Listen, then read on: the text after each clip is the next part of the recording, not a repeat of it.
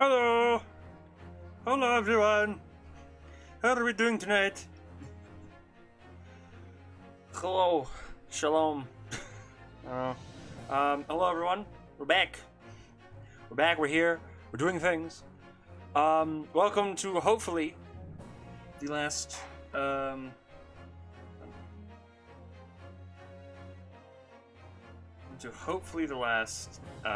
Ace Attorney stream. I say hopefully the last just because it's been a while, and also, oh my god, it's been a while. Did I? Yes, I did. Okay. I was like, I for some reason, like right before, I was like, did I announce to everyone I usually announce? Yes, I did. Okay. So, this is hopefully the last time. Hopefully the last time we can be here. Or we have to be here, I mean. If we do finish before all this stuff. Oh yeah, this is where we left off. I completely forgot this is where we left. Completely forgot this is where we left off. So hopefully this is the last time. If we do end before the 5-hour mark, like significantly before the 5-hour mark, well, I'll find something to do on the Switch. But I have a feeling it will either take 5 hours or more than 5 hours. It will either take one of those two and nothing less or nothing more.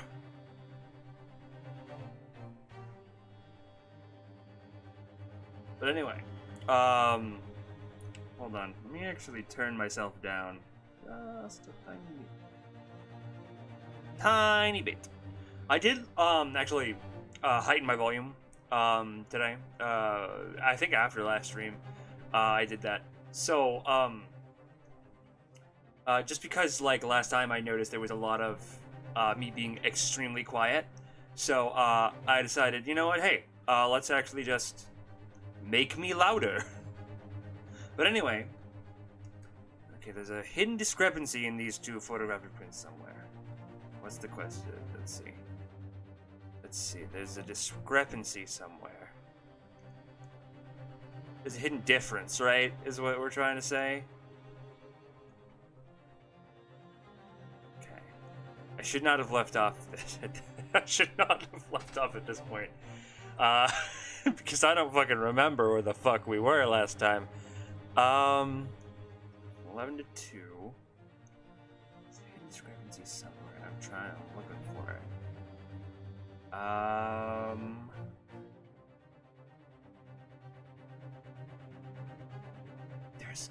There is something. I know there is. Because that's how Ace Attorney games are. It's like, point out the discrepancy, and like, well, there is none. Is usually not the case. And the thing is, you can there's no discrepancy, point out a discrepancy, and then use a piece of evidence. Actually, let me review the evidence. I don't fucking remember where the goddamn hell we were. Third bullet, Sholmes pouch, music box, disc, stereoscope, post-shooting photograph.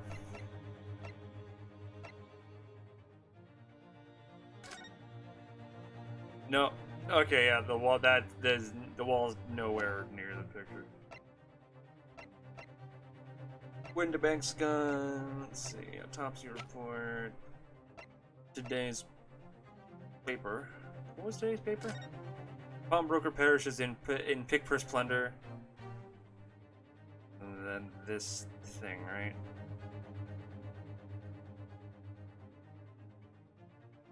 And then that's, yeah, because that doesn't have anything. I don't fucking remember what the hell I don't know what we're looking for, honestly. Hold on, I have the review, I have the walkthrough up. Because I wanted to see how far we were in Trial Part 3. I don't think we're super into, I'm not sure, actually. Yeah, no, we're actually, I think we might be a little ways in, like a good ways in.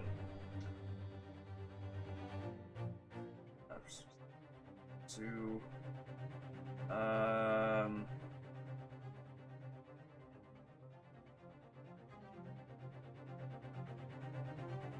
statement 5.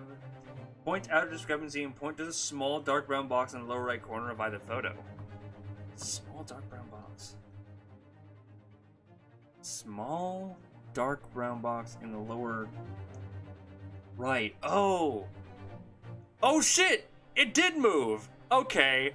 Alright, okay. That was just blind. Got it, okay. I didn't know what the fuck we were looking for. So, turn to question, point out a discrepancy. Yunosuke. I wasn't sure at first, but there is a clear discrepancy between these two between these two prints. Hold on, let me bring myself down a little bit more. Jesus, turn myself down, yeah, a little bit more. Because I have now noticed. Nope, yeah, it is still going into red a lot. Maybe this, hopefully. Hopefully 69. 6.9 decibels, but 69 decibels. Negative 69 decibels, please. A clear discrepancy between these two prints. What? You must identify the location in question for the Court Council. Indicate the precise location of the discrepancy of which you speak. It's this guy, right here. This one. Hold on. Actually, come on there. Fine. Present. Take that! Take that! Take that! Nope, yeah, that's still going in the fucking reds. Damn fucking... Damn Reds! Hey! Hold on. Let me see if I don't need fucking negative 7.7 yet, and now it's too quiet. 7.1. Hopefully. I'm obsessed with this volume right now. Granted, these two prints are almost identical. However, there is one minor discrepancy between them. What? What? Okay. What?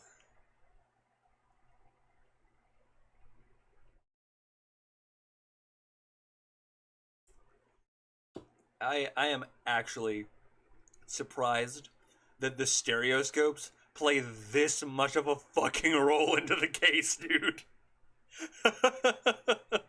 It's just like really weird to me, okay? And you view the two pictures stereoscopically.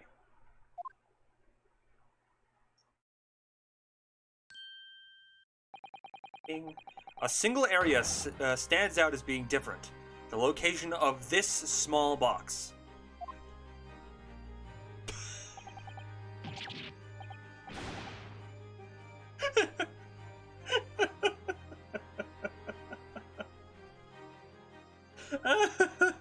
I didn't expect something to break me this early. He looks like a doofus, dude. He's like... Looks like he has like the... This looks like he has a fucking viewfinder on his face, dude. It's so stupid. Let me wait. Unbelievable.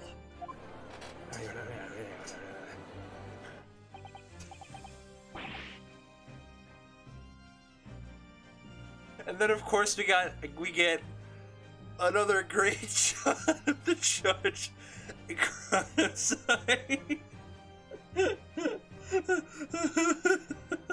Oh god, it's so good.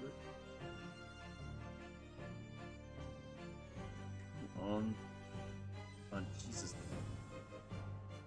Fine.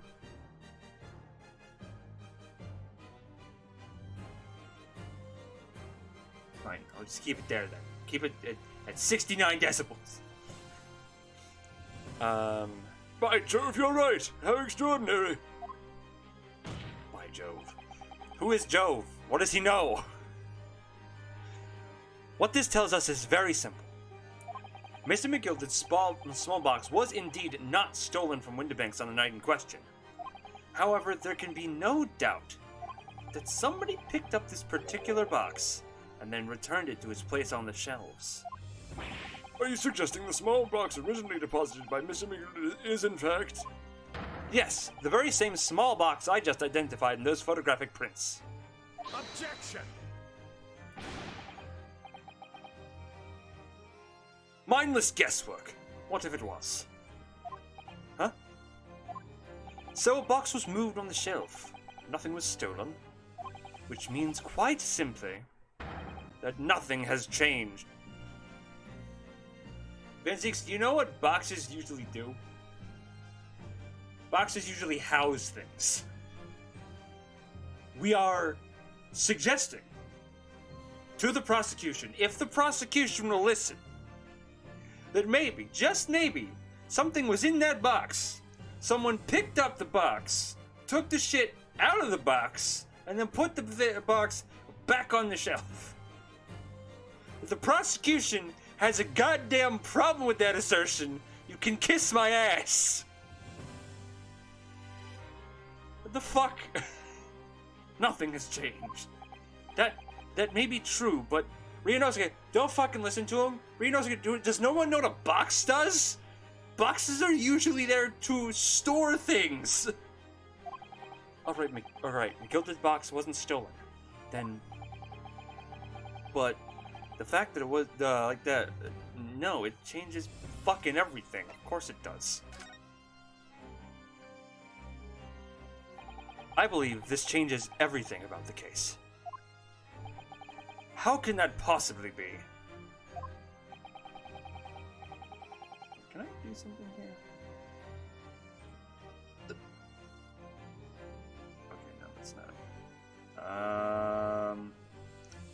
This volume is actually kind of making me mad. Cause like 7. It doesn't go to 7.0, or if I've tried and it doesn't. It's the fact that like it's going into 6.9 goes into red way more often than I would like, and 7.1 seems way too fucking quiet. So like this, which is really weird to me.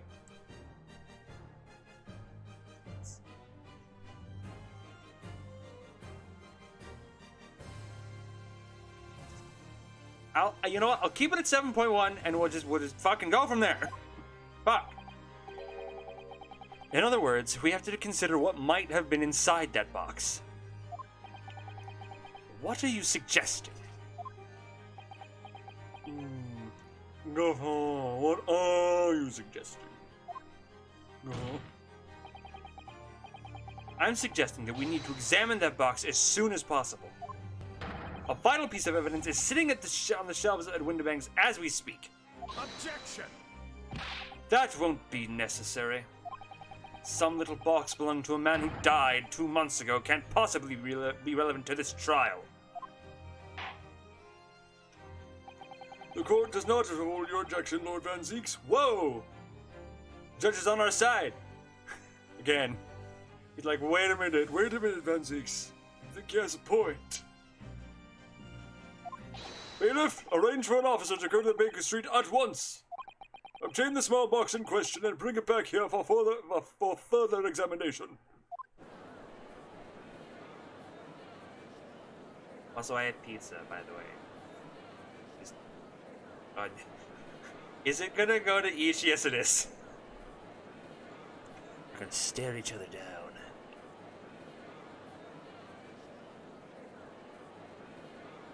Maintained eye contact. Prolonged eye contact. Prolonged eye contact. Prolonged eye contact. Prolonged eye contact. Prolonged. Sorry. We should have the report within half an hour. I think perhaps we should recess for a short while until the evidence is brought forth. To be hoodwinked by such a farce. Disappointing. I beg your pardon, Lord Van Zieks. This is nothing but a smoke screen. A Nipponese specialty, it would seem. Wow, really? Are we still on this? Are we still on this racist bullshit? Van Zieks, shut the fuck up. Just because you're mad that you're losing this fucking trial does not mean you need to be racist.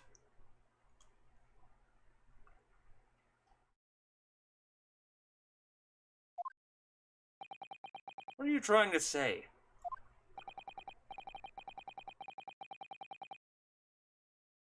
My learned friend has persisted with the same line of reasoning from the very beginning. That this witness's intent was to steal an article belonging to Mr. McGilded from the pawnbrokery.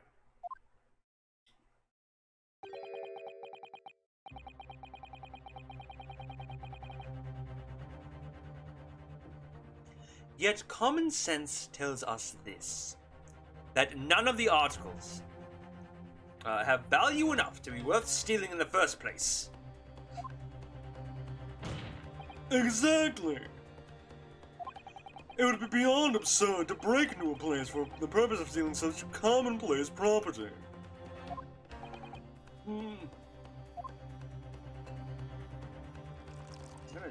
Since I am away from the mic now, let me go ahead and turn this up just a bit. Ugh, fuck. If your lordship recalls, Mr. McGilded perished 2 months ago. Perished is not a good word for 6.2 then, huh? That's 6.8. Perished? Perished 2 months ago? Okay. Mr. McGilded perished 2 months ago, immediately after the conclusion of his trial. A trial in which he was found not guilty. A trial in which it was established that he was the upstanding member of society his reputation implied. In fact, so I propose a toast to my learned friend in his most insightful defense. The articles this upstanding member of society pawned were entirely ordinary. A black overcoat just happened to have a music box disc in one of the pockets, and a small box. Done.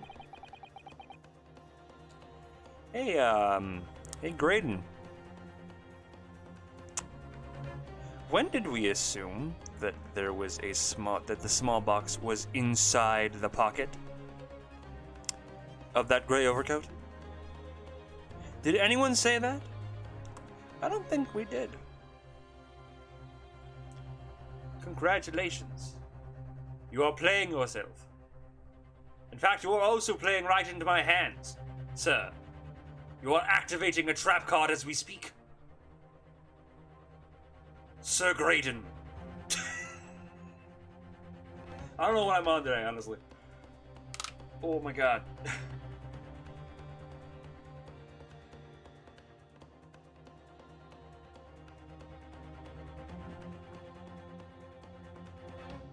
Yeah.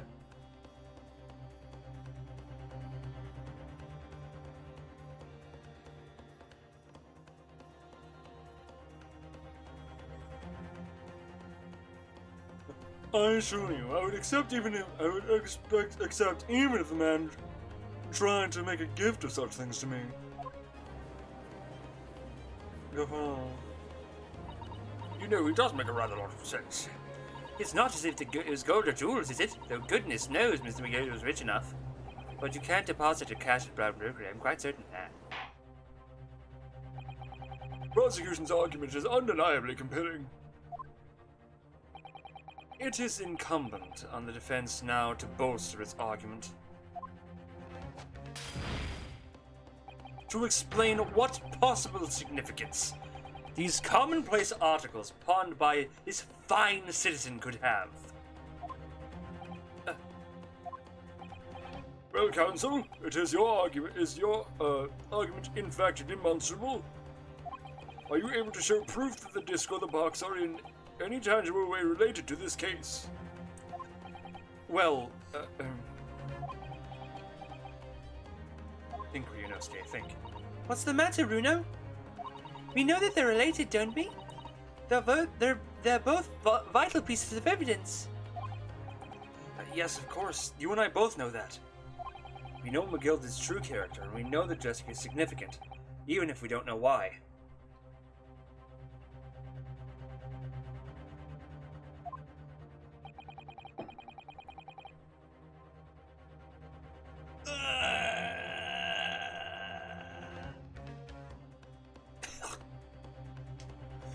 What if we... hello. Hello, Potter! How are you? How are you doing? Hello, Potter. Now, Potter. Yeah, I do need to ask... sorry, I do need to tell you that you might be very confused about literally everything, because I don't think... literally everything in this stream, because I'm not sure you've been here for any of the other Ace Attorney streams. If you do have a question, I will try to answer as good as I can.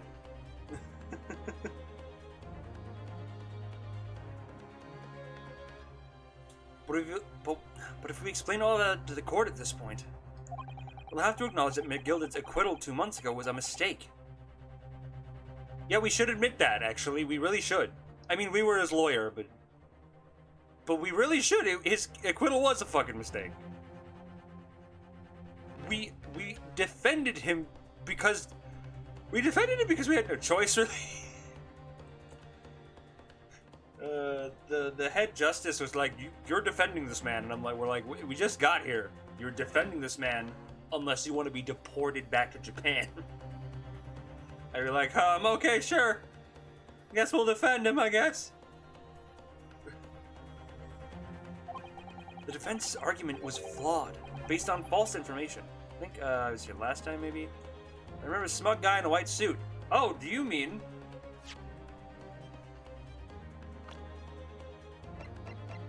Ashley Graydon? also known as Eggert Benedict.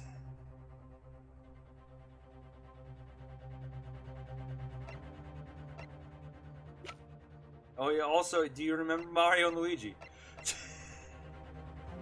I am not gonna call them Ringo and Nash. They're Mario and Luigi.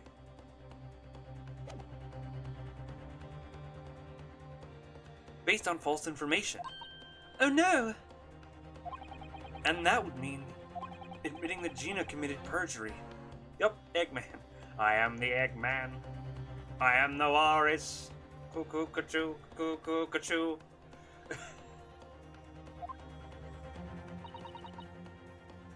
Eggman, attorney at Egg. But, Ginny... Could it be that Van Zieks knows? He's a prosecutor in these games. Of course he fucking knows. Prosecutors in these games always know. They're always the one like, you have fallen into my trap card. Damn it, I haven't fixed it. Hold on.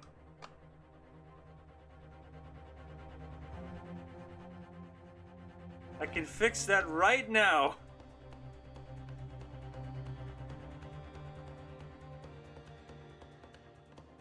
Hold up.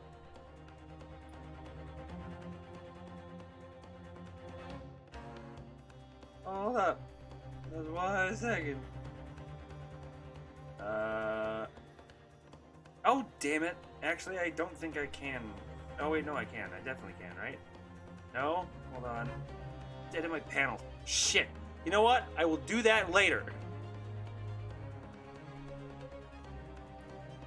I'll do it later. Fuck. There's, I don't need that open. Hold on. There we go.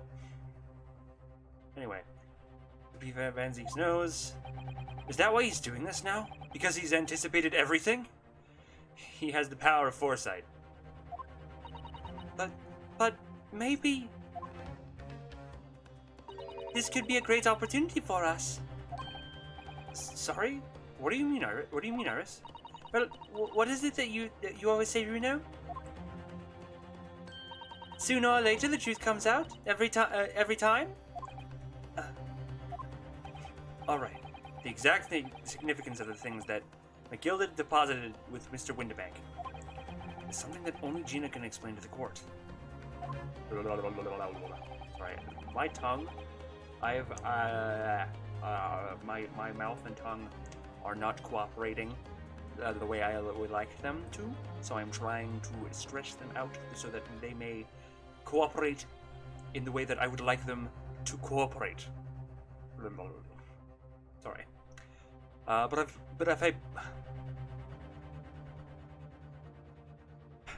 But if I put her on the stand to testify about that, it could critically damage our chances of winning this case.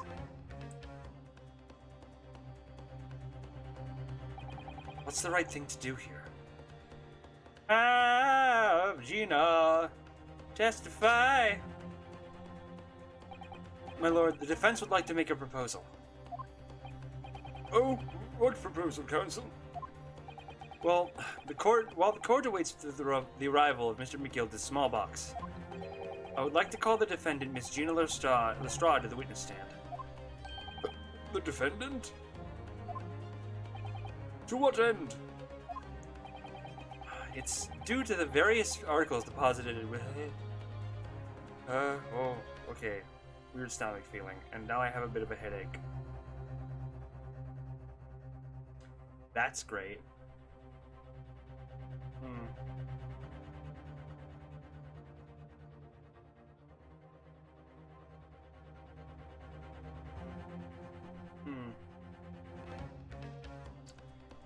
Anyway. It's to do with the various articles deposited at Windibanks by Mr. McGilded, my lord. That is a lot of... Deposited at Windibanks by Mr. McGilded, my lord. It's a lot of fucking syllables and consonants. Deposited at Windibanks by Mr. McGilded, my lord. A lot of mouth sounds that I must do in that one sentence. Miss Lestrade has information relating to them. I believe it would be beneficial for the... Do you know about the possible Smash League? The one with Sora?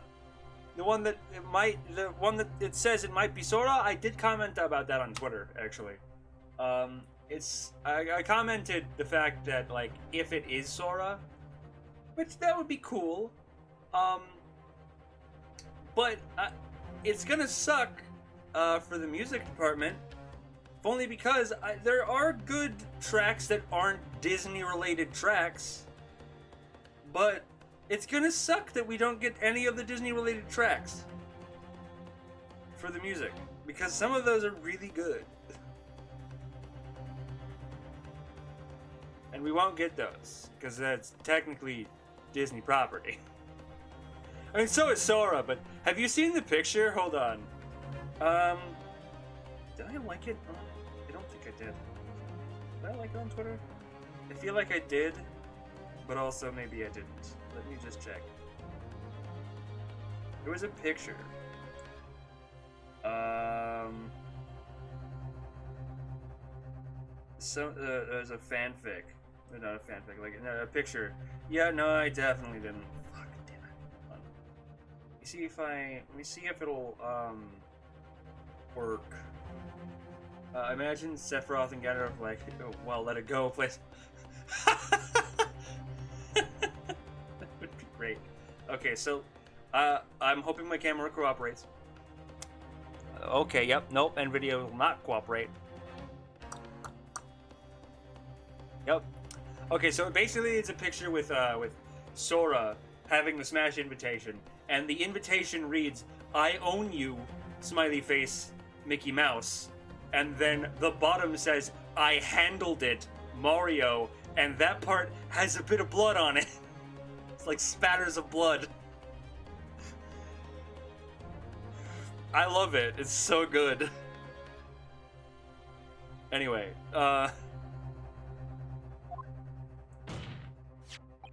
it will prove the significance of the articles in question once and for all.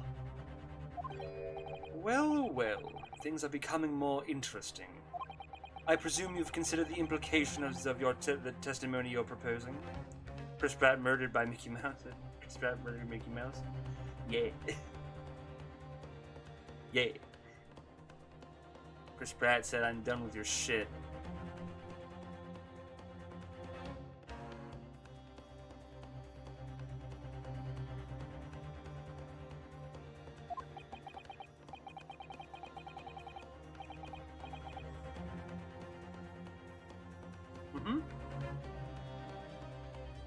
prepared for that one, bitch. And looks like he definitely fucking knows, Ryunosuke. It's almost like he's a prosecutor in one of these games.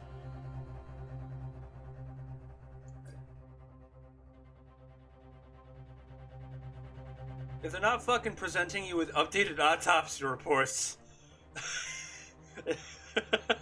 if they're not presenting you with updated fucking autopsy reports, Edgeworth, then they know exactly where your train of thought is going, and they know exactly what the fuck happened. They're like, I see where you're going with this. Anyway. Lord Van Zieks, would you care to explain that last remark? The prosecution accepts the defense's proposal. I move to interrupt the cross-examination of the current witness and hear from the accused herself. Very well, if you have no objection. So the court will now hear the testimony of the defendant, Miss Gina Lestrade. Wait. Via Chris Pratt, he plays Mario. Mario's in Smash. Chris Pratt plays Star Wars and Marvel, which is owned by Disney, which means nothing. Hold on. Actually, I have a good one. I have a good one for this. Which means nothing. Nothing at all.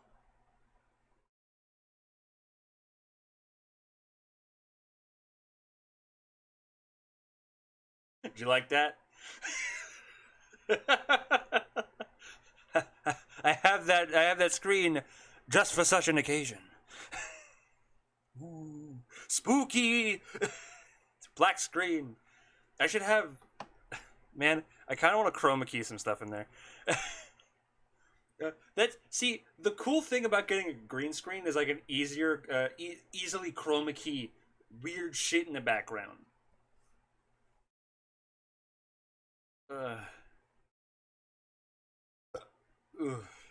Anyway, so the court will now have the testimony. Yeah, Miss Gina Lestrade, your witness currently is in the stand.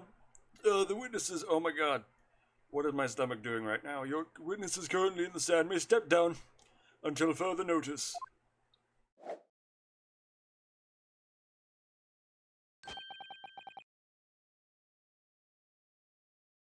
This man is just as extra as Van Zieks. And then I should bid you all good day. Wait. You, sir, shall remain in the stand while Miss Lestrade testifies. As you wish. All right then, Gina. It's time. I know this will be hard, but please, put your faith in me here. Good luck, Reno. Plot twist, Star Wars character gets in Smash. That's actually not a possibility. They have explicitly, I'm pretty sure, Sakurai has explicitly stated no, they have to be a video game character first and a film character second, which does mean Lightning McQueen can get in because his game came out before his movie, but I doubt it's gonna be that way. I doubt they would put a car in. Then again,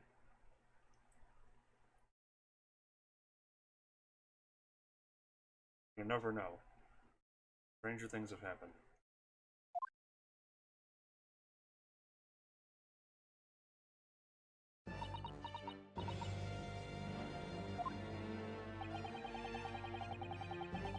Starkiller from Force Unleashed is only a video game character. That is a good fucking loophole. That is a good loophole. Was the Force Unleashed on Wii? I feel like it was.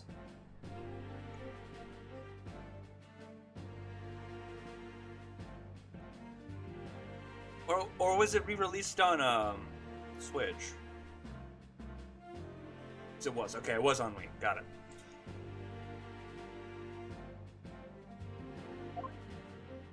Force Unleashed was a game.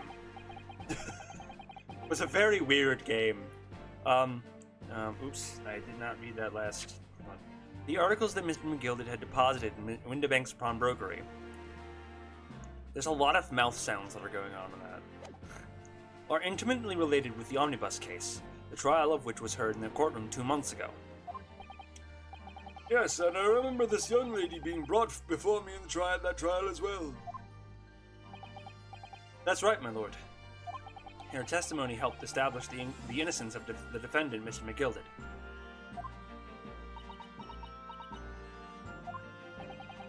The Omnibus case was intriguing, to say the least, and also kind of infuriating. It also ended quite explosively. It's funny because Mr. McGilded died in a fire in the courtroom.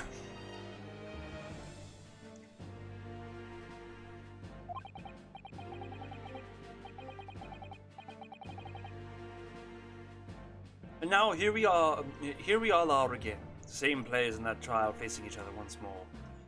Except this egg is here for some reason. A twist of fate, perhaps, my Nipponese friend. Biggest plot twist, there's a DLC Pack 3, Sora Starkiller, Sora Starkiller, Master Chief, Gen Z Fortnite, God, and Crash Bandicoot. I hope there's not a Challenger Pack 3. Sakurai needs to sleep. Sakurai needs a long fucking nap, dude. He has been working himself to the fucking bone. Ever since, like, Melee, dude. Ever since Melee, man, he's been, like, working himself to the fucking bone, my man.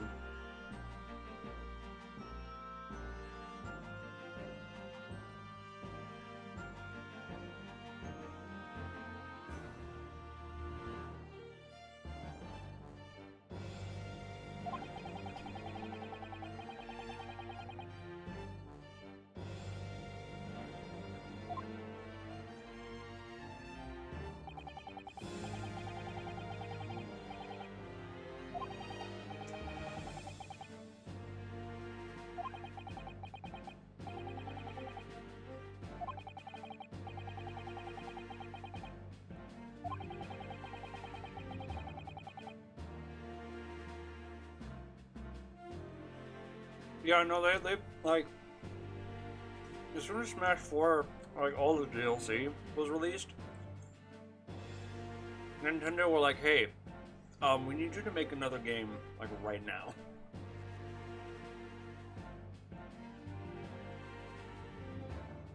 We need you to work on the next project. And Sakurai's like, do I get a break?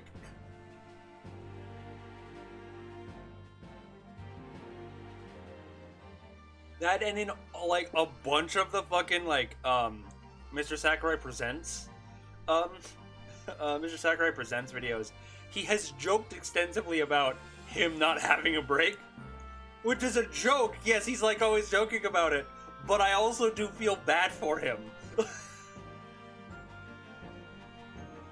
Like, I feel like part of that is not a joke. Part of that is like, please, I need a break. Oh my god. I realize I have overworked myself. Please, I need a break. Dear God.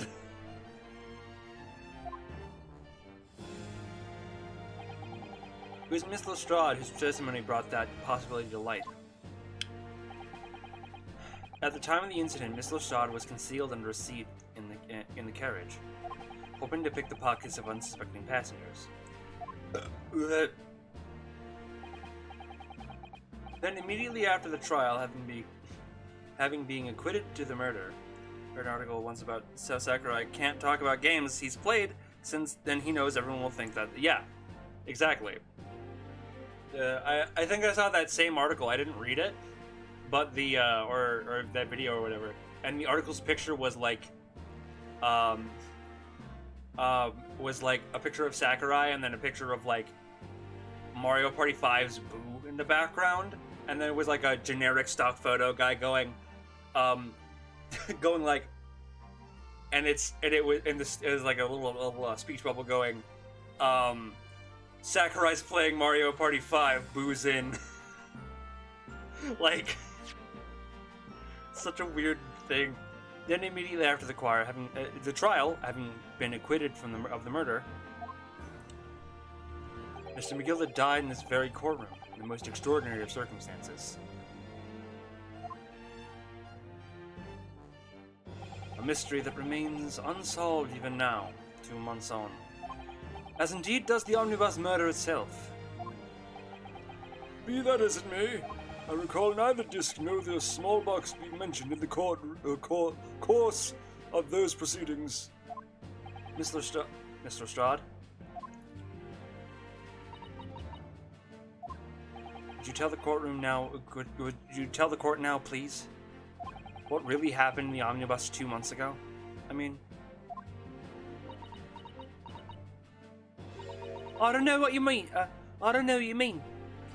I already said all of what I know. And what about everything you told us yesterday from inside your prison cell? Oh.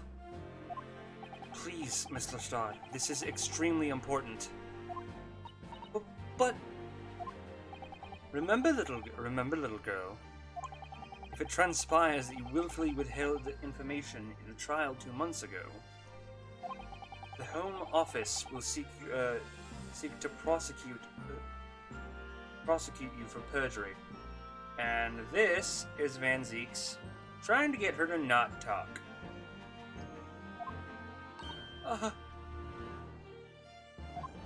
And naturally, you will lose all credibility as a witness. Although, let's face facts. You have little credibility to lose. Wow! Can we shut the fuck up, Van Zieks? For like 2 seconds, can we shut the fuck up about, like, people's class, people's race? I don't think he's really been very, like, hold on. I don't think he's really been very, what's the word? Sexist. But he's been very racist. And has also been very, like, also just... They're conditioned, like, oh, you homeless little tramp, sort of thing. Like, how the fuck? How the fuck dare you? Ginny, don't listen to him. Please, you have to trust Bruno now. Iris? We're on your side.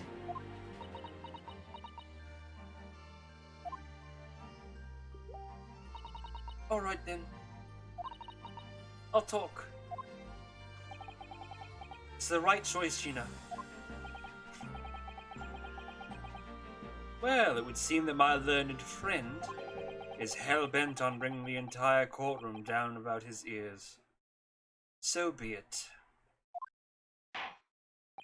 I must confess that I'm struggling to understand what on earth is happening here. Hold on.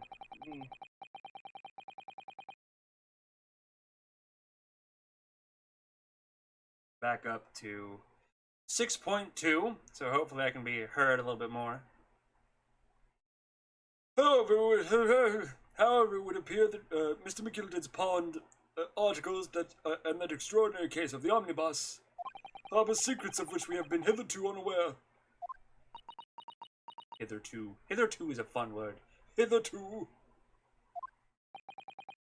So, Mr. Lestrade, you will give your testimony before the court about the events of 2 months ago. You will reveal the truth and a commodity sorely lacking in your original statements. This is it then. Everything's going to come out. There's a bathroom joke in there somewhere. Enter shit noises. Has anyone seen the video? It's titled like "Guys Say Krakatoa Before You Shit." And it's like a video of a dude in a stall, and you hear like, and it's like the video's like, the camera's like up at the ceiling, and then you just hear some guy groaning in the next stall, and then all of a sudden you hear Krakatoa, and then just like fucking hellish shit noises. Krakatoa.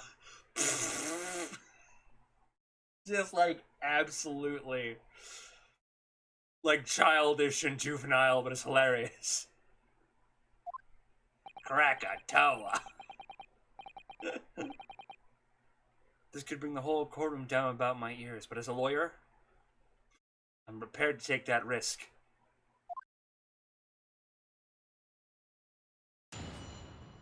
Witness testimony.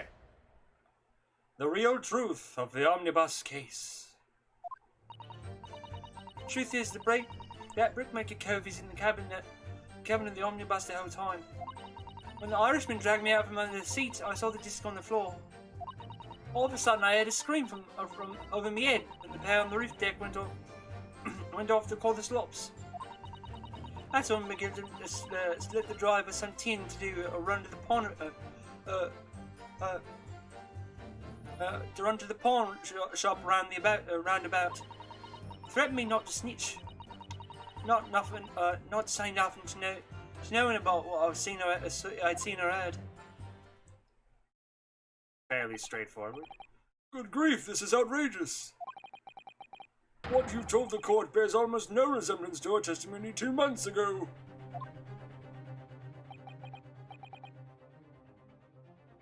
As you say, my lord.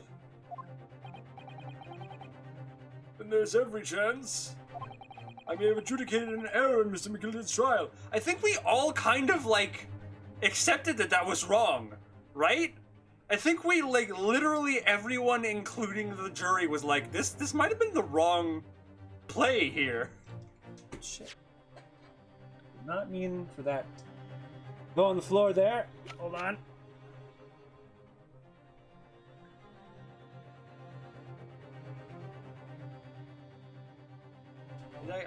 Didn't we all kind of, agree that that might have been the wrong choice anyway?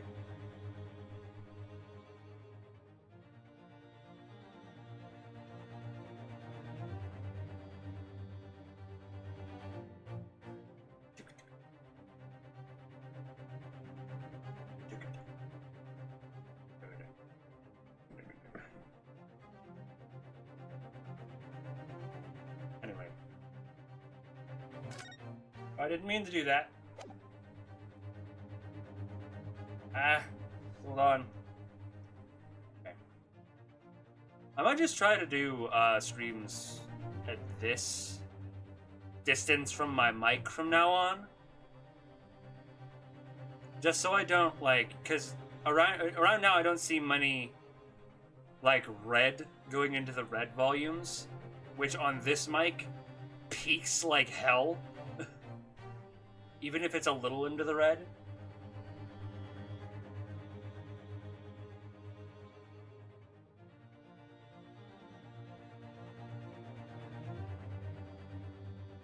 I know there's a lot of talk about setup, but sorry.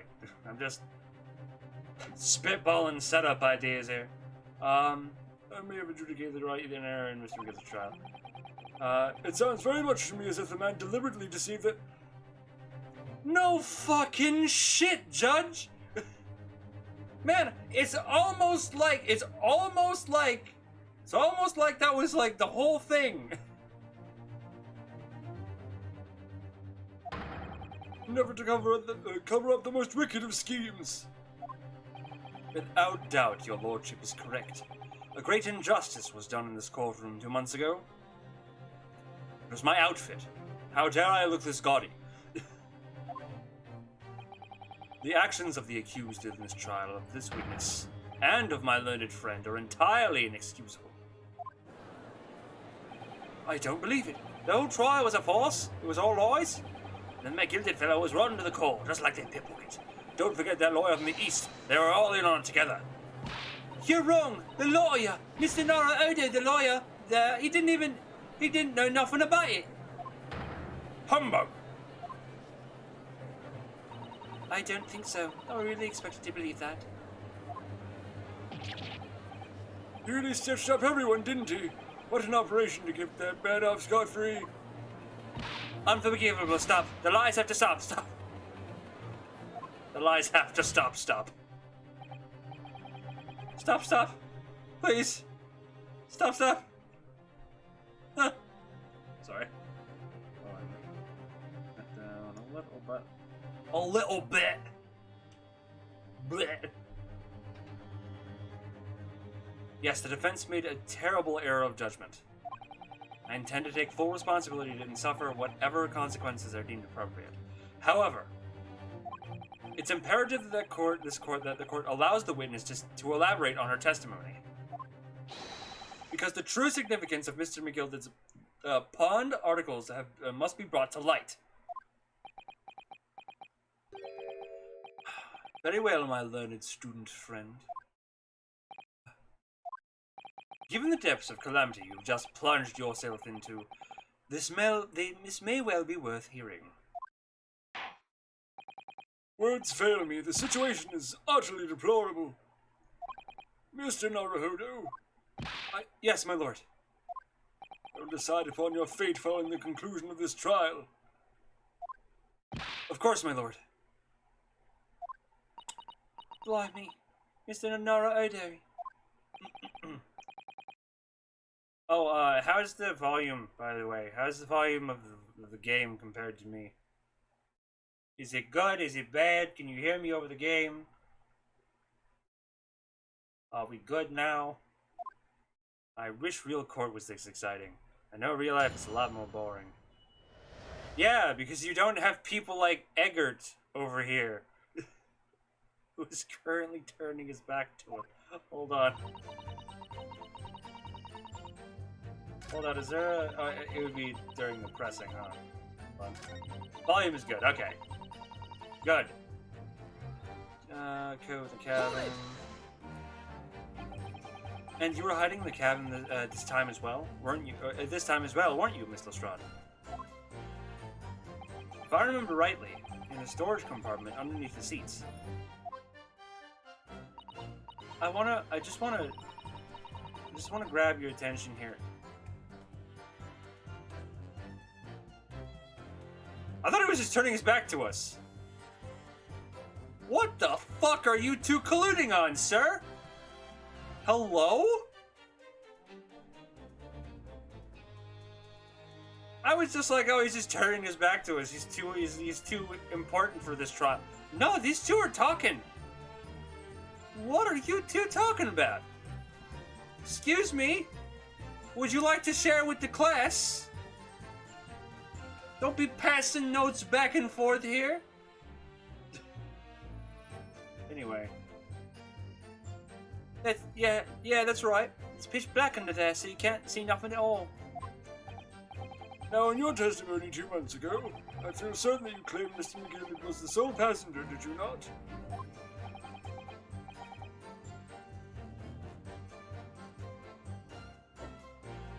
False testimony, my lord. That's what he told me I had to say. But it's important you tell us the truth now. Were McGilded and the victim acquaintances? I don't know. Well, I did hear him talking a lot. What were they talking about? Well, I couldn't hear too well. Well, what I had to say, I think it was about money or something. They kept talking about buying and not buying. Perhaps some business dealings of some kind.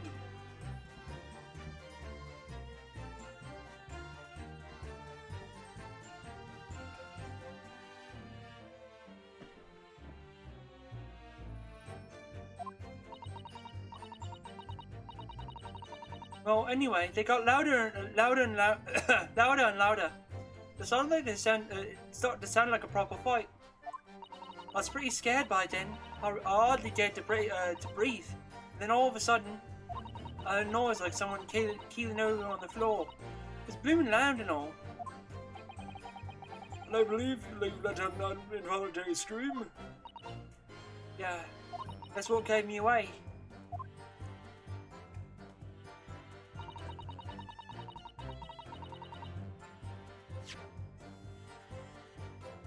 Oops, did not mean to do that. Hold it!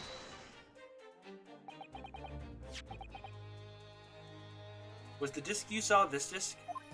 This disc? Yeah, I reckon it probably was. It was right next to the code line on the floor. Did this discus belong to the victim, perhaps? I don't know, but McGilded picked it up pretty smartish. Then he sat on the cove with a knife in his belly, up on the seat.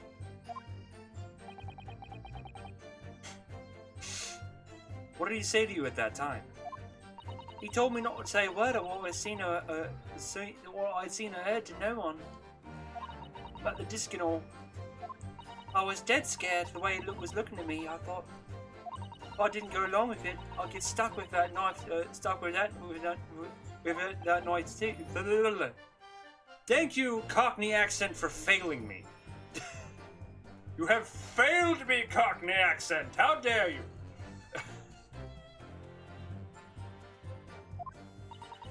Then he started asking me a load of questions, like what my name was, where I lived, and that. Asked me about being a driver too. But after a while, what happened in the carriage was noticed. What had happened in the carriage was noticed? Yeah, that's right. First there was a kind of rapping noise. All of a sudden... Beep. Oops. Beep. Hold it! Shit.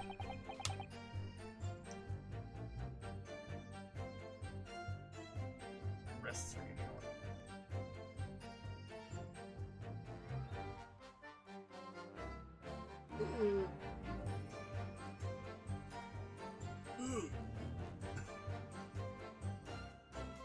There were two gentlemen occupying the seats on the roof deck, I believe. That's right. They must have looked down through the skylight and noticed the cave with a knife in his guts. When they screamed, the driver pulled up the horses and McGildy got me out of sight. Out of sight? Where? The fucking seat, Judge. Back under the seat where I started off. Once the carriage came to a halt, the carriage from the roof ran off to fetch the slops. If they immediately left to fetch the police, it would appear that they were entirely unrelated to the incident. So that left McGilda, the driver, and you still at the scene. Yeah, only the driver didn't know I was there because I was under the seat. I had the cabin door open and a voice from outside. The driver, yes. He also testified in the trial, I believe. Beppo, yes. A fellow who went by the name of Beppo, if memory serves. Beppo. Love Beppo. Beppo is a good name. Beppo. What did McGilda say to and the driver say to each other? That almost sounds like the start of a joke. What did McGilda and the driver say to each other? McGilda said, "Top of the morning to you, gent. I see that you caught me in a sticky wicket.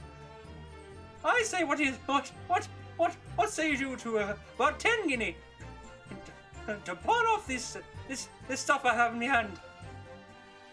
That's what McGilda said to the driver. I don't know what happened and stuff like that, mainly.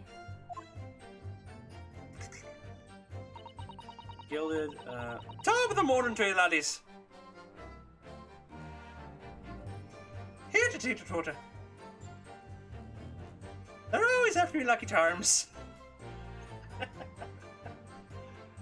Always after me Lucky Charms. Life is like a hurricane. He's Scottish, right? Fuck. Scrooge McDuck is Scottish, right? That shut the fucking volume up.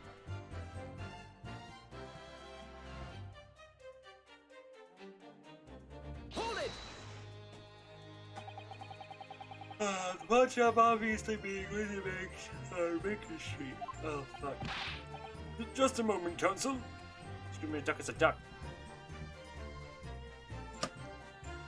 Listen here, smartass.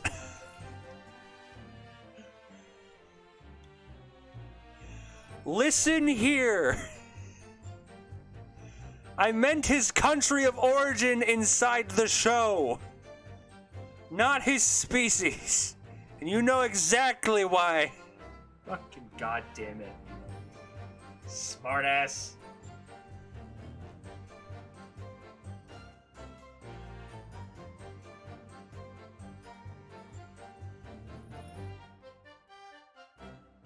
Just a moment, Counsel. Do you mean to tell me that the driver gave false testimony at trial as well? Perhaps the excursion to the pawnbroker slipped his mind when he was in the stand. Indeed, Lord Van Zeeks. McGilda took off his coat and gave it to the driver. He folded it up, all careful like, and before handing it over. He says he was a Scottish American. That's the one. He is Scottish. I knew it.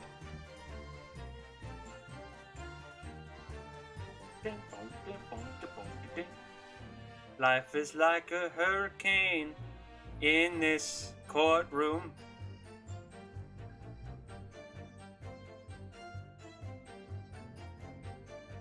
Eggs and vampires and judges. It's a... Can't rhyme. The coat, that coat and what's in it has got to be worth a few bob. A few dudes named Bob. It's got to be worth a few dudes named Bob, right? Gina was. Oh, yes, Gina was sure the disc must be worth more than Mr. Windbag was suggesting, wasn't he? Christ almighty. I remember quibbling with him about the price that afternoon at the pawnbrokery. Quibbling is a fun word. Quibbling.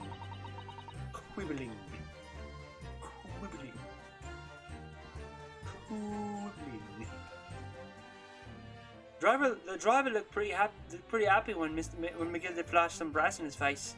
Off running a lick. And the bog trotter called me, and then the bog trotter called to me and told me to come out from the drug's cabin. I mean, certainly not. The snitch don't say nothing to no one, or it's seeing it hurt. Hold it! Threatened you how exactly? Told me I'd be the only scarp. I'd be able to scarp. I'd only be able to scarp if I did exactly what he said. Which included giving false testimony to the court in court 2 months ago. Yeah, that's it. And there was one other thing he said. Which was... He told me I'd have to hang on to the ticket from the pawn shop, make sure not to lose it. The ticket? Well, I never. He said if he didn't show up to get the ticket off me before 2 months passed, I had to go to the pawn shop and pay the money to keep it in lug, to stop it being forfeited. He left with me with some brass to pay for it. But really, why on earth would McGilda have done such a thing? Depositing his overcoat with a pawnbroker before the arrival of the police. It makes no sense at all. There seemed to be the.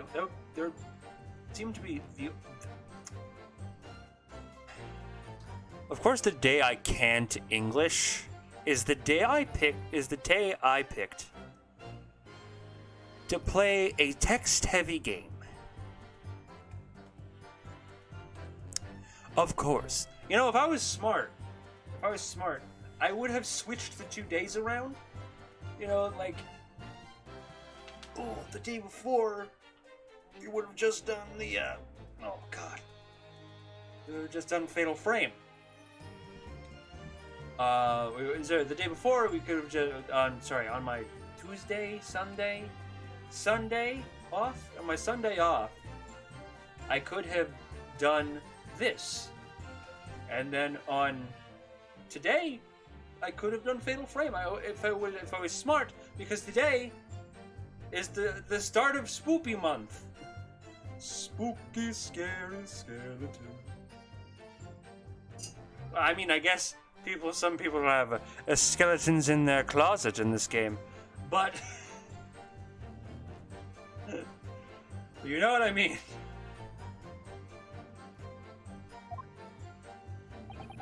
What McGill had the driver deposit at Windibanks was something he didn't want the police to see.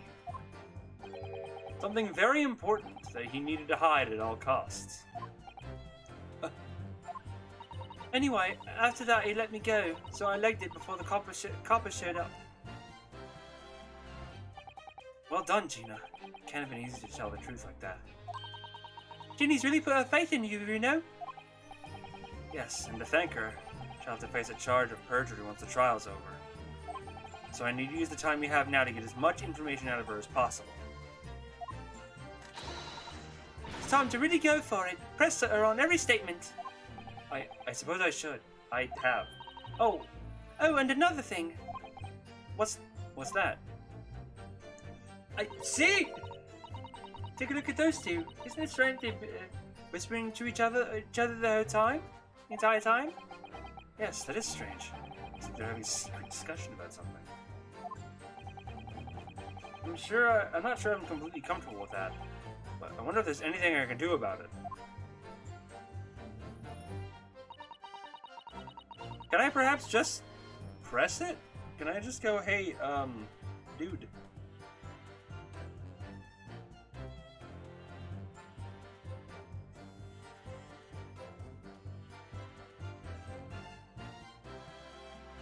Oh, Banana Mania, I guess. Super Monkey Ball Banana Mania came out a few days ago. Or today, I'm not sure. And everyone's having fun with, Kiryu in a ball.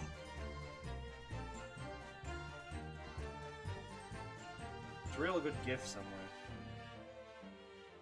Of just Kiryu, like, spinning in the ball.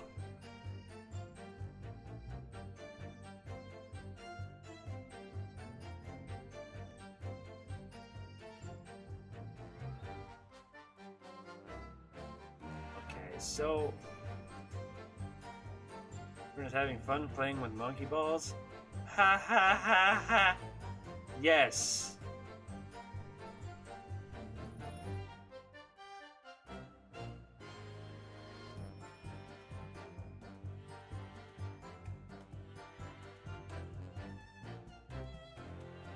I wonder if I can just press them on any statement. Hold on. Can I? Can I just... Excuse me. No? Okay, I can't. Oh! Maybe I can. Is there something you'd like to share with the court, Inspector Gregson and Mr. Graydon?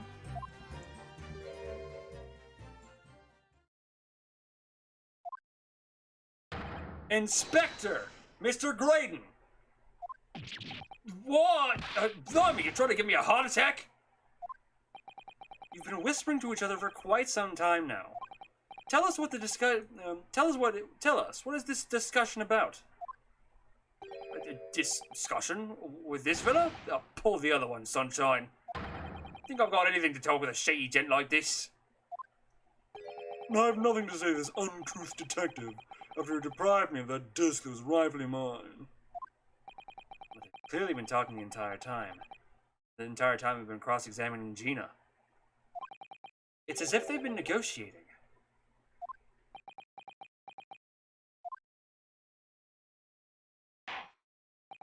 Thank you, Miss Lestrade. Thank you, Counsel. I've heard enough. I believe now we have a reasonable understanding of what actually transpired on the omnibus. It would appear that on the night that 2 months ago, a negotiation was taking place on the omnibus. Negotiation concerning this disc.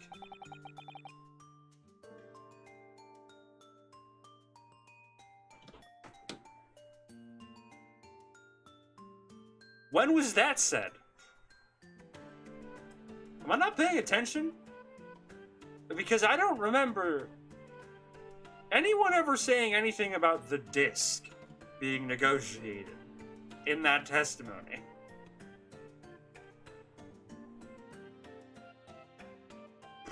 I'm gonna take a break, actually. I am getting to the point where I am now tired and I need to get up, stretch, possibly do other things. And I suggest you guys do the same, you know, go get a snack, go get a drink, go to the bathroom, stretch your legs, feed your animals if you have any, if they need to be fed, and also let them out. And as always, as soon as I get this timer up here, we will have our good friend Sora running the stream while we are gone. So I'll see you guys in a bit.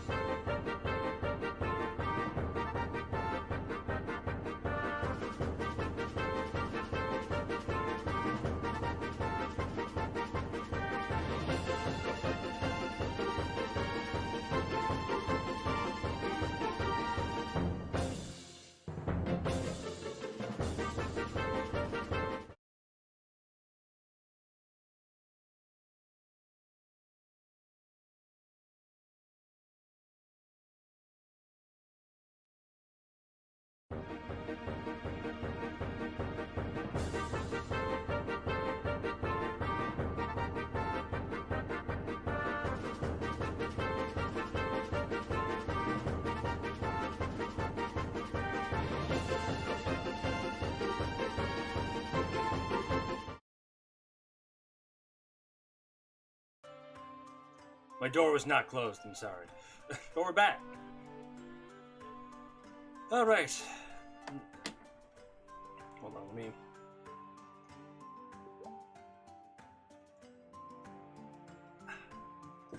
Negotiation concerning this disc, however, matters did not run smoothly. When the parties involved began to quarrel over price, the Gilded took what he wanted by force, at the expense of the other man's life. That is conjecture. It proves my point. This disc is clearly extremely valuable in some way. Though I don't understand why it's yet. And 2 days ago, precisely 2 months after the omnibus incident, the Gilded's coat and its contents were due to be forfeited. I didn't know what I should do for ticket. I mean, the coat died right after his trial, I knew that. So you decided you would try to claim the articles as your own? Well, why not, eh? They were going to be forfeited. Why shouldn't I have got them? Anyway, you can't blame me for thinking about it. Think about it. Thinking ain't no crime. Miss Lestrade, it would appear Mr. McGilded was prepared to kill in order to take possession of this disc. Do you know why that would be? Eh? I ain't got a clue. But I reckon it must be worth a fair bit of brass if he was going to he's probably going to sell it. You can't blame me for thinking that. Thinking ain't no crime. Okay. My lord. The errands your lordship requested has been located and is ready for the court inspection, sir. Oh no.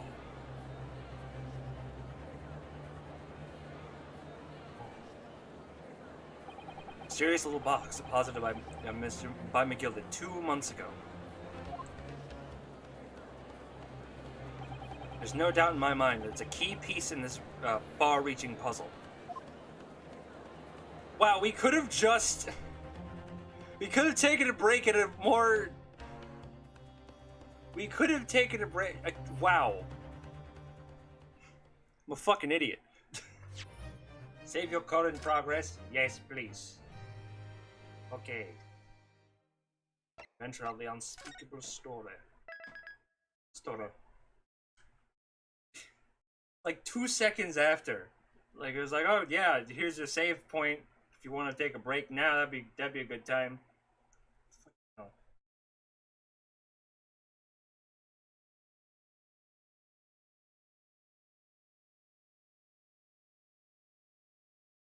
Just pairing the part 4 thing.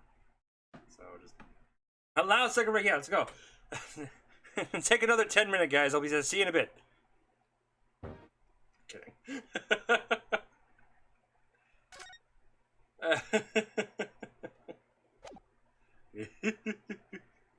Hey, Fred. Hey, Yogi. Hey, Boo Boo. I mean, what's in the picnic box? Picnic basket? So this is the article in question, is it? This small box deposited with the pawnbroker by Mr. McGilded 2 months ago? And on the night of Mr. Winterbank's murder? The only item on the shelves was... oh, sorry. The only item on the shelves was touched by whoever broke into the shop. Quick, let's open it and see what's inside.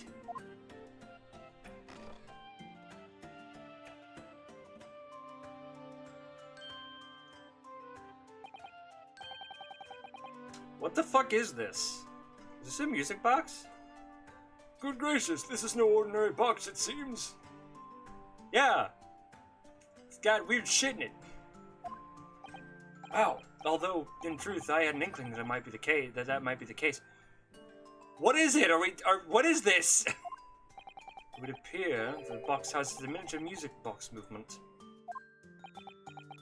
Ooh, Graydon is like, oh fuck. They know. Then, is it too much to expect? I think it would be reasonable to assume that it is the device for the playback of the disc, my lord. Are we finally gonna hear what it sounds like? Also, Sholmes wasted his money on a bunch of music boxes. Oops. So here we have the means to play back Mr. McGilda's disc deposited in Windibanks at much the same time. Not strictly correct, my lord. It was not McGilda's disc. It was the disc of his victim on the omnibus.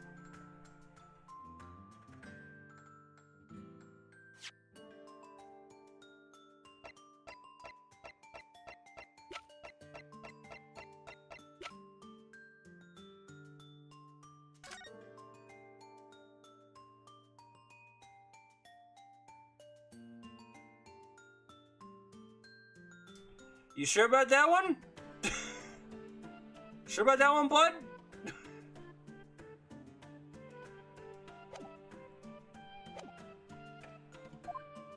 But why, for heaven's sake? Are we to understand the brickmaker was trying to sell this music box disc to Mr. McGilded?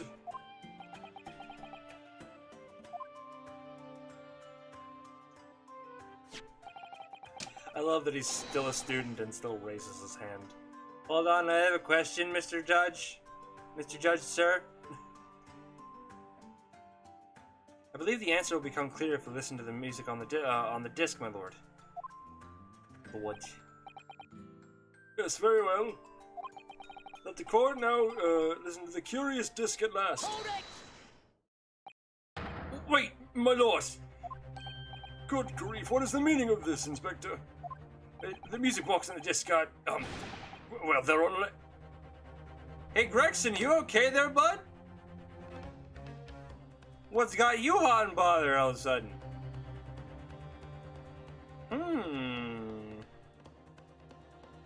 Curiouser and curiouser.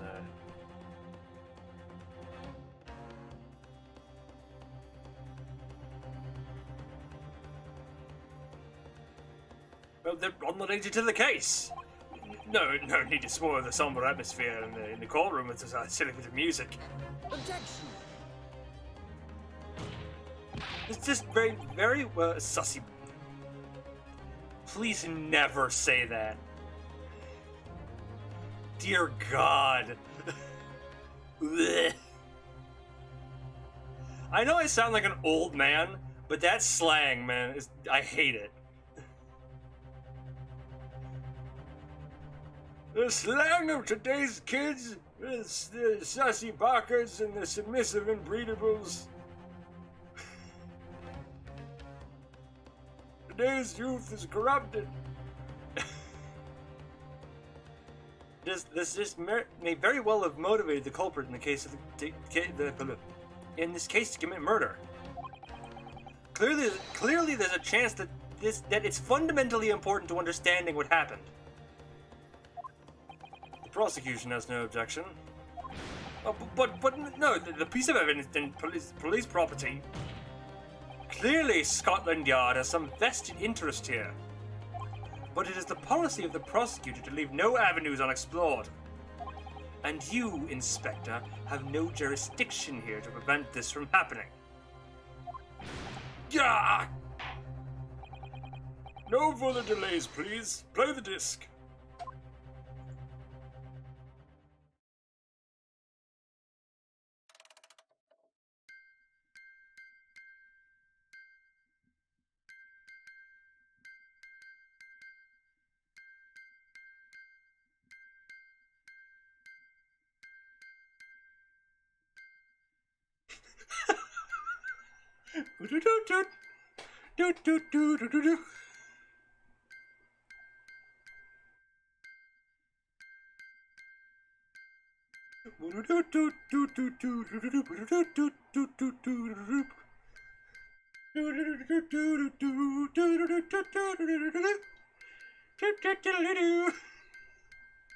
Has anyone made a Megalovania cover in these the sound font of that sounds like an Ace Attorney game song?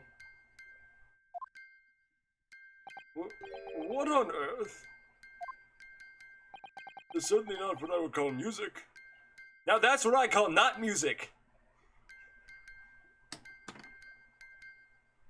That's what I call music. I remember someone posted, they finally did it, and it was that. Now that's what I call music 69. And Chugger Conroy, Emil Chugger Conroy, wrote, and I can't wait until they get to Kids Bop 69. And then someone posted a picture, posted the gif of FBI open up. People were like, Emil! As usual, as the usual thing to do with Emil. No. Is it?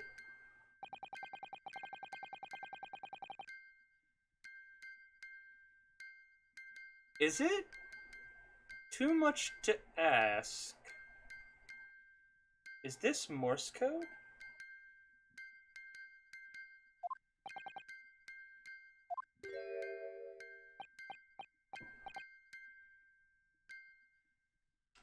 Oh. Mr. Graydon? This really is priceless. He's doing a groove, he's dancing to it. After all that, the music box is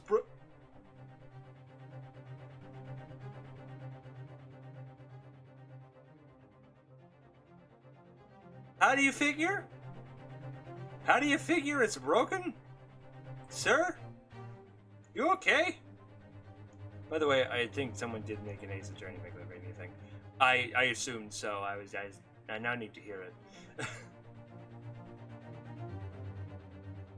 After all that, the music box is broken. Broken? It can't be, can it? Well, obviously. In fact, I wouldn't be surprised if the officer sent to fetch it didn't drop it on the way back to the courtroom. Well, with much regret, I feel the courtroom must accept this music. Oh, I thought he was gonna stop it. The courtroom must accept this as evidence, even though it played fucking horribly. Also, someone discovered. Yes, I have seen that. Someone sent me that. I love that. Hello, children. Do you know that these notes are the same as these notes? What will we do with this cursed information? Something horrible. Something truly horrible. I love that, dude. I love it so much. Fucking. What will we do with this cursed information?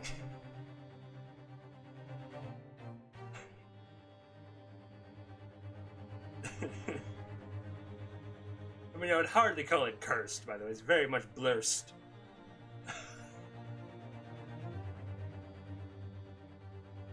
At the very least.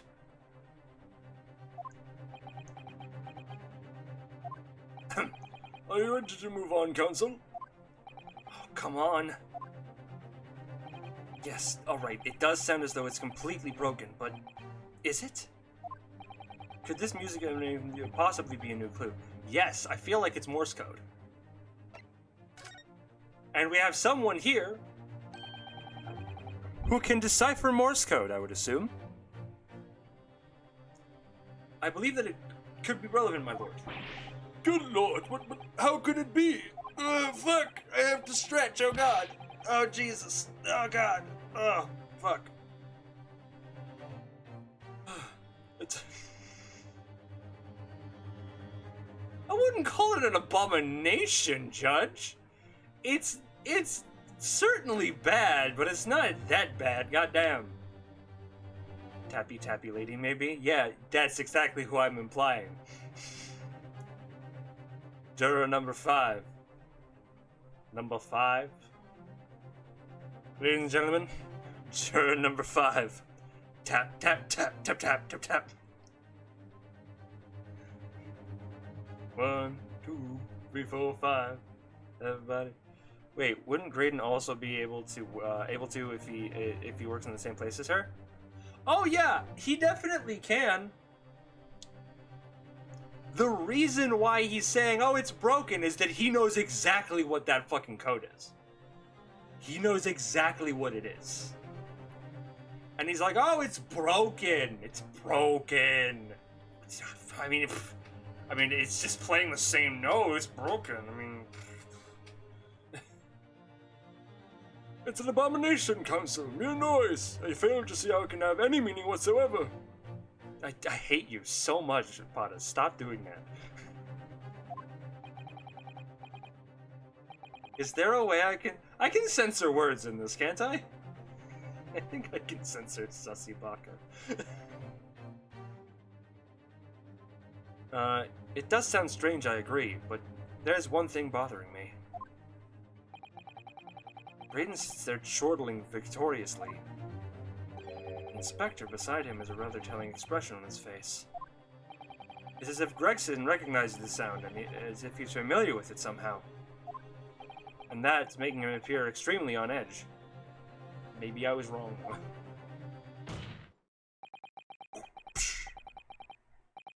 If that's the stance of the defense, my Nipponese friend, answer me this. Oh.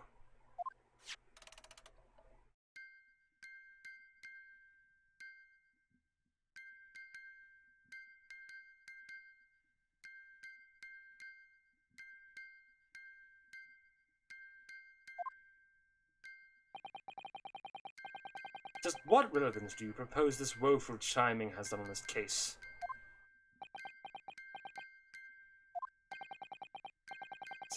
This music box is not supposed to be music. Just because this is a music box, it doesn't necessarily mean the sounds we're hearing are music.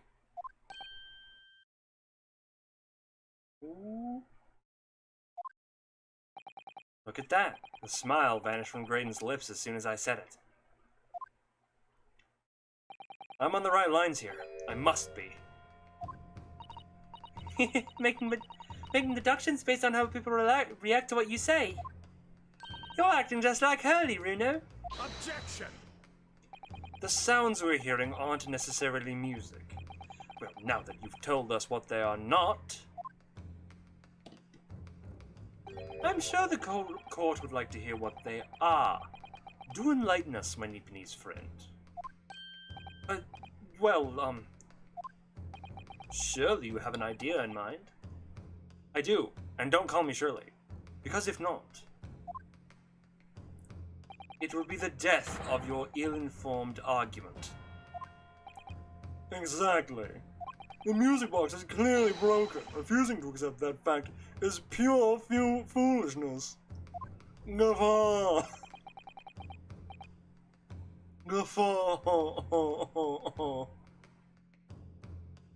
Guffaw!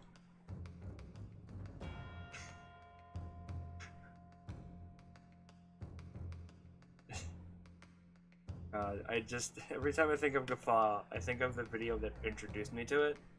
A friend of, well, not a friend of mine anymore, but a friend of mine in high school showed me a video of it was like a bunch of rich people. It's like I think it was called like how rich people talk, and it was like one of the first lines was like, "And I said, no, Mr. Trump, you're fired. Guffaw." That was the humor. That was the humor back in my day. Runo, can we go back to that? I love that motion.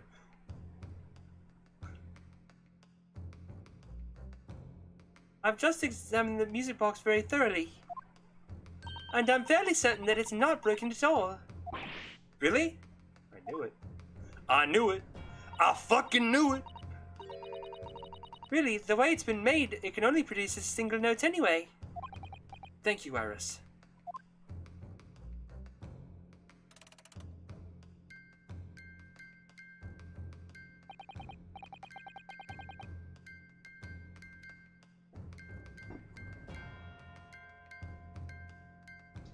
I like the little chimes, I'm sorry.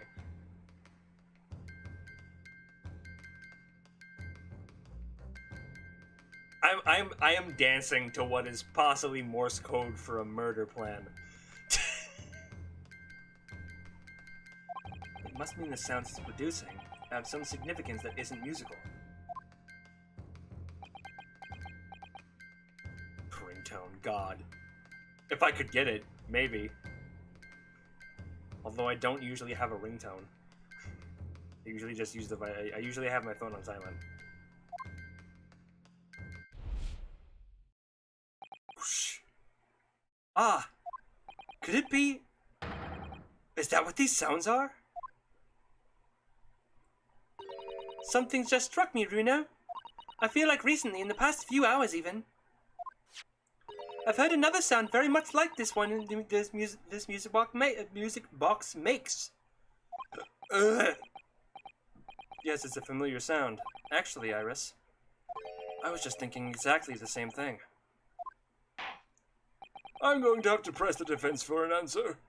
If your assertion is the sound produced by this music box is in fact not music at all, then what the devil is it, Counsel? All the evidence we've seen so far, all the testimony we've heard, it's all pointing to one single answer now. One single answer now. The prosecution demands that my learned Nipponese friend presents proof now. Tangible proof of this latest wild speculation. Alright then. This could be the best chance I'm going to get to fight back in this trial. And if I'm right, it's going to join all the dots together. You know, like the dots on the music box. Should I have to... What?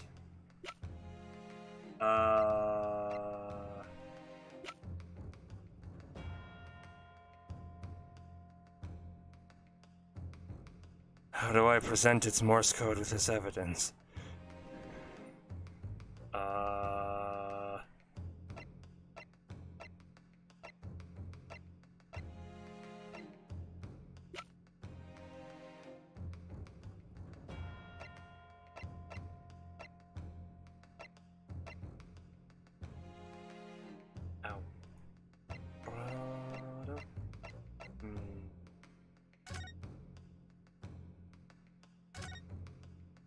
Sensational, so from visual look.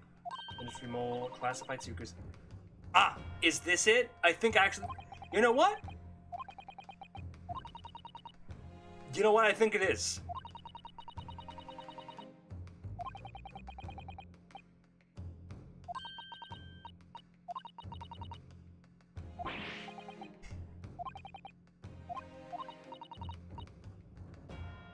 I think it's this. Take that! Today's paper, Counsel. The headline is Pawnbroker perishes in pig purse plunder. Hardly supportive of your cause. No, my lord, I was hoping you'd look a little further down the page. Further down, Ministry mole classified secrets may have been leaked overseas from the Ministry of Justice. This is a very serious matter being investigated at the highest level, I understand. I have heard that international transmissions along supposedly secure lines are somehow being intercepted. Government secrets on a music desk? Possibly. Possibly.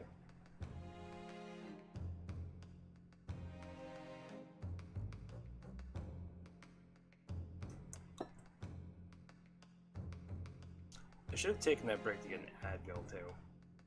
Because I am feeling a bit of a headache still. Having headaches the past few days, and it's not good. Okay. Alright. And leaked to various other countries.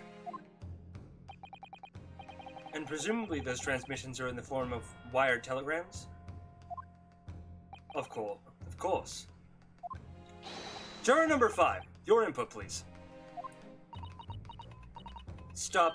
Oh, Misa. Whatever is the matter? You told the court before that you worked at the same communication station as Mr. Creighton, did you not? Yes, that's correct. And the particular station where you work deals with the government communications and newspaper reports? Oh, yes, we're not the run-of-the-mill communication station at all. Our work is extremely important. Then tell me, is this not a very familiar sound? Hmm?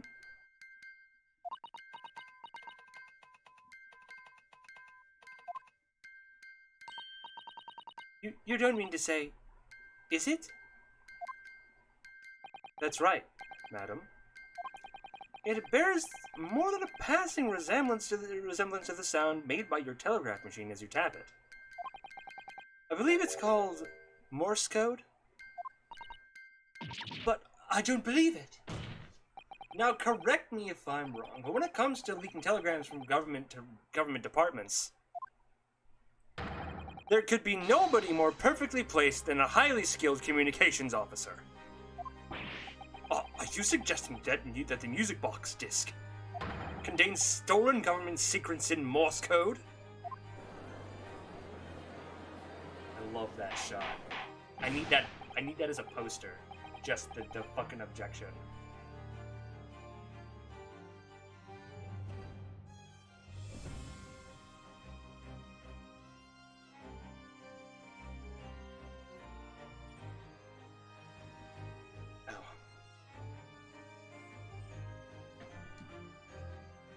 Order, please, everyone, order!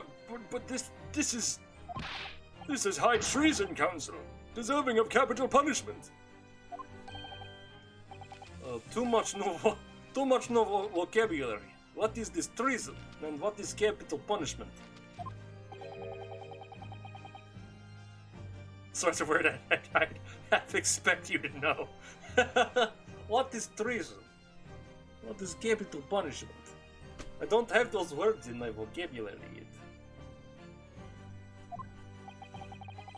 For our sovereign government's confidential information, hostile nations will surely pay almost any price. Well, yeah, of course. Duh. Yes, and on that night 2 months ago, that was the very negotiation that was taking place inside the omnibus. But in the end, McGilded perished, and the all-important disc lay unclaimed in the pawnbrokery. My word.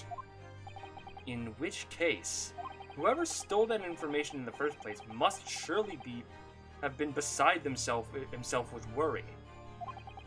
Because if the disc were to be discovered before it was found, it found its way out of the country, it would reveal an act of high treason punishable by death.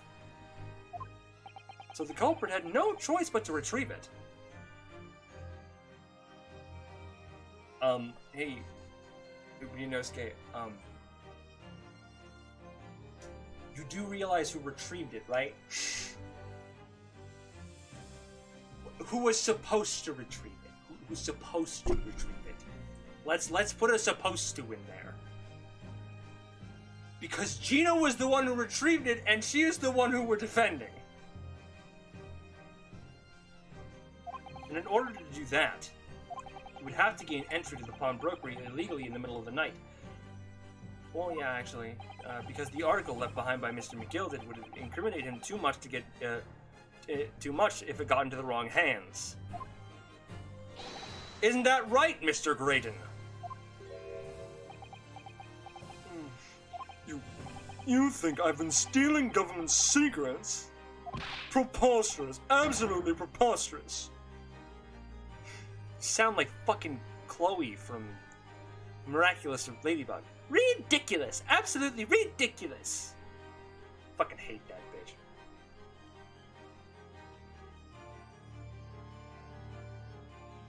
She's extremely trope-filled. She's just a fucking bully. Like, she's just a fucking popular kid bully, but like, fucking I hate her.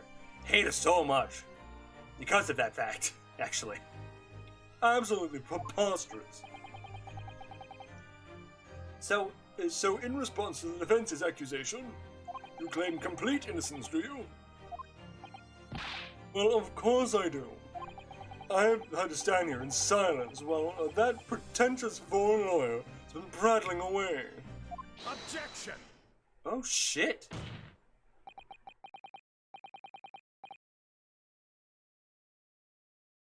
Ooh, Van Zeeks is fucking mad. Then by all means, counter the charges, sir.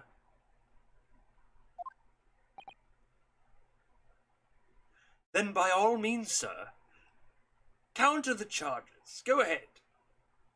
Give us evidence that you did not steal government secrets. Mr. Graydon. The prosecution demands the witness testifies in response to the accusations brought by the defense. Delighted, I'm sure. He is, like, even fucking Van Zeeks is like, no, you're not getting away with this shit, bitch. Motherfucker, you are testifying. You are testifying?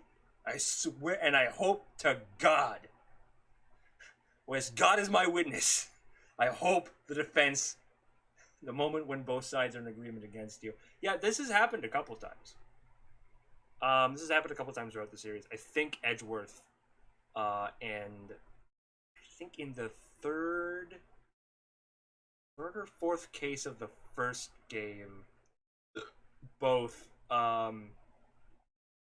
Phoenix and Edgeworth like came to the fucking conclusion that like one person was fucking lying and it would only benefit Phoenix, and Edgeworth was like, I'm not letting this fuck get away with it. This, I don't care if he's the defense's client. I don't care if he's I don't care if he is against my defense's decline. I don't care if he's against the defense's client. I am not letting him get away with lying. The witnesses are reminded the crime under scrutiny is the trial. Under scrutiny in this trial is the murder of the pawnbroker, Mr. Winterbank. What is that word? That being a most flagitious offense, for which the law of the land sanctions a capital punishment. But the heinous act of treason is no less than a serious crime. I urge you to bear in mind as you testify, Mr. Graydon.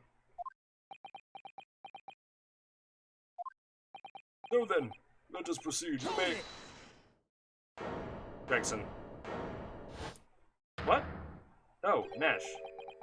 Never mind.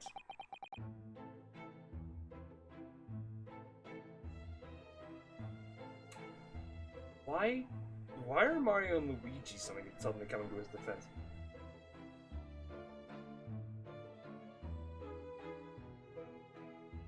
Also, it's pronounced. Fuck you. Pronounced Flagitius.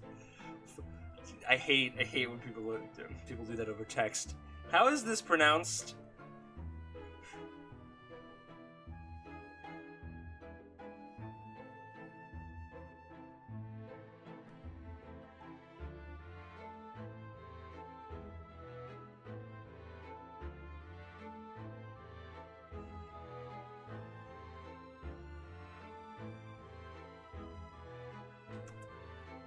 You gotta let us have Representative Bork here, Governor. You got things to say. Also, what the fuck does that mean? I beg your pardon? Who do you think you are? Name's Nash Skulkin. Occupation is professional baddie. Name's Ringo Skulkin, but we ain't baddies enough to sell out our motherland. That's right. We're what they call. God damn it. The three Skulkin brothers. I hope he doesn't. Bad timing, fellas. Very bad timing.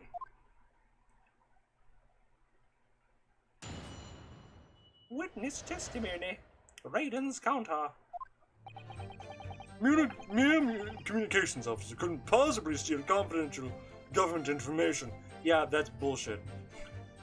Besides, the sounds produced by that music box aren't even Morse code.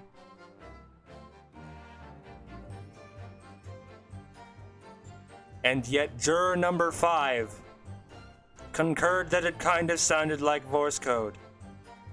Means criminal or villainous. Ah. Still don't know how to pronounce it.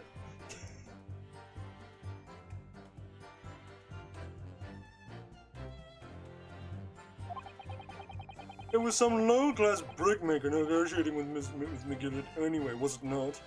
I am in no relation to the man. Look, all we done is break into the gaff and the gaff from the other night, like we did what he told us to do.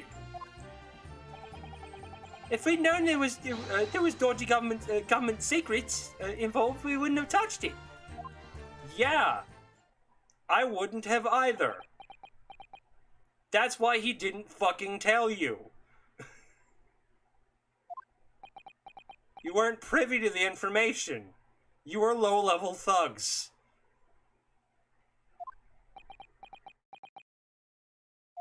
Mr. and Mr. Skulkin? One Mr. will do, Governor. What's up?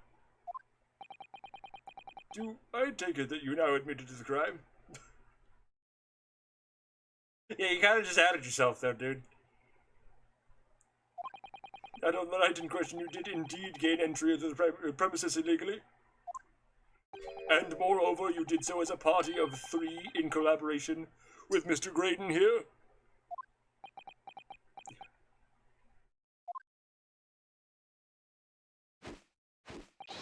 We did, Gov, we did.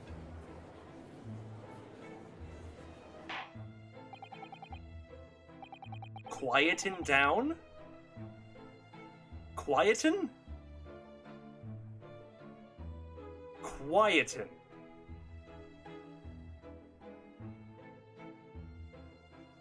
Quieten down, please. What say you to that, Mr. Graydon? I have no idea what these 2 ruffians are referring to. You little raw, getting us mixed up in this monkey business. Never said nothing about no government secrets. Supposed to be a straight up job. And what about the geezer whose shop it was, eh? Poor bloke didn't have to die, did he? Nice to know who your friends are. Whatever these men say, I deny the accusations. Indeed. Well, I certainly wasn't expecting this little music box to become so significant in the proceedings. However, as it has, I will admit it in the court record. As evidence. Small music box has been...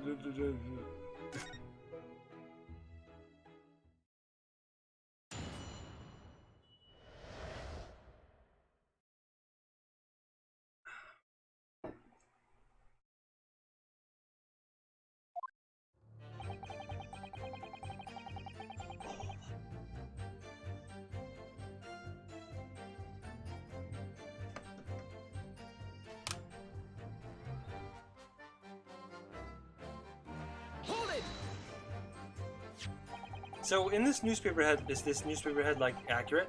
Government communications are being intercepted? How could I possibly know? What do you mean by that? Any important government communications are handled by high-level officers, by specialists. General members of staff in the station where I work would never be entrusted with sensitive information. Oh no, stop. Must say something, stop. Let me guess. Donor number 5.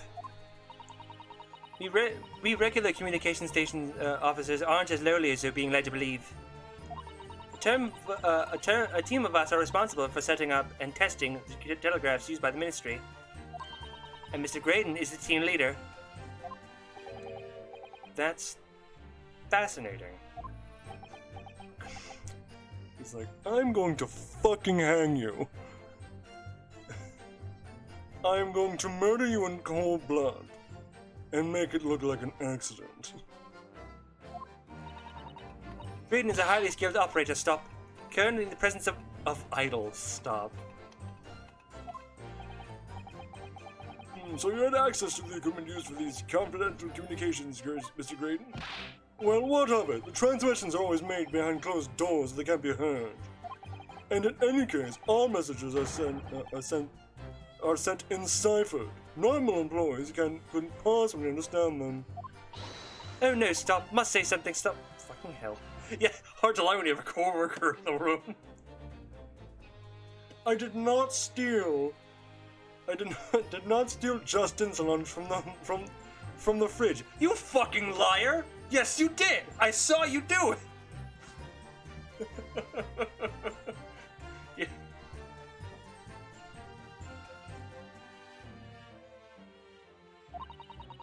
Mr. Graydon regularly attends meetings with Ministry technicians and Ministry communications team. He assists them by ensuring there are no errors in the important international communications. And he's received the top prize at the Cipher Cracking Convention 5 years in a row now. Wow. And you are just the prime fucking target here. That's fascinating. Graydon is highly skilled operator. Stop. Currently impressed about it. Yeah, okay. Well, your idol would appreciate it if you keep your mouth shut. She should really pick her idols more carefully. Yeah. I tell you, this lawyer's accusations are completely unfounded.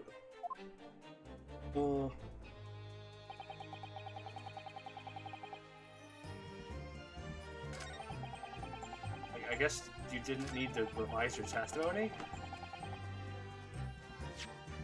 Probably 80% actually. Hold it! They're not? To anyone with a brain, that would be blatantly apparent on listening to that music box for even a few seconds. Of course, of course. Surely it can't be that my learned friend is unfamiliar with Morse code. Ouch, he looks genuinely shocked at my ignorance. Oh, well, never mind, that was not him. I'd be more than happy to demonstrate the basics for you, sir. A lesson? Here in court? Morse code is a continuous series of two distinct tones. Tones, you say? Yes, a short dot and a long dash. By combining those in different ways, you construct letters. I see. For example, this is A.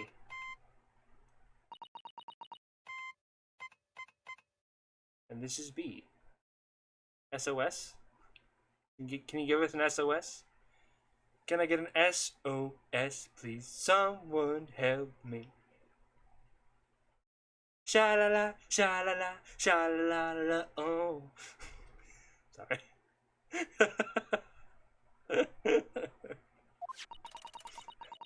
When you listen to the sound produced by this music box, you hear only one tone, don't you?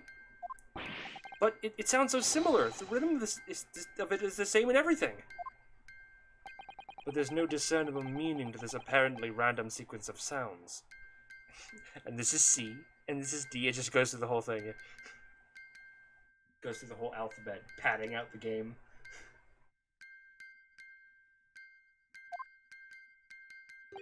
So your assertion is fundamentally flawed. This is not Morse code. Morse code.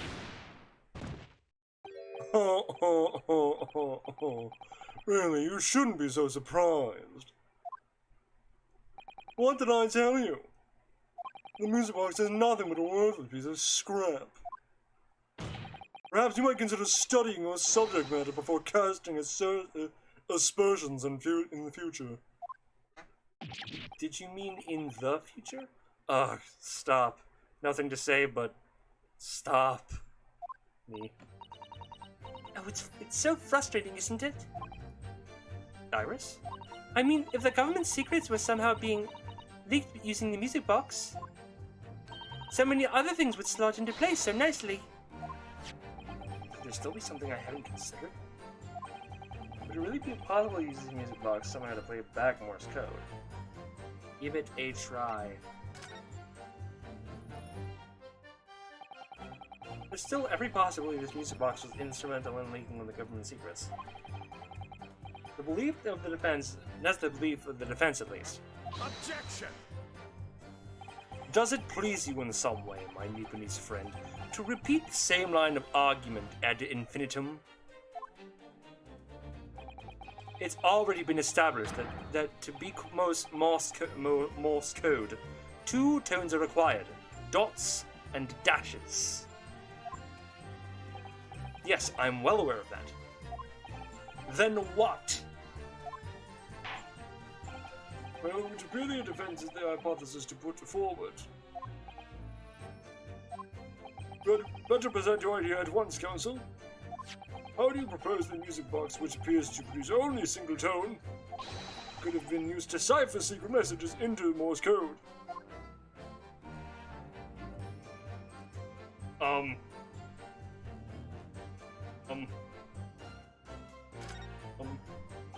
This is the mechanism that turns the bumps on the discs into sound, isn't it? Yes, the movement, in all thanks to the comb.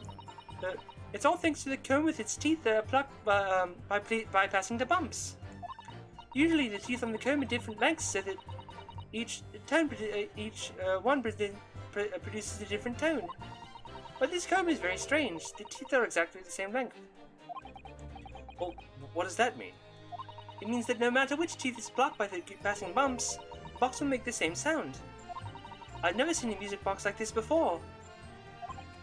Yes, it is strange. A music box that can only play a single note. There has to be some significance to that, surely. And that's the only thing we can present. Are you sure? Yeah, that is the only thing we can present. Well, thank you for that. Got it! Yes! This is it! This is it then! It appears you know what's coming, Counsel. Clearly, there was an answer given in desperation by one floundering to substantiate his argument. Gah!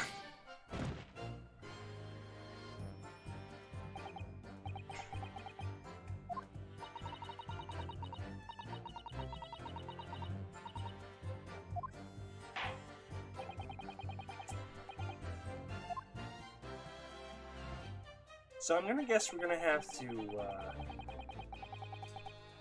find something about it. Hold on, let me just examine it one more time.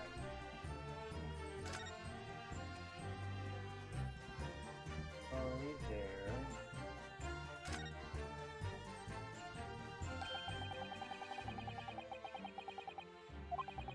Will fit. Like the sound producer meaning. Make any sense. Wonder. Perhaps there's more to this music box than meets the eye. Maybe we haven't discovered all its secrets yet. More than meets the eye. Transformers. Robots in disguise. The disc isn't it? Yes, okay, yes, we've already seen this.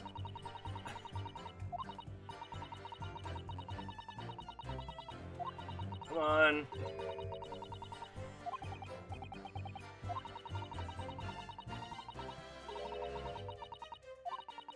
Oh, sorry about that. Really?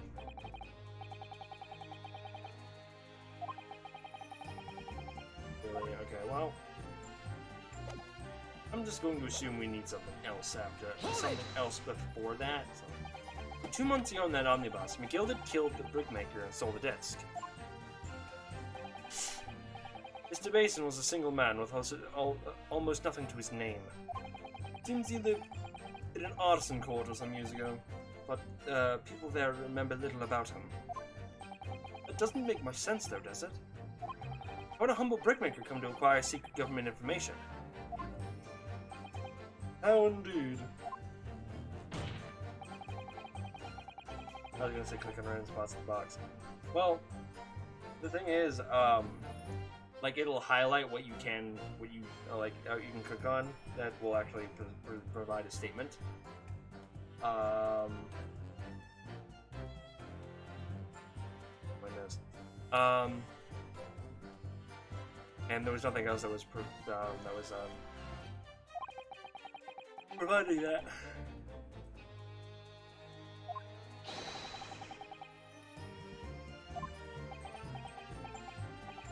Timmy. You may have it in for me, sir, but I assure you, I have far more class than that. We'll pickmaker from an artisan quarter and this well-to-do communications officer. If only I could find some evidence to link the two of them together.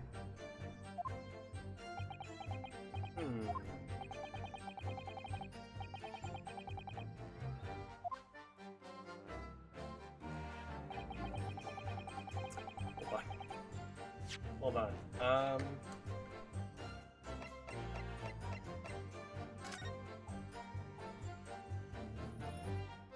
Overton. Deceased. Baron Van Zeeks.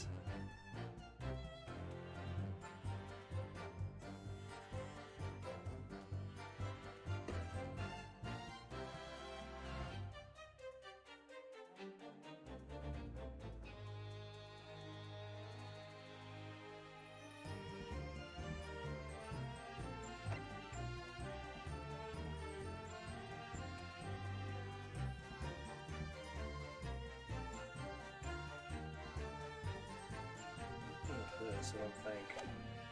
Not yet, at least. Hold it! Like Mr. Graydon told you to do, you mean? That's it, yeah. Who else, eh? Silly me thought he was just popping over for a nut after all them years. But alright, I had a dodgy job for us. Hey, Ash?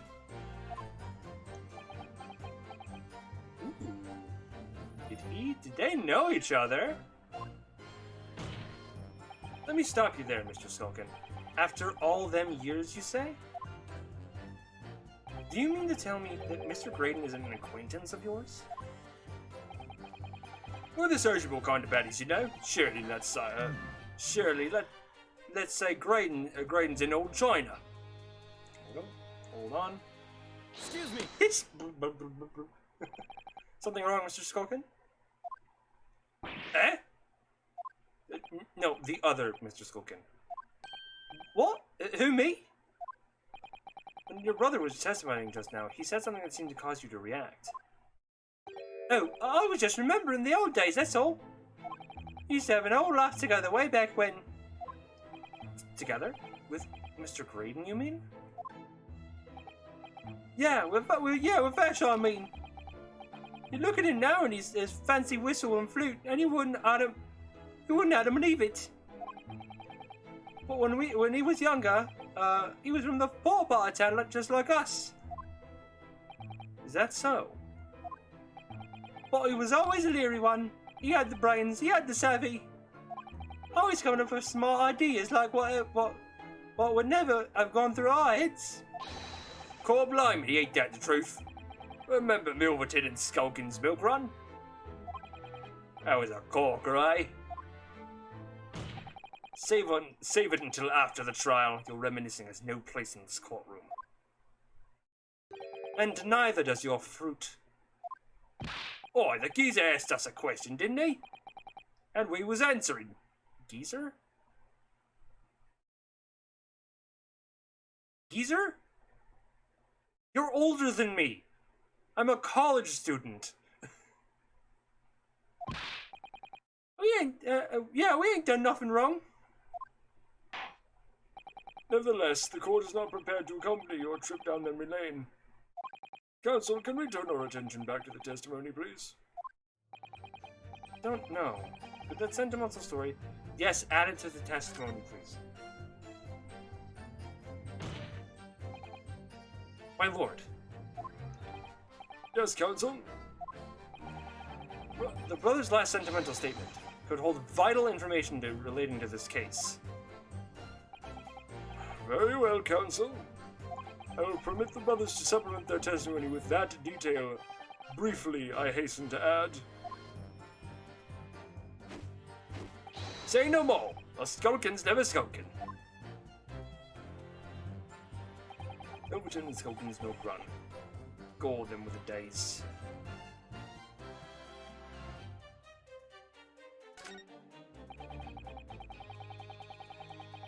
Hold it! I'm gonna press that first statement then. How'd you know about this music box? Well, we didn't know nothing. We still don't know nothing. We ain't planning on knowing nothing about it either. About it neither. But 2 nights ago, you did indeed break into Winterbank's pawnbrokery, didn't you? In your original testimony, you said that the door of the shop was ajar, and that it was some kind of sign begging you to go in. But the truth is, you were planning to break into Winterbank's all along, weren't you?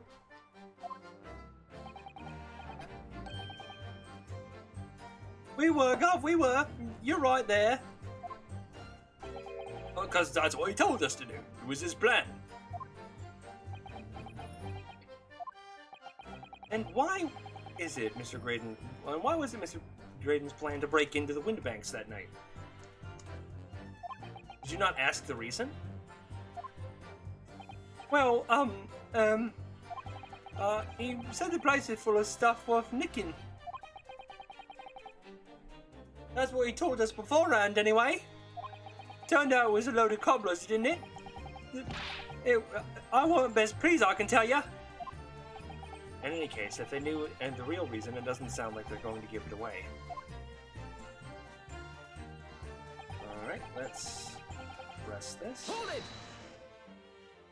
I'm sure I'm going to regret asking, but what exactly was that? Some kind of business? Just a little scheme we had going back when we was youngsters. Bit of fun, really. Delivering fresh milk to the locals, that's what I was. Oh, ow, ow, ow, ow. Oh my god. Oof.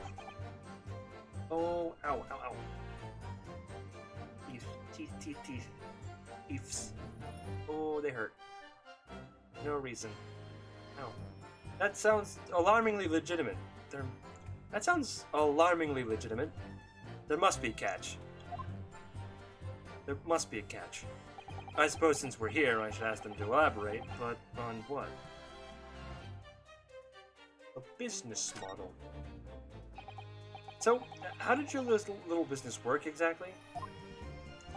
Well, every morning down our way, the milkman would come with his car to deliver milk, see? You stuck your empties outside your front door, you would leave them full again, right?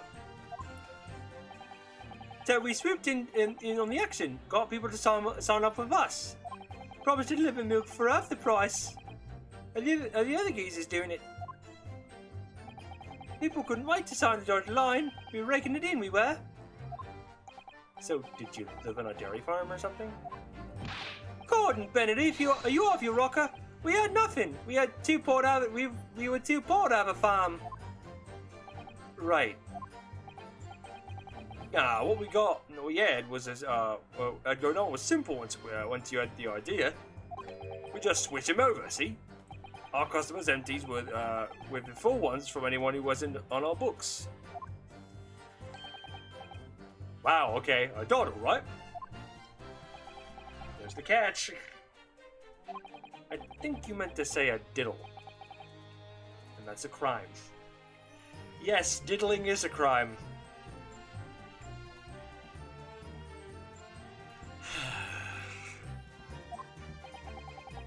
It was an harmless bit of fun, that's all.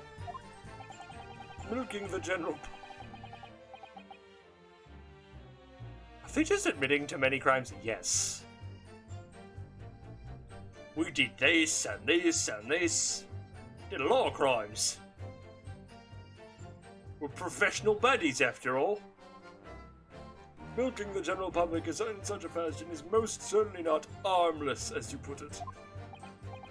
Well, it was it was him what came up with the idea. That's just the evil genius.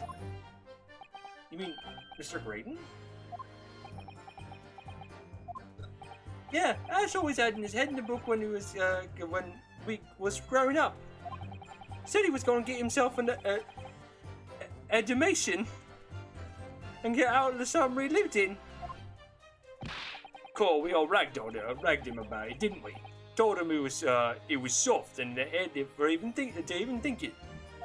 Well, look in now. He's only going to become a blinking communication officer, ain't he? I'm a communications officer, Mr. Skulkin. So Graydon is pretty well educated. Yes, he's very well educated.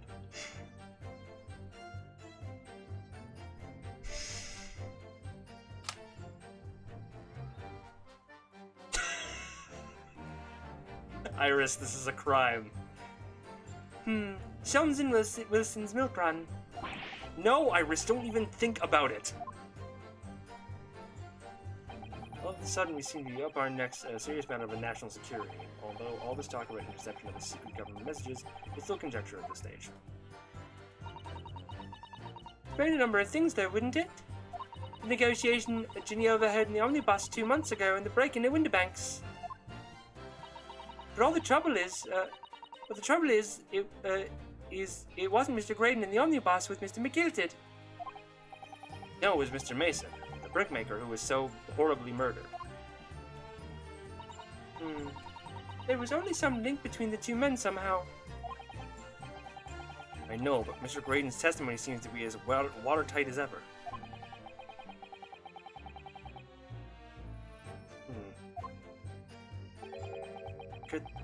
Could be those two. Could be those two brothers.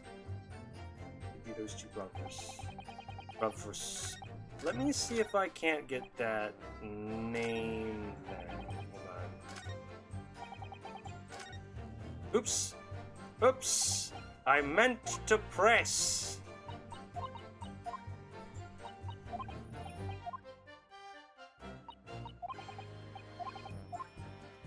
One second.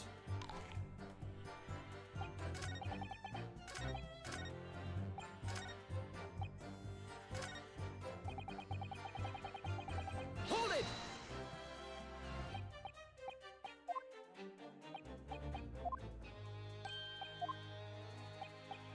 Come on.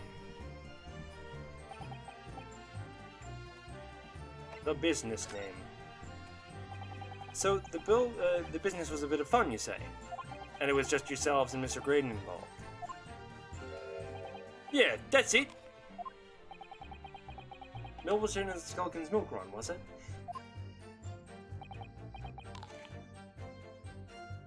Milverton?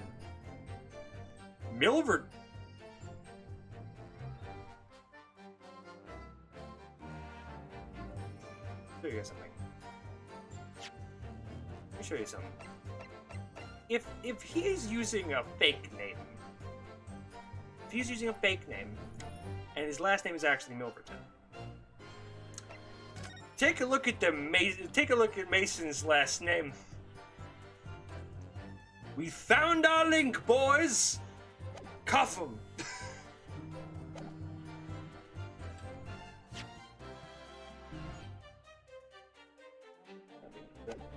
Yeah, that's it. And where did the Milverton part come from? Oh, right. Thought a clever clerk like you would have worked it out. Hold it! Enough of this. How much longer are we expected to listen to this drivel? Objection! Let me guess. You don't accept anything these two witnesses are saying. Tell me, why is it that it was only the mention of the name Milverton that you decided to interject? Well, because well...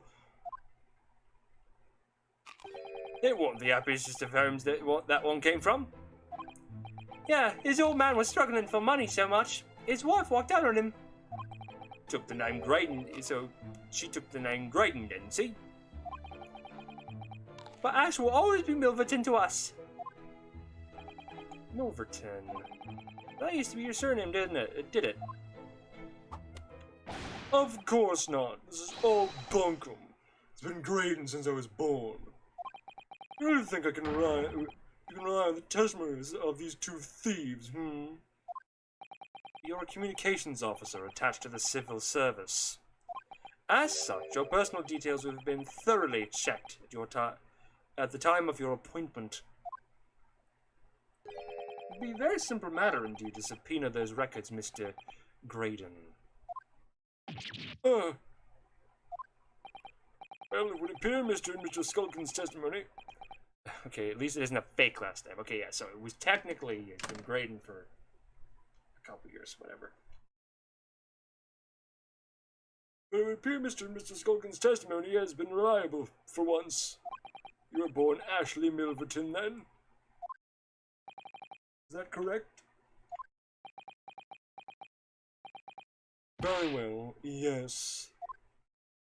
So Ashley Graydon was once Ashley Milverton. This information could change things, as it could be extreme and could turn out to be extremely important.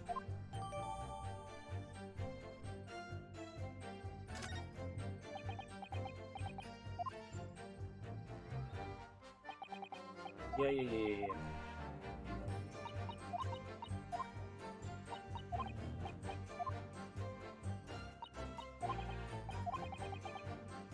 So is that died? No, no, he just took the name Milverton.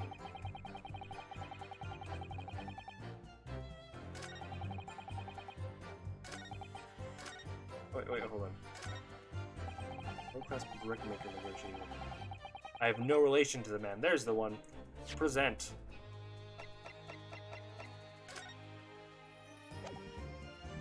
Objection! Mr. Ashley Milverton. Tell me, why did you try to hide your former name from the court?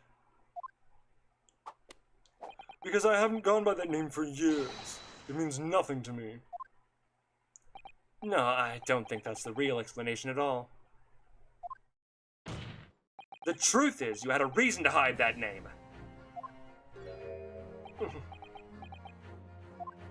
Explain yourself, please, counsel. I have here the notes from the omnibus case, my lord. And as we all know, the victim, the man who we now know to understand to be negotiating with McGilded. Yes, Mr. Mason, the bookmaker. Yes, that's right. Only Mason wasn't his surname at all. It was his given name. His full name was Mason Milverton. Milverton? Do you mean to say saints alive? Mr. Ashley Milverton, is it not the case that the brickmaker, Mr. Mason, was your father? Wait, oh, I guess his dad did die, fuck!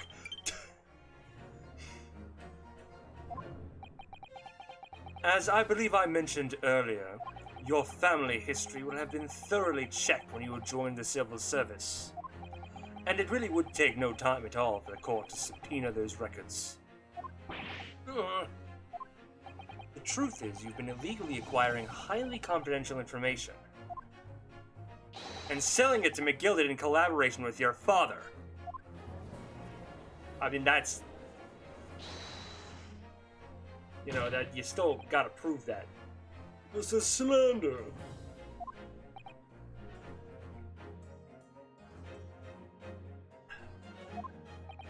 I carved a new life for myself as a respectable communications officer, a gentleman. I have no idea what my father has been up to, but it has nothing to do with me. Your father has been up to dying, sir.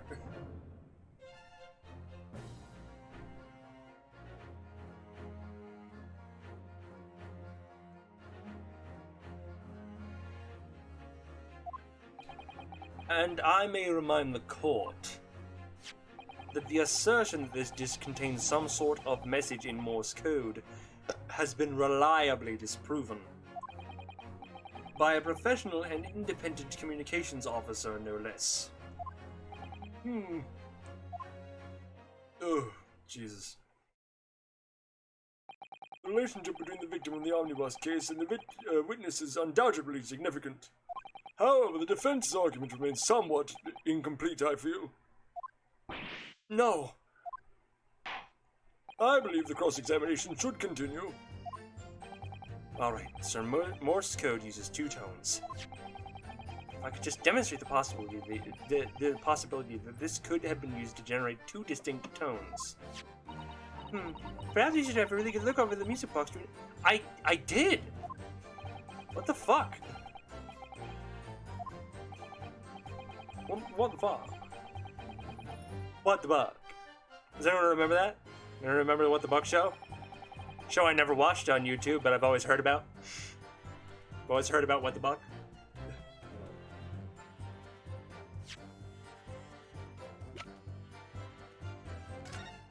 Have to examine this more. Oh. Didn't see that last time.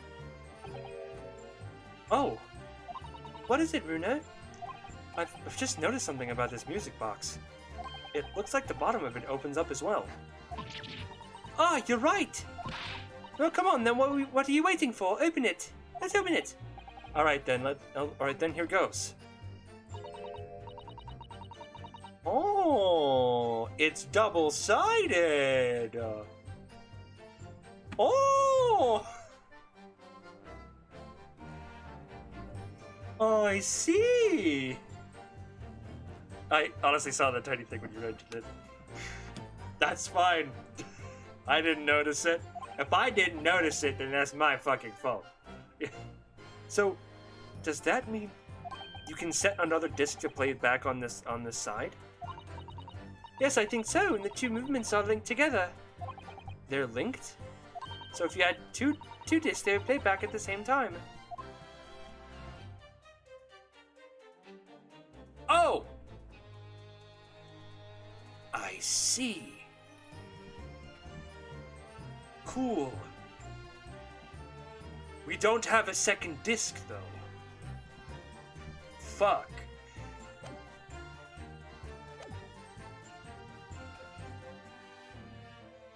Okay, so we're gonna go on a break.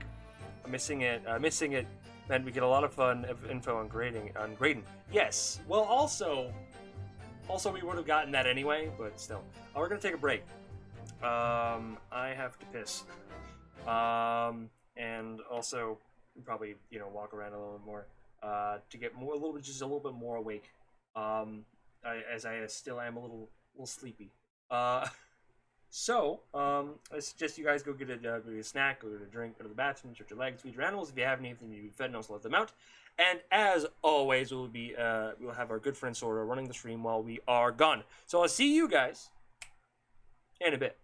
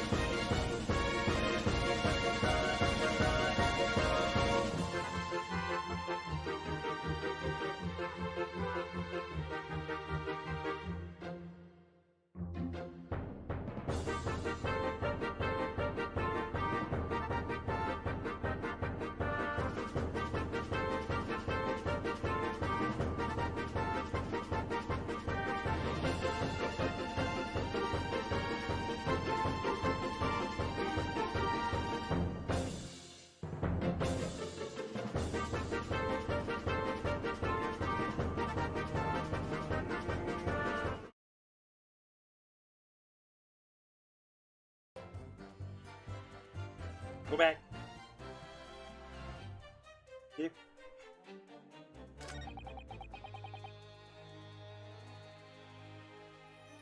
Hold it! All right, let's go ahead and just go through all that shit again. We have to.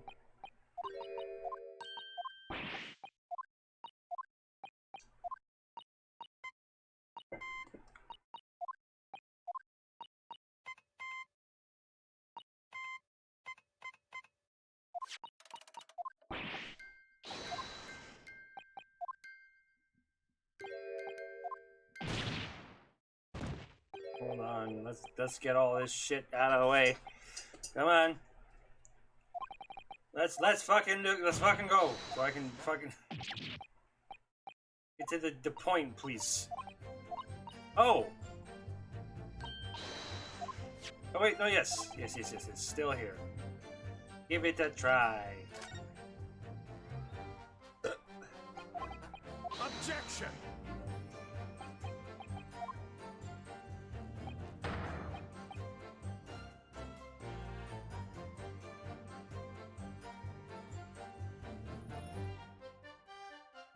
Alrighty.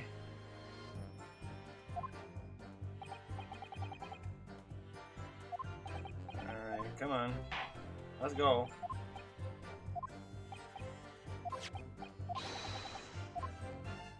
The other end, sir.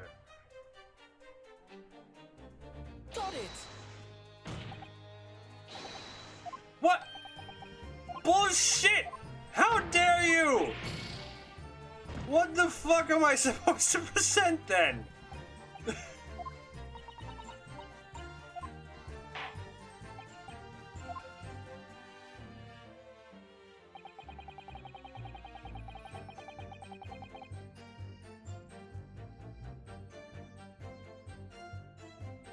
Alright, I have a guide up for a reason.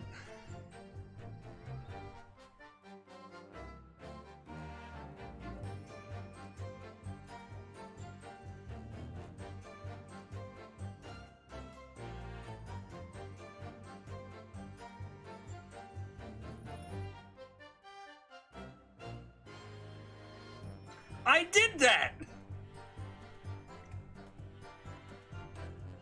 Excuse? It says to do what I just did.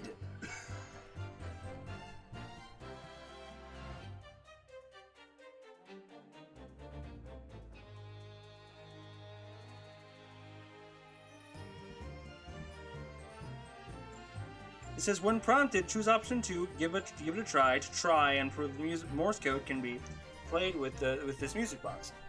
You will be sent to the examining screen. Check the button on the bottom of the box again. Again.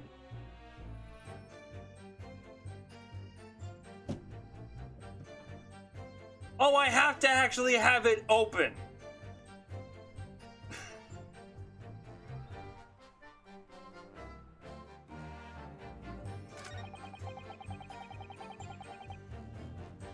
Hold it!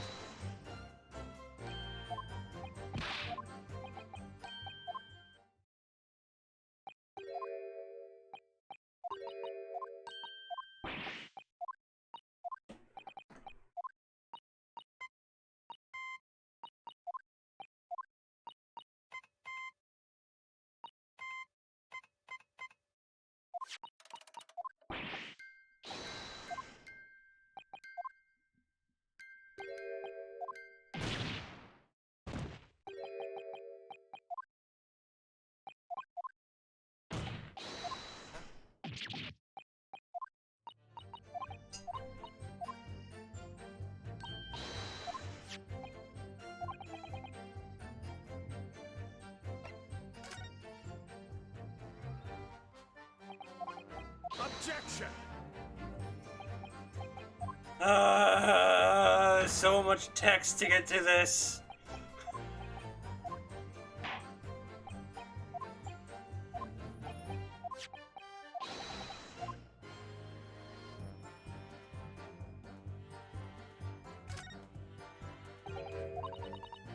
We've seen this. I know what this is. Please let me skip this text. Dear God.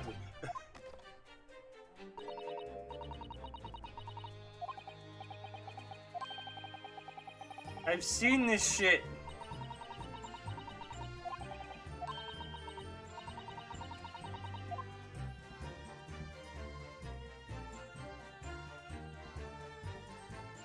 Got it! Fucking hell. Good gracious, what am I looking at here? Another movement on the other side of the music box? What? It appears, my lord, that the two movements are linked together. In other words, you can put 2 discs in this music box, and the sounds of both will play back at the same time. Good heavens! And as the court has heard, most Morse code comprises of 2 tones, a short dot and a long dash. With a second disc in place, the music box could be used to generate Morse code and convey a message. Ah!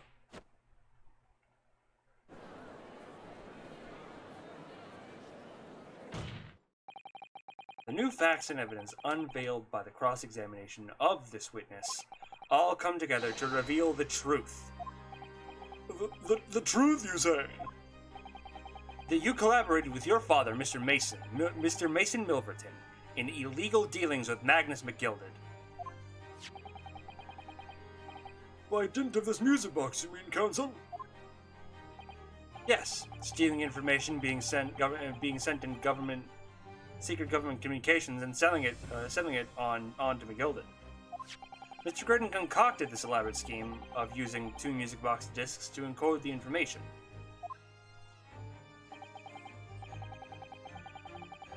And presumably a safety measure against the information falling into the wrong hands. Or the right hands, technically. And a very effective one. I shouldn't have given this scheme any credence whatsoever. But the deal with McGilded went sour. The brickmaker met his end. Yes, but before he was arrested, McGilded managed to temporarily dispose of the stolen disc at the pawnbroker. Then, having learned of the situation, you appeared at Windibank's 2 days ago, in an attempt to recover the 2 articles McGilded had placed in pawn there.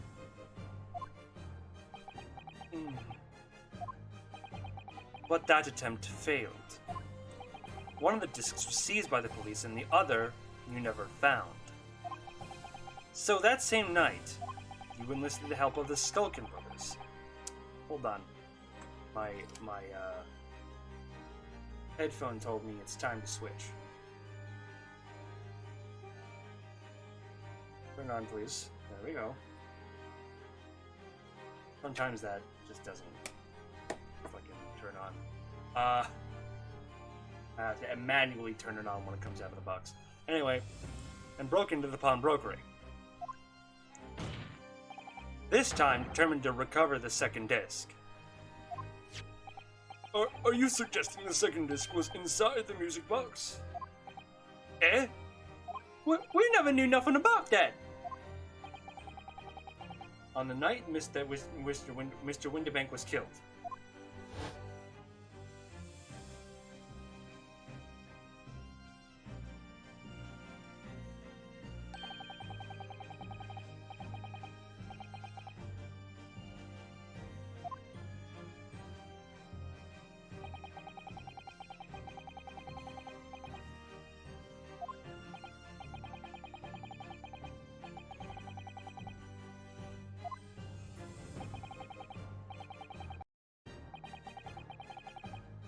I fucking told you. I told you boxes contain things.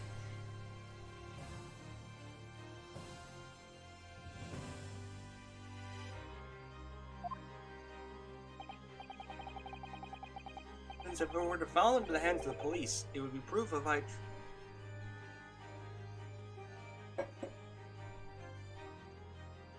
on. Why was Gregson so protective of it then? Is Gregson in on this? No, he wouldn't be, right? There's no way.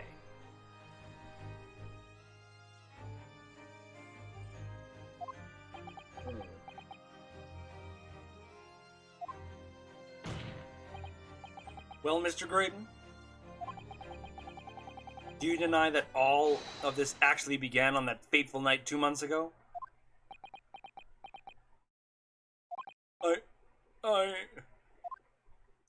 I refuse to accept any of this nonsense. I think even Van Zeek's tired of this. He's like, okay, fucking... I know you don't like that you're being caught, but just fucking accept it already.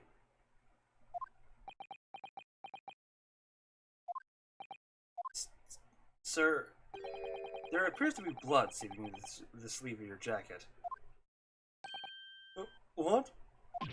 2 nights ago, we know that 3 shots were fired at the scene of the crime in Windibank's pawnbrokery.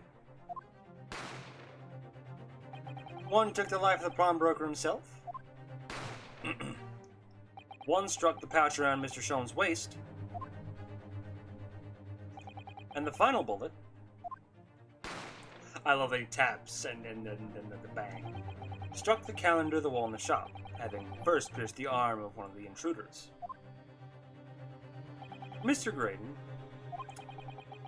that wound on your arm seems to be trying to hide. You seem to be trying to hide.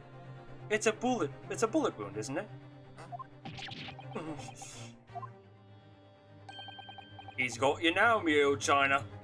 You know, now knowing Graydon was from the slums with Slocum Brothers, your accent, I now assume, is a fake one to make himself sound fancier. I am waiting for him to break down and just start using that accent.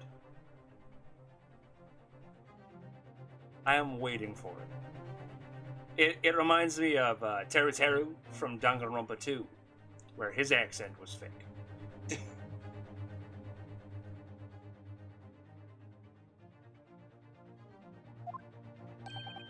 Time to call it quits in Croak, I reckon.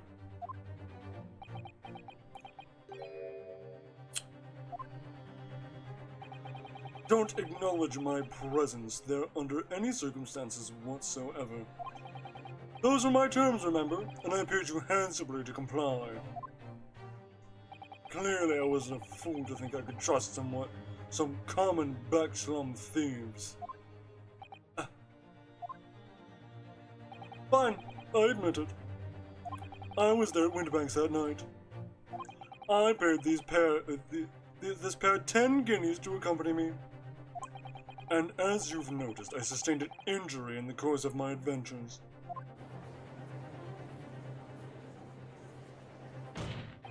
But that is all. I admit to nothing more.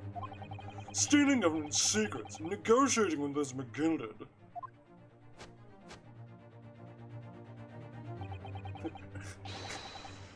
Ow, my arm. You know, maybe your wound wouldn't fucking reopen if you didn't start doing dance moves every time you're trying to prove a point. As God is my witness, I am sure I recall nothing of the sort. Get smote immediately.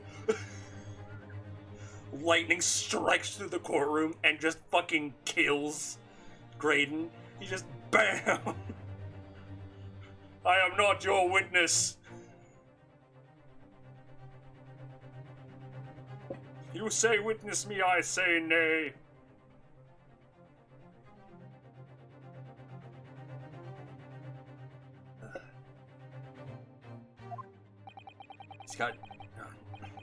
He's not going down in a fight. Not until I can show hard evidence, I suppose. Nevertheless, the defense has now established a crucial fact. Which is... well, we know that 1 bullet was fired from each of the 2 firearms we have in evidence. It would be plausible an Ace Attorney for game for God actually to be a witness. No. Although we did have a bunch of spirit fuckery in game 3, Trials and Tribulations. A lot of weird spiritual fuckery going on, especially in that last trial. I think actually just in that last trial, but whatever.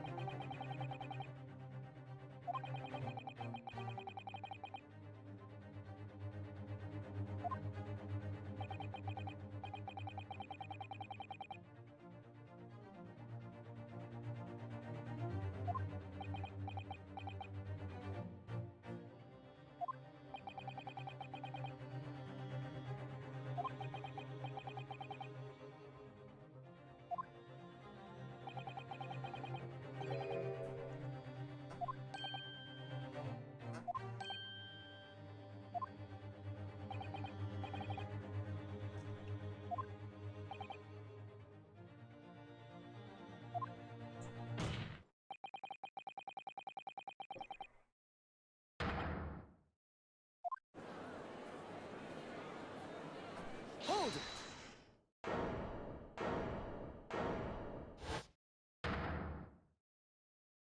Ho, ho, ho, ho, ho, ho, ho, ho.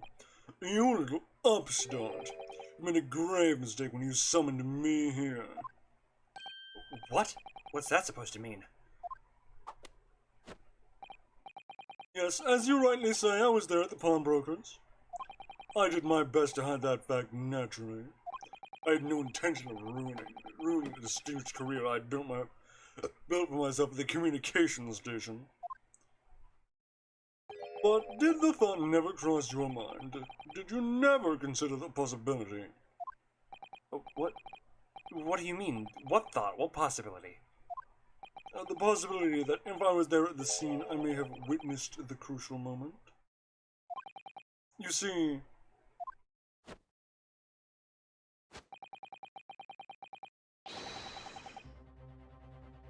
You know, with all the dance moves he's doing, I'm surprised the blood isn't just like seeping down the whole of his sleeve.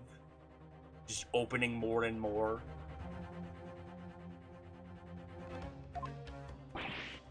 What? are you suggesting? I saw it all. I saw the very moment that pickpocket girl pointed the gun at the poor, defenseless pawnbroker and shot him. You what? That'd be fun to have the model slowly get redder and redder suit sleeve, yeah. Well, it would seem we are finally entering the last act of this theatrical trial. Mr. Graydon, Yes. I trust you are fully aware of the implications here. If it is shown that your claim is false, you will have incriminated yourself as the killer.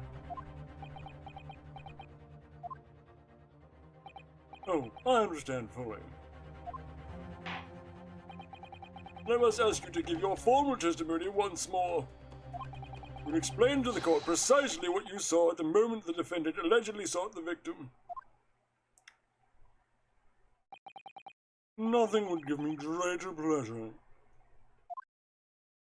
Nothing would give me greater pleasure.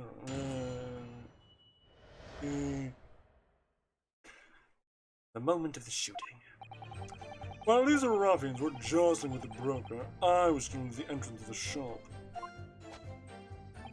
I went back through Nash over the counter. I felt a sharp pain in my arm. I pursued the man, but he shut himself in the storeroom. I could see him through the peephole of the door, though. The accused in a black Coat.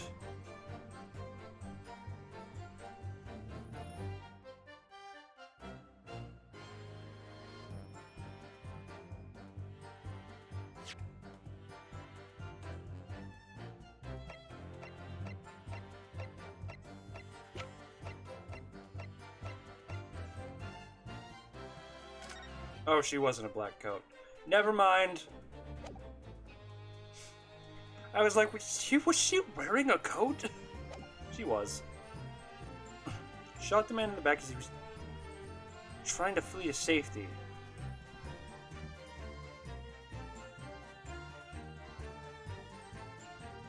The safety where? I saw the blood spatter all over the wretched. There was no blood on her. All over the wretched girl. Then she tossed the gun out of the people, so I picked it up and made my escape.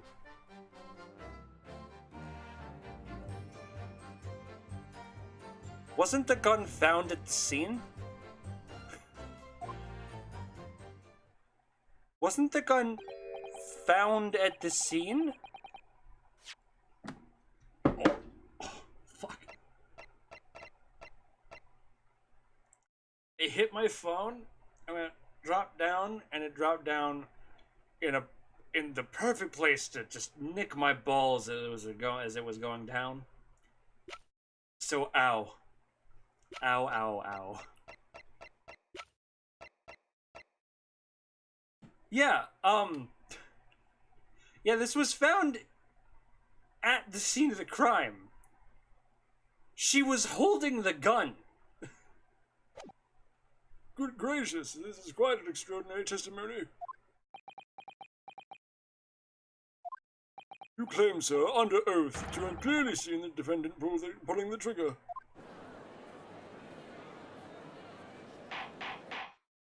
Order, order, order! It wasn't my intention to testify in this way.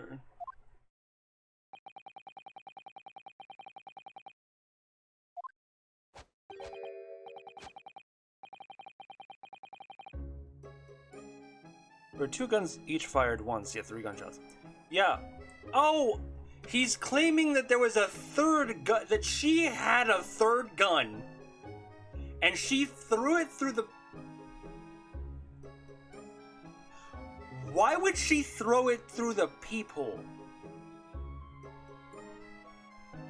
What actual sense would that make? To make it look like the gun was outside but she knew people were outside. Also, if you have this third gun, why have you not submitted it as evidence? Sir! Sir, your testimony is full of holes. Someone call Mr. LaBeef, because your testament is full of holes, sir. So you see, my hand has been forced. I tell the truth now as an act of self-preservation. The truth? Until now, the prosecution was completely unaware of these details. Yes, well, sorry about that. Having shot me in the arm, the pawnbroker was then shot in the back by the accused. And as I said, she was showered in his blood. Except she wasn't. We found her clean.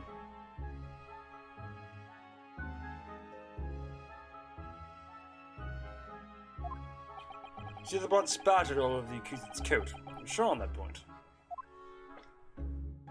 Oh, yes, quite sure. All over the black overcoat that pickpocket girl was wearing at the time. Really? If her coat somehow had been showed with hard vestiges of blood, there could be conclusive evidence there.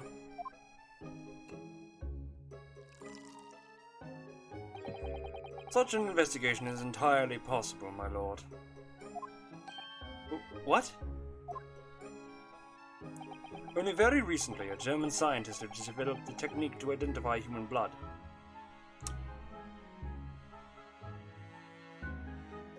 And you're just saying this now when we were debating... Well, I guess just identifying that there was blood on the coat, or whatever. So here's the true science, and not some amateurish detective's dubious foray into the world of chemistry. There's nothing dubious about Hurley's work. His ideas are all sound. Ideas are no use here. In science, as in law, theories must be proven before they stand. In Germany, the technique has already been employed in the courtroom as a basis of evidence. Scotland Yard has a small quantity of the chemical reagent used. With your lordship's permission, we could shatter all vestiges of doubt within minutes. This doesn't sound good, Reno. Why not? Well, we know, don't we, that there's blood all over the front of Ginny's coat.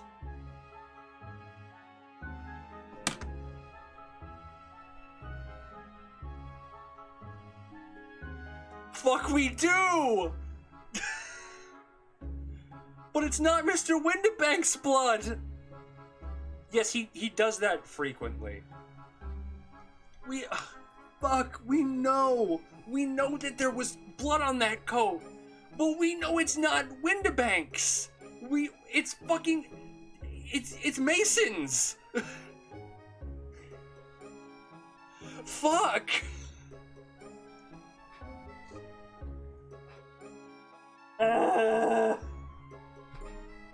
Shit! Well, how the fuck do we explain that? A lot, honestly. He throws his cup into the fire. He throws his fucking bottle into the audience. He throws his coat every time we begin the prosecution. It's fucking like he just throws shit. If they test with their chemicals. Oh, help, you're right. I was forgetting that what happened yesterday. He eats the bottle too? He doesn't eat it. He doesn't like throw it. He more just kind of like picks it up like. He picks it up like this, and then he throws it over his shoulder. Kind of lightly tosses it over his shoulder. I would demonstrate with a bottle, but all of my bottles have like a little bit of liquid in there. And I'm not using a liquor bottle because that would be bad. And would create a loud noise.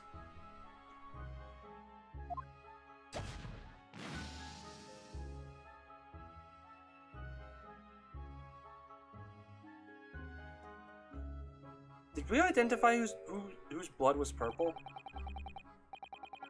Commit to the bit, man. I don't have any.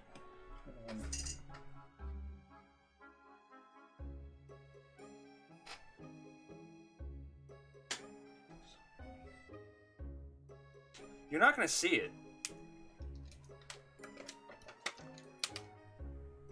He does it like this.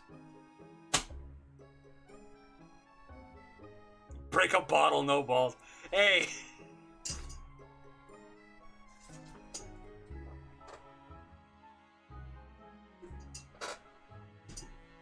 It's not that it's gonna break. I have a carpeted floor. It's just I don't want to make a lot of fucking noise with my Bacardi bottle.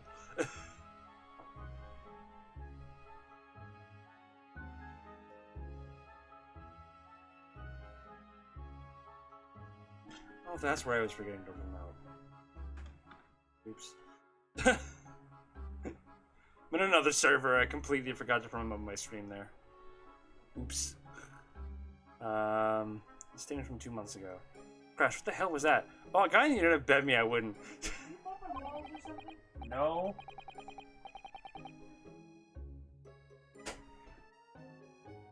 I think my mother just heard the bottle hit the floor.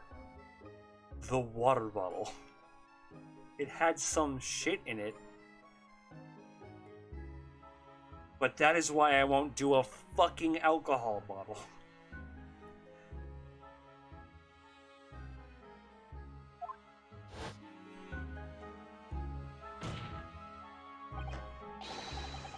My lord, the defense objects to this test proposed by the prosecution.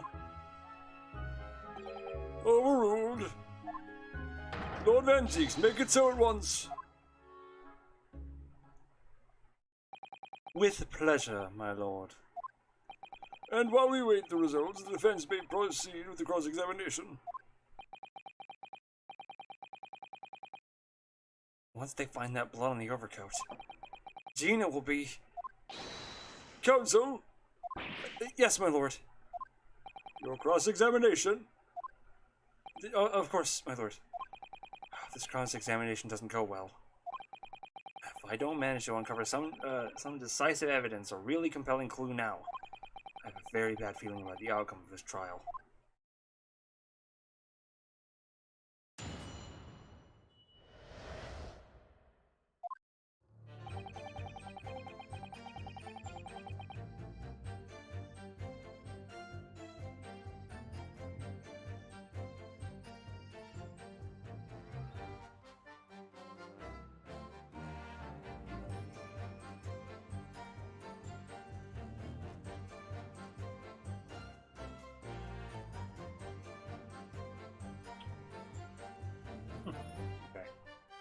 Almost there. Jostling with the broker. Hold it! Mr. Winterbank emerged from the storeroom, I believe. Ringo and Nash was scouting. Sorry, Mario and Luigi were scouring the counter when he suddenly appeared and flew at them. He already had the revolver in his hand. Fortunately, I wasn't too close. I've never been so scared in all my life. Yeah, we're just your regular mild mannered burglars. That's all. We don't like violence. Says the bear who carry a gun and shot at Sholmes. What do you mean you say when you were near the entrance of the shop? I was in the doorway, running my eyes over the shelves of forfeited items. Looking for the music box, of course. Oh. The broker went for Nash in the first place. Then Ringo joined in, making it 2 against 1, so I assumed they could handle the situation. But I was wrong. I was trying to help me little bruv, but the old geezer chucked me over the blooming counter.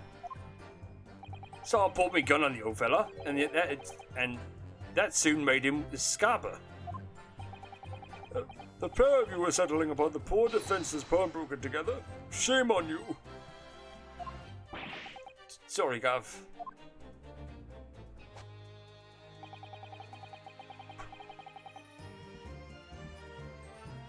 Hold it!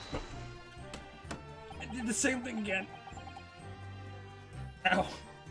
Except it didn't really nick my boss this time. Ow.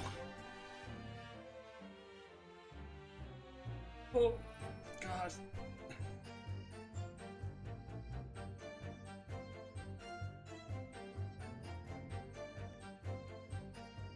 You mean that's the moment you were shot? Yes, though I didn't immediately realize what had happened, of course. Things crashed on the floor of the counter as the 3 men were brawling. It was exactly at that moment that it happened, so I didn't hear the gunshot. And the bullet went on to strike the calendar in the wall behind you. So it would appear. When I looked at my arm, I saw that I was bleeding badly, so I wrapped my handkerchief around it. Seeing as I couldn't explain what happened to a doctor, I had no choice but to wait for it to heal. I didn't imagine it would still be bleeding 2 days later. Did Mr. Winterbank intend to shoot you, do you think? Well, now, I didn't imagine he even noticed I was there, to be honest. Perhaps the gun went off accidentally. Anyway, it didn't quite strike home. I put the gun on him, he tried to shove me out of the way. Then he scampered through that door out back. At which point, what did you do?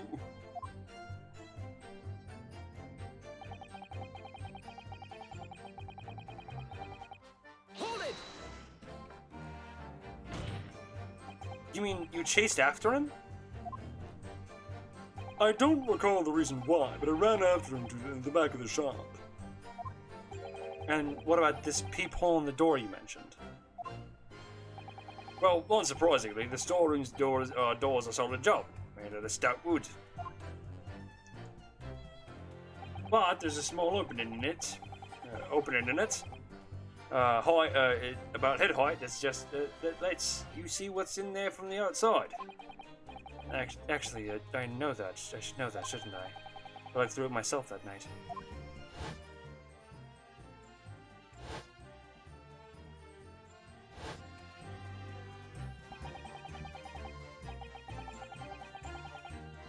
And what about you burgling brothers? What did you see when you... did you see what went on through this peephole as well? Not likely, Gav. We didn't see nothing of the sort, Gav. I doubt these two buffoons were even aware of the people's existence. So the Skulkin brothers were there, but they didn't see... The killing of Mr. Winterbank take place. Oh god. Ah! Everything's dropping. Oh my god.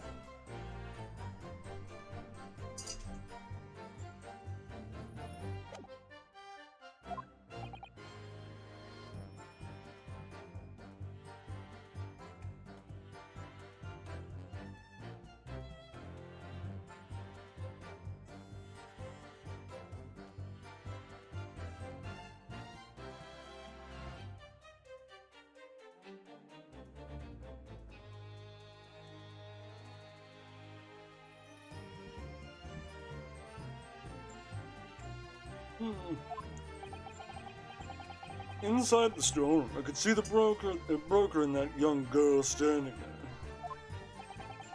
The defendant? Yes, though neither of them noticed I was looking. The girl raised her gun and pointed it straight at the man. And then, what did you see next? Some black coat. Hold it! Yes, when the crime was discovered, the defendant was found with a gun in her hand. But that was Mr. Windibank's gun, from which only a single bullet had been fired. And we've already established, Mr. Graydon, that that bullet was fired at you. But no, it wasn't the broker's gun that the pickpocket hit girl when I saw her. Yes, the bullet from Mr. Windibank's gun grazed my arm, and the Skulkin's gun grounded the detective. But this was another gun entirely. A third gun. The broker's gun was not the murder weapon, so clearly it had to be the third firearm involved. In other words, the accused must have had her own gun with her at the time. Objection! But no other gun was found at the scene.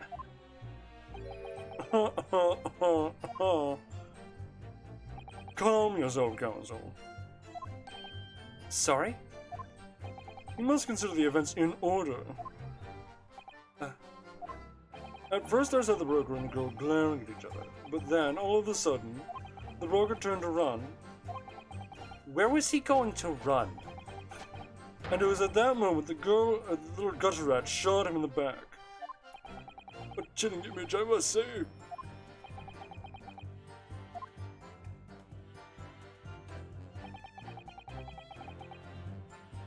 Hold it! All over her? Yes, through the peephole I saw it clearly. Of course, the stains are invisible now, what with the coat being such a darker color. But I assure you, the garment is sullied with the victim's blood. It's sullied with blood, that's for sure. Well, it's not Mr. Windibank's blood, is it? No, that's right. It's Mr. Mason Milverton's blood. From when Mr. McGilded stabbed him 2 months ago. It's so annoying. If only they'd accept Hurley's chemical analysis, we could prove that.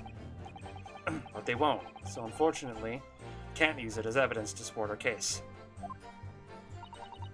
Bother. Oh bother! Oh bother! I can't do Winnie the Pooh. Why would she toss her gun at the people? Hold it! Why would she do that? Did I hear you correctly? She threw the gun out of the room? That's right. After the broker fell to the floor, she started walking over. Over where exactly? The direction of the storeroom door, to where I was watching. Of course, I quickly retreated, and then the girl dropped the gun through the peephole onto the peephole outside the door. Alright. But why on earth would she do such a thing? I couldn't tell you. Perhaps she was hoping to distance herself from the murder weapon. Without thinking, I went and picked it up. I suppose I was worried just about leaving it there, in case any more tragedies took place. Do you have it with you? So it was you, in fact, who took the third gun from the scene of the crime?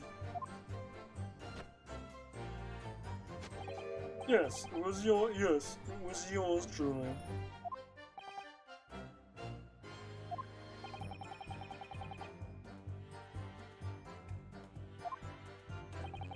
Clear up.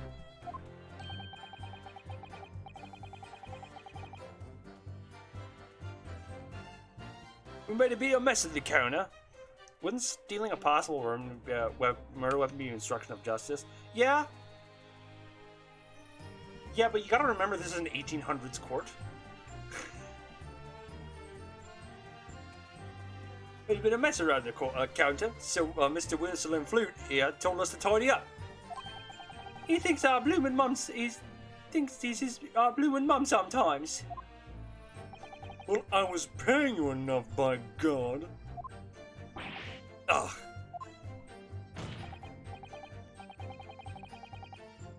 Tell me, Mr. Graydon, when you left the pawnbrokery that night, was it by any chance with the second disc in your jacket pocket? You're like a bullet at gate, aren't you? The fuck? What was that noise? What is going on here?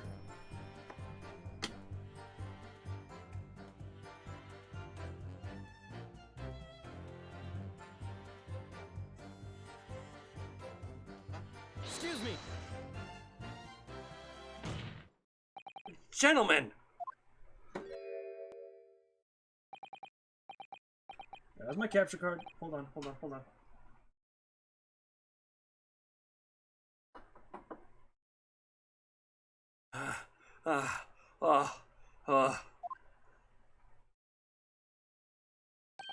Something wrong, Sunshine. That should be my line. You do realize you were just violently shaking Mr. Skulkin. Oh, blimey. But he's a bit of a hooligan, ain't he? What was going on just now? You saw him grab me whistle. Why the blazes, he said. Did you mention the third gun when we got you down to the station? And why didn't you? Cause we didn't know nothing about it. All the flaming people on the door. Sorry about that. I can be prone to losing my reg sometimes. Not hurt, are you? God blimey. See the way he's looking at me? I'm telling you, he gives me the willies. That was strange. Doctor doesn't normally get quite as worked up as that. You wouldn't normally grab someone. No, that wasn't like Grexy at all. He's normally all sweetness and light no matter what I say to him. Yes, well, I think you might be a special case, Iris. Well, anyway, that was definitely out of character.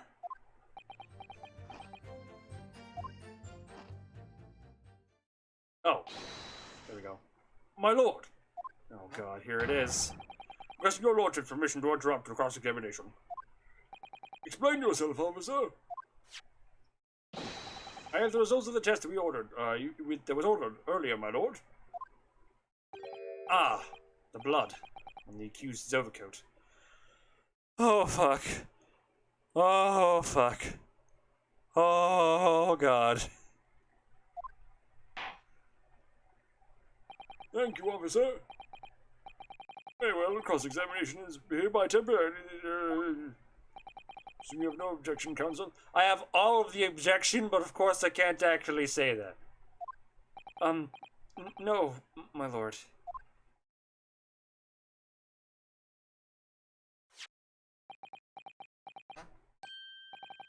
Well, there you have it. The report, please, Inspector. Yes, sir. Traces of human blood were found on the overcoat of the defendant, Miss Gina Lestrade. From the extent of the stains, it would appear that they were the result of a spattering following a gunshot wound. Yeah, Following a gunshot wound. End of report. Goodness me. Realized because modern time, you can't just tattoo blood. Well, yeah, they can't. Technically, they can't. We have evidence that it was not Mr. Windibank's blood. But of course, since Iris's gun is not actual science, we can't use it. See, what did I tell you? Objection. No, the blood on that coat is not Mr. Windibank's. What on earth makes you say that, counsel? The coat originally belonged to Magnus McGilded. Just before his overcoat was deposited at Windibank's, McGilded had fatally stabbed Mr. Mason Milverton. So the blood on this overcoat is the blood of the brickmaker from the omnibus case. Objection! Well, the dead cannot speak. Isn't that right, my Nipponese friend? Sorry? 2 months ago in this very courtroom, did you not argue fervently for Mr. McGilda's innocence? And yet, now that the man is dead, you brand him as a murderer.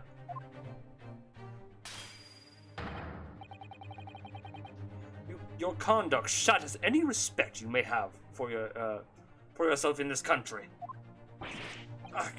But that was... I call it a bad disgrace. Treachery is that's what it is. How did it determine whether the blood on the coat was 2 months old or not? Even a stereoscope couldn't help the answer to that problem pop out. It can't be done.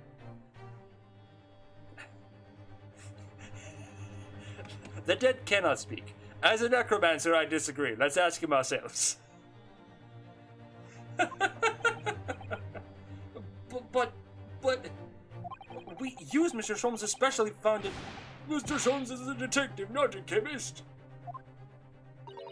Would you put such faith in the chemical formula devised by me, for example, when I'm a communications officer?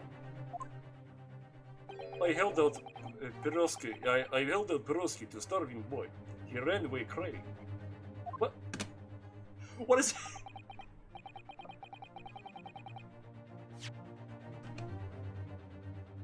Hey, juror number 6, you paying attention?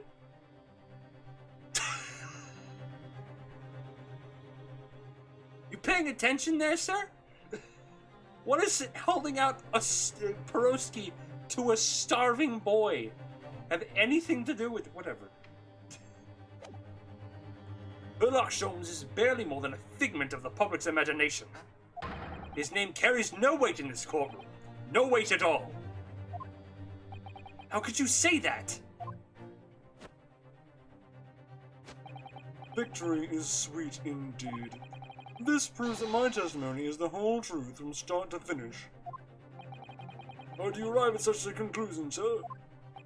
As the witness said, the accused's coat was spattered with the blood of the victim.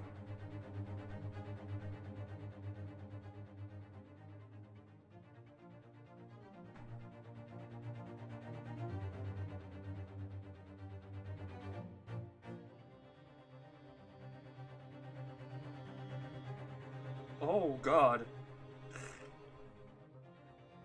I'm sorry, I was just looking through, like, the last portion of, like, actual gameplay we have to do. That is a lot of things I need to counter and shit. Okay, hold on.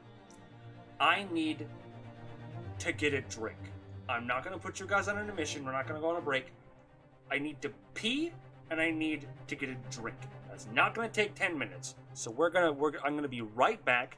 I'm gonna turn off my face cam, like so. Boop. Oh, hold on. Boop. And my microphone, and I'll be right back. Okay, just 1 second.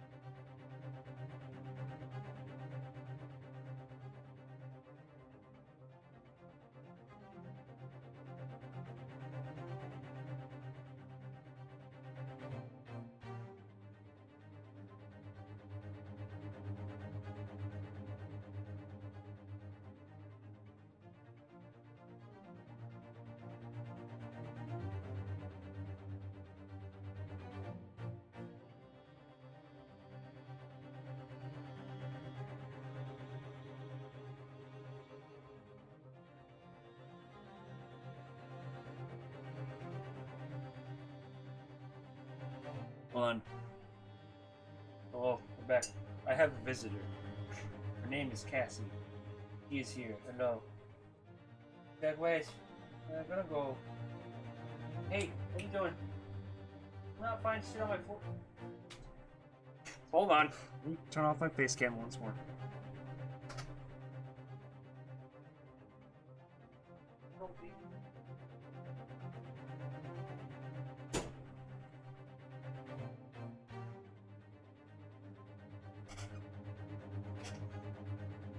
Just walked out the door. She was like, nah. Splattered with the blood of the victim. The only way Mr. Graydon could have possibly known that fact is if he saw it happen. In other words, his testimony is solid and the conclusion is singular. It was the accused who shot the victim in this case. That is the whole truth. Ah!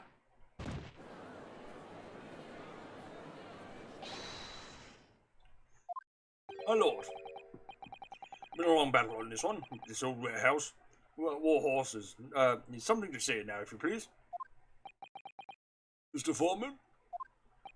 As of this moment, sir, the squadron has reached its final decision. Ready, men? All for one now? Sir! Guilty. Guilty. Guilty. Guilty. Guilty. Guilty.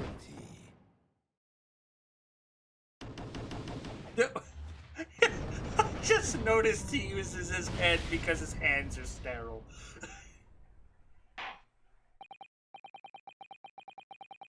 Well, it would appear the ladies and gentlemen of the jury have reached a unanimous verdict.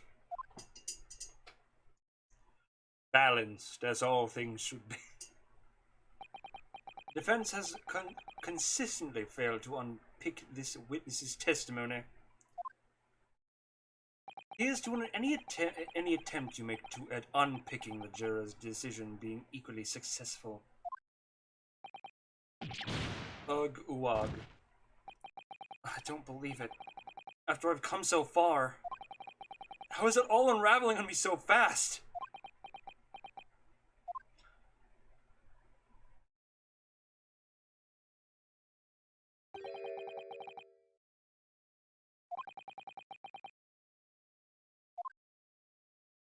Hello?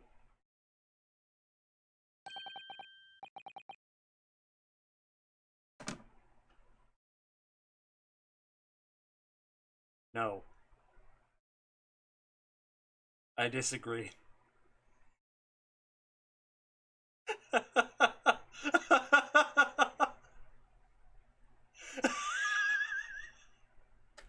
Fuck you, Sholmes. Wouldn't you agree, Mr. Naruhodo? Officer? Officer, delivered the report just now. That will be all, thank you. It occurs to me with some irregularity, Mr. Naruhodo, that scientific truths are determined not by science, but by none other than the human mind. I know that voice. Am I going mad? Ah!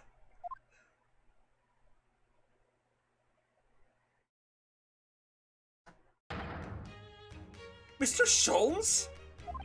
What is the meaning of this? Isn't impersonating an officer of the law illegal as well? What business do you have here, detective? Last I heard, you were recuperating in a hospital. As well I would be, but had I not been set upon an errand. What errand?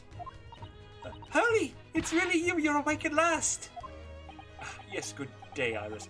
I appear to be rather late to rise. My apologies. Now, my lord, if you will humour me. In what manner, sir? I have something of great importance I wish to give to the young lawyer over there. I need no more than 5 minutes. Would you be so kind to spare us that time? What say you to this, Lord Van Zieks?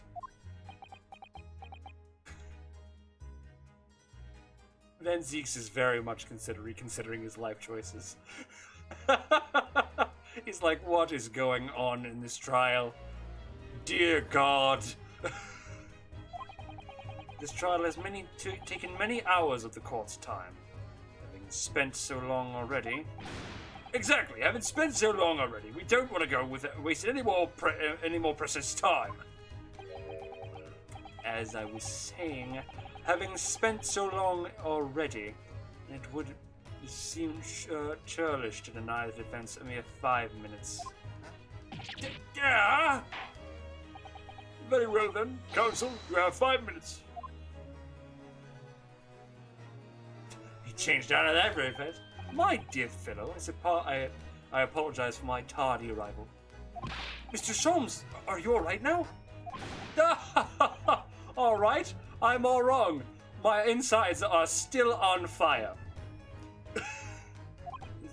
Sorry? I only just managed to summon the strength to stand, man. I just asked the judge for 5 minutes. I asked the judge for just 5 minutes. But I fear even that may prove too much for me. Pray forgive me should I pass out. Let's make this discussion as short as possible. Hurley, the place is full of idiots. None of them can see how wonderful your chemical blood analysis is. Well, that concoction of mine was really just a bit of sport to assist me in my investigations. I never took the trouble to refine it for appraisal for the scientific community. An oversight on my part. Right. Modesty? Surely not. But enough of that. I'm here to give you this, my dear fellow. It's lunch. You forgot to eat. What's that? A lavender furoshiki wrapping? Leaving present from Miss Susato.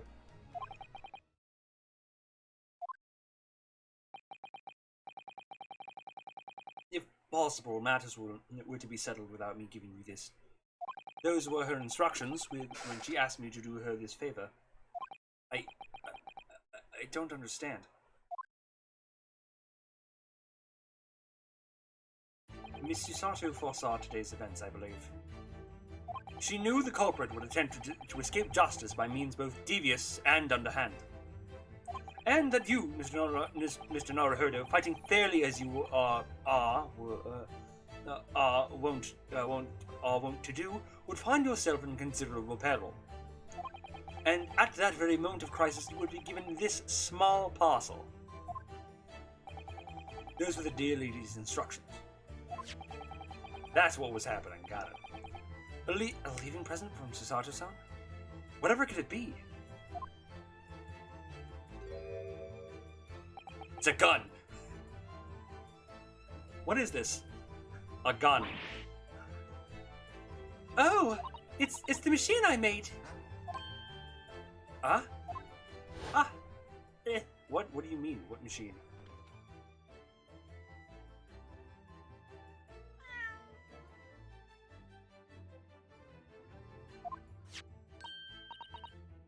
It's a gun. Just shoot Graydon.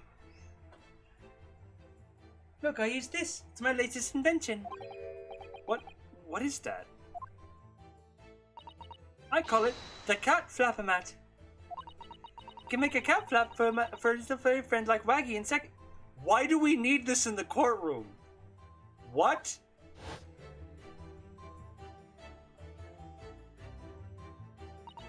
What's Susie up to?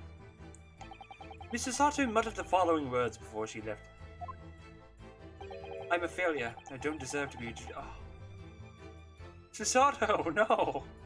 Darling! No! You were a great judicial assistant. What? Didn't you say something like that? And that night she left. Really are the best judicial assistant in the world. Oh, I don't need to read this, actually. That's extremely flattering.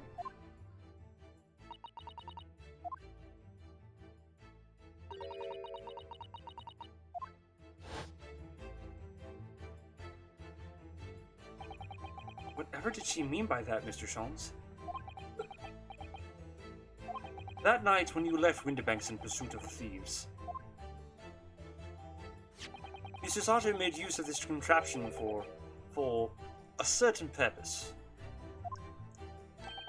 That is your answer, dear fellow. What the fuck do you mean? No, not cryptic at all. Then Susato used the cat Flavomat that night. But why? Cat Flavomat has been.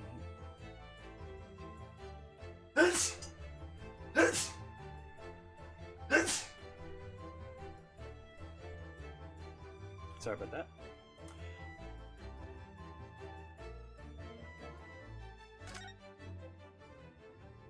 Is the cat scratching at the door? We need the cat as evidence. Your 5 minutes is over.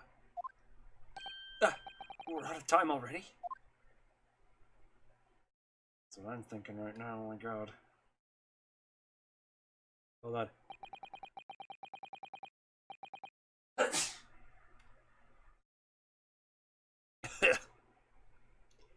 I'm grateful to you for affording us that brief recess, Mr. Reaper.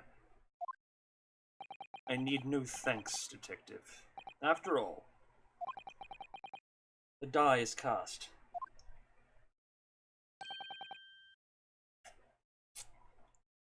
Still say shoot Kraden and turn him into a cat door. I don't think that's how it works, but sure. Is it really? The jurors are unanimous in their leanings. No doubt my learned friend will consider a summation examination. But any attempt to alter the verdict now would be utterly futile.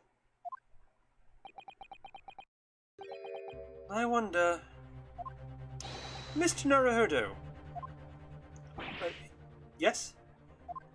The rest is down to you, dear fellow. Wait, dear fellow, what is your plan? The rest is down to me. You need to be careful here.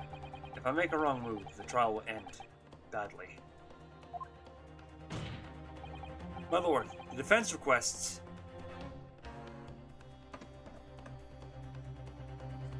I'm not chancing it. I need the guide for this.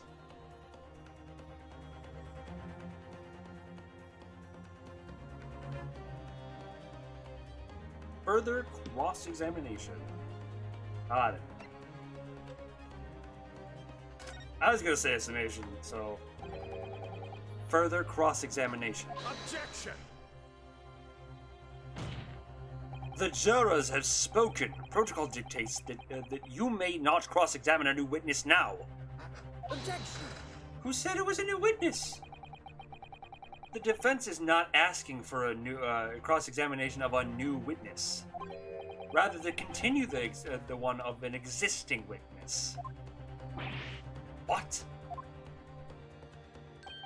It would appear that rather important detail has escaped your attention, Mr. Reaper.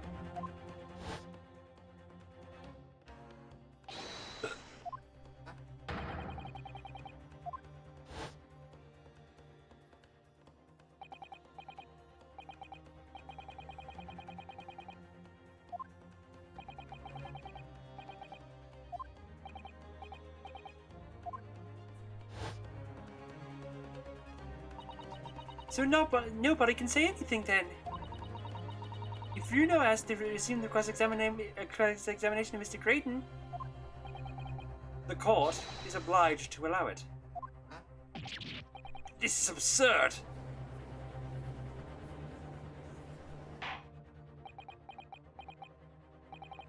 I would remind those present that this is my courtroom. I concur the defense is entirely within its right to request the continuation of the cross-examination. However, I will not permit any unremitting protraction of these proceedings. Therefore, I have decided to afford the defense one final opportunity in concluding this cross-examination. Counsel. Are you fucking with me?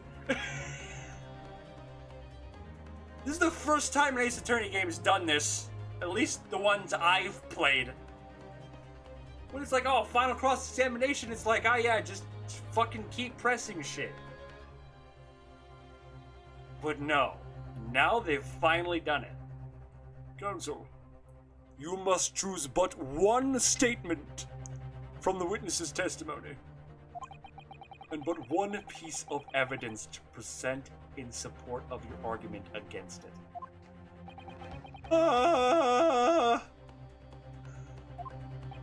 If following that the situation remains unchanged, shall move to adjudication.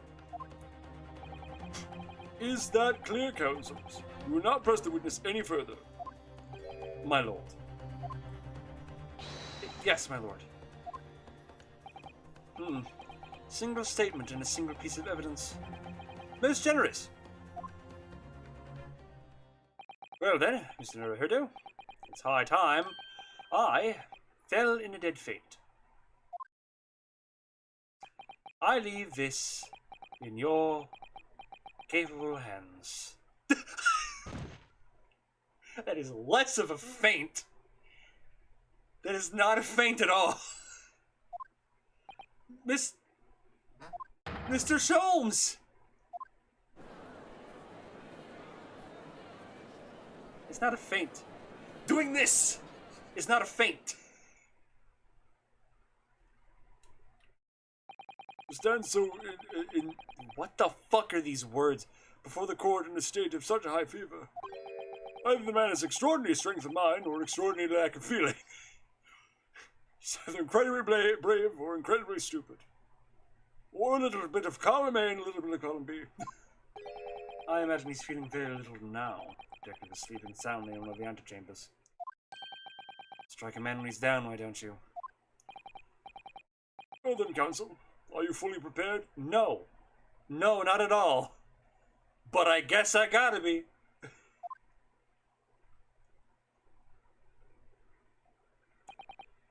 Yes. One statement, one piece of evidence. I won't let Mr. Sholmes down. Or Iris. I won't waste this final chance Susato-san has given me. This is going to decide the entire outcome of the trial.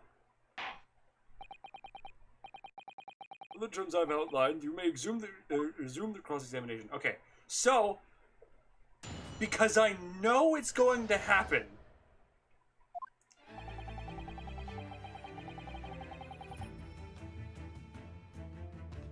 Ooh, yeah. I keep doing that. At least I didn't nick my balls this time. Fuck. Yeah, I'm gonna save just in case, because I know it's gonna happen. I know I'm going to accidentally fucking press X when I mean to examine. Or something, you know, something's gonna happen.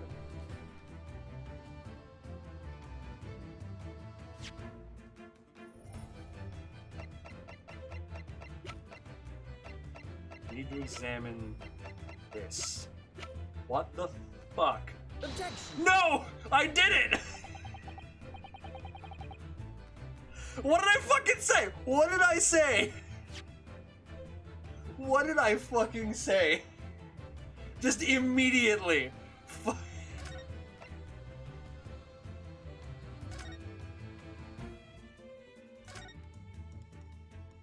Yes, please.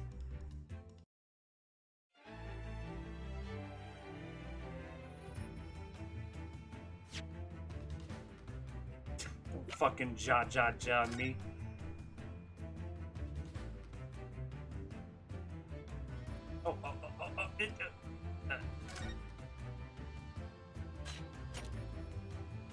What the fuck?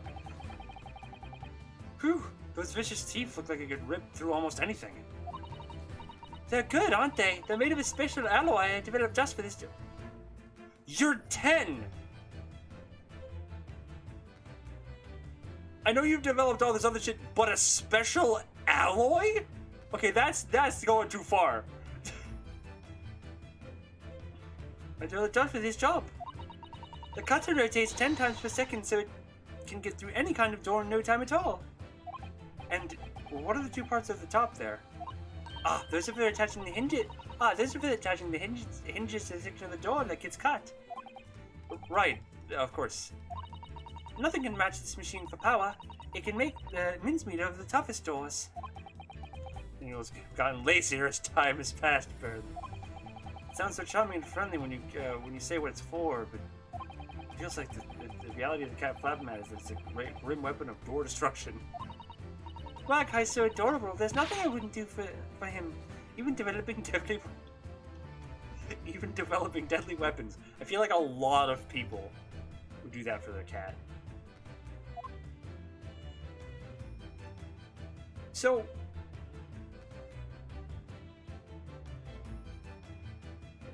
how in any way does this help us?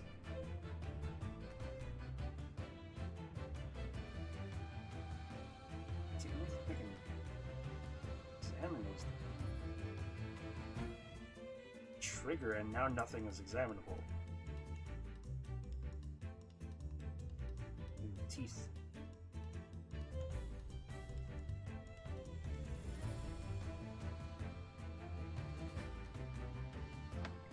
I'm gonna consult the guide. Where'd it go? Where'd my phone go? There it is. Honestly, I don't know what the fuck we're doing. I don't know how the fuck this is gonna help, or what statement to press, or not press, present evidence of things.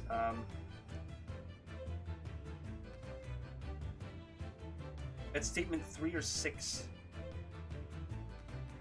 Okay. Statement 3 or statement 6? Present this at statement 3 or 6. Makes Nash the other fell. Choking around.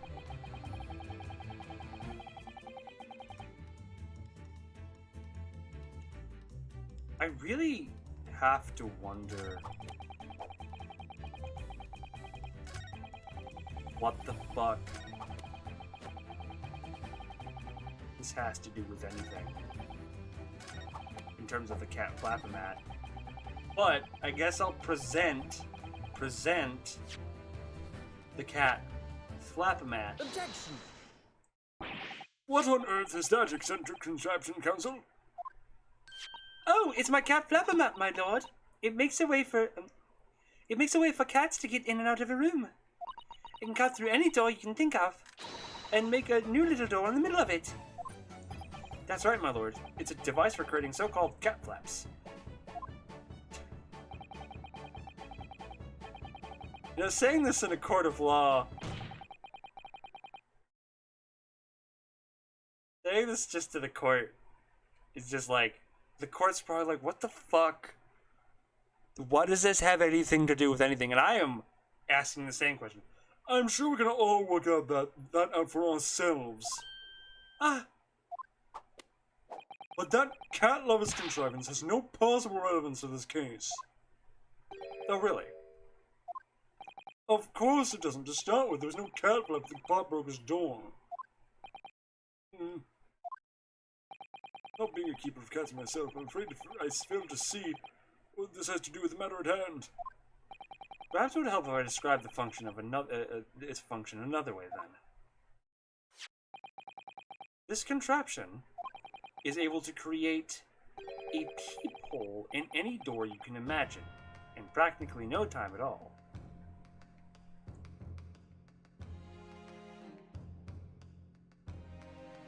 Yeah? I beg your pardon? A peephole, you say?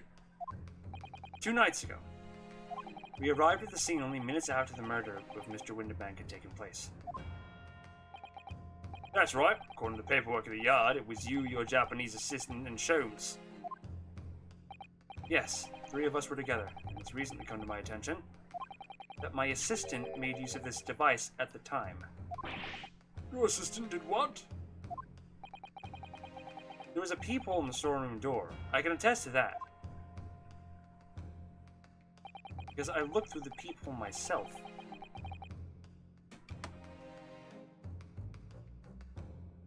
There's no way. In order to see inside the locked storeroom.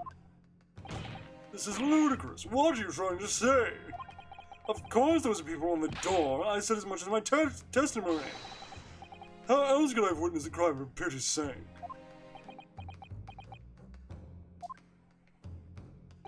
Yes, how could you?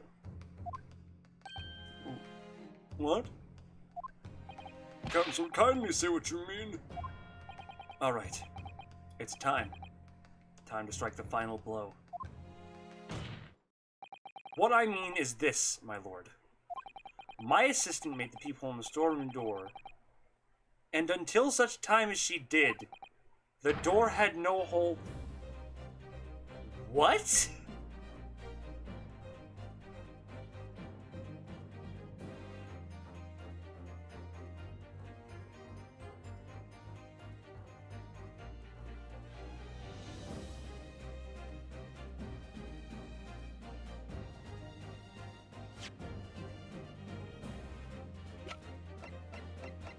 Yeah, 1 second. I can, just,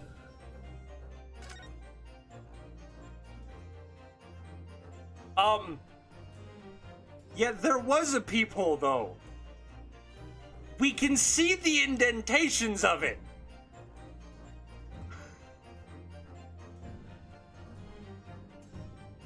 This was before we made it there.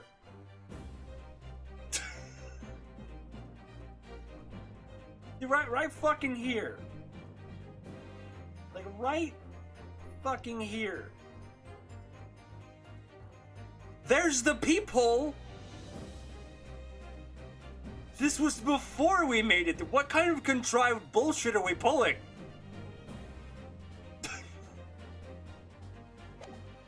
What kind of absolutely contrived bullshit are we spewing here? What? No! There was a peephole there. There was a peephole. Objection! This is a farce. Are you really suggesting the peephole in the door was... Yes. It was created only after the incident had taken place. No! That is fucking incorrect! That is incorrect!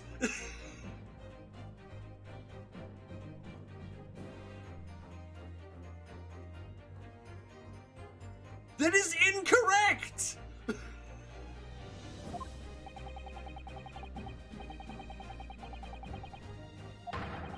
Oh, okay, well that's why she said she was a failure. But that is incorrect!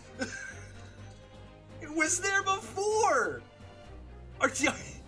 I'm about to ask that. I'm gonna ask that same question. Are we insane?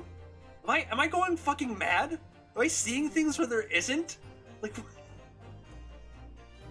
what the fuck? Most serious act of vandalism. For which I humbly apologize, my lord. It was in the few minutes that I left the scene in order to pursue the Skulkin brothers and alert the police. Yeah, bull fucking shit, dude. Nevertheless, in the lights of this new information, it becomes apparent that Mr. Graydon's testimony is riddled with holes. So is ours. It was there before.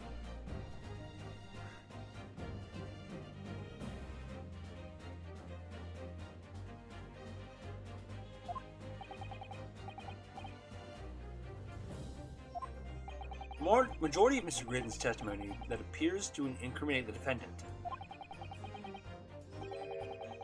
Not the other photo. Okay, let's check that photo too. Let's check court record.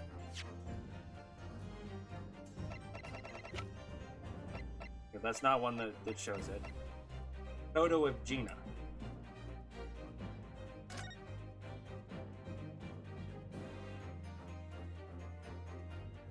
We got there before. What? It's not there. Hold the fuck up. No. We got there after 1:30. We got there after 1:30. I swear we did. I swear we did.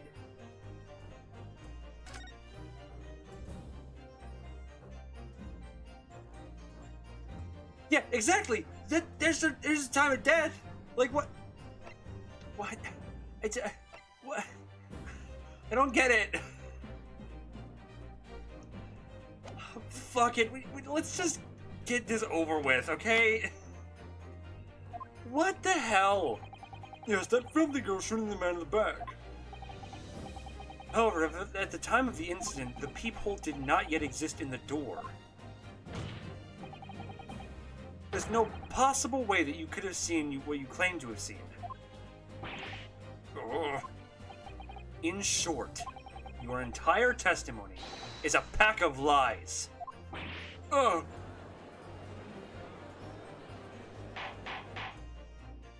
Order! Order!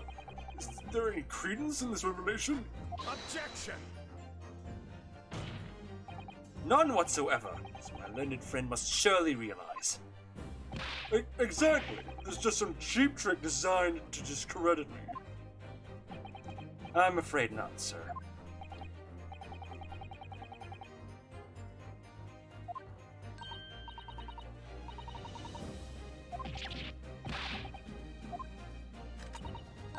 I had a feeling you'd say that. What? Waggy, Kiwi, time for dinner.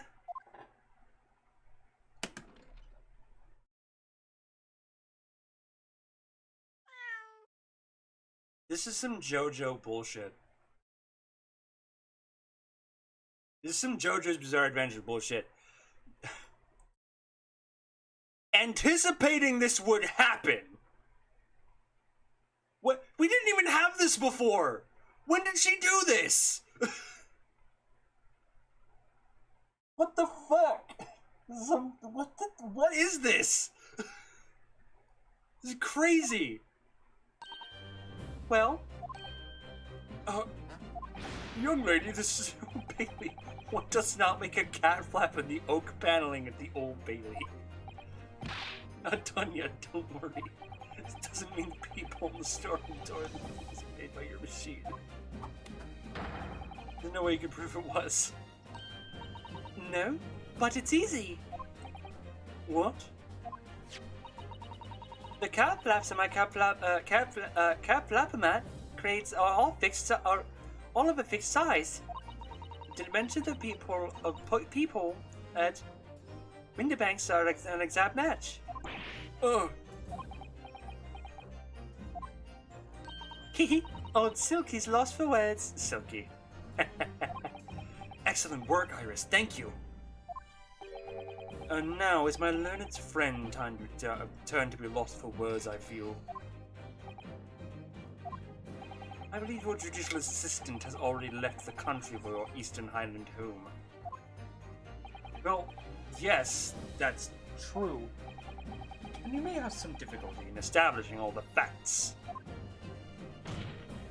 For the sake of argument, let us assume the people has the Dimension's perfect fit for this contraption.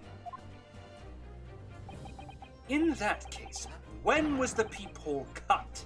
Prosecution demands proof of your answer. We have proof of it, I still don't fucking believe it though. what is the purpose of your line of inquiry, Lord Van Zieks? It's very simple, my lord. The defense argues that the peephole was created after the incident using this device. Also, why did Susato have this? Where did she keep it? But now the perpetrator has returned to her native land, she cannot testify to the fact. There's no proof. Actually, there is. I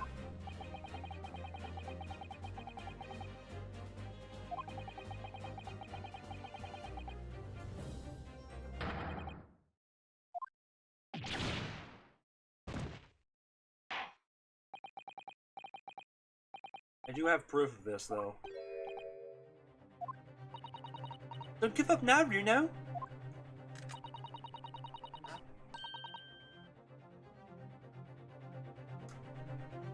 Yeah, it does, and the other doesn't.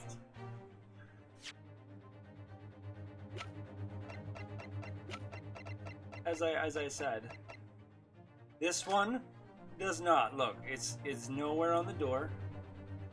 And then the next photo has it.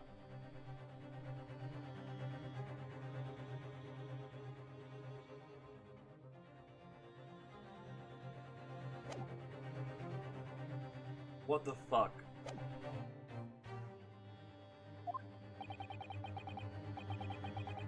I don't know if I can do this, but I do know one thing. Susato-san is the greatest digital assistant in the world.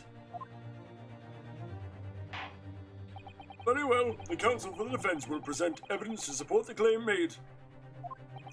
Proof that the people on the door of the window bank was created after the event and not before.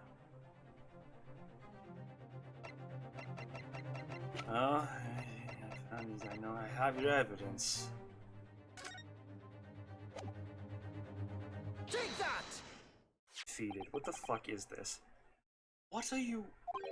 A print from the detective's infernal cameras again? My judicial assistant, Miss Susato Mikotoba, is an extremely intelligent and capable woman. Which is why I never had any cause to doubt. She would have considered this scenario and made sure I had necessary proof. This is some super, like, I thought 15 moves ahead fucking JoJo bullshit. This is some fucking, like, Joseph Joestar motherfucker, like... I put fucking Hamon in that pen I threw so it would explode in your face. Sort of bullshit. That never happened in the show, that happened in the campaign. A JoJo-themed campaign we did a long time ago. But, that's the only thing I could think of. And the necessary proof is this photographic print, counsel. The print shows a scene in the shop moments after the defendant entered the premises. Agreed. Yes, but that's not the focus, asshole. But more to the point. It pictures the storeroom door in the background. Let me see that print again. I don't believe it. This really is quite remarkable. The door to the storeroom is completely devoid of people of any description. Ah! Mr. Grayton. Couldn't possibly have witnessed the crime as you claim to have done. Because at the time it happened, there was no peephole in the door. In other words, your testimony is a catalog of lies.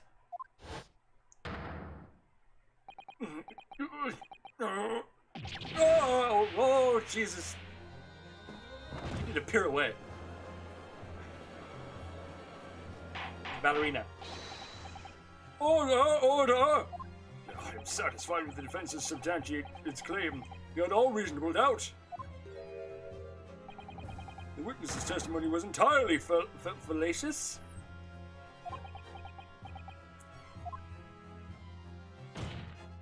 It's not the only thing we know beyond all reasonable doubt.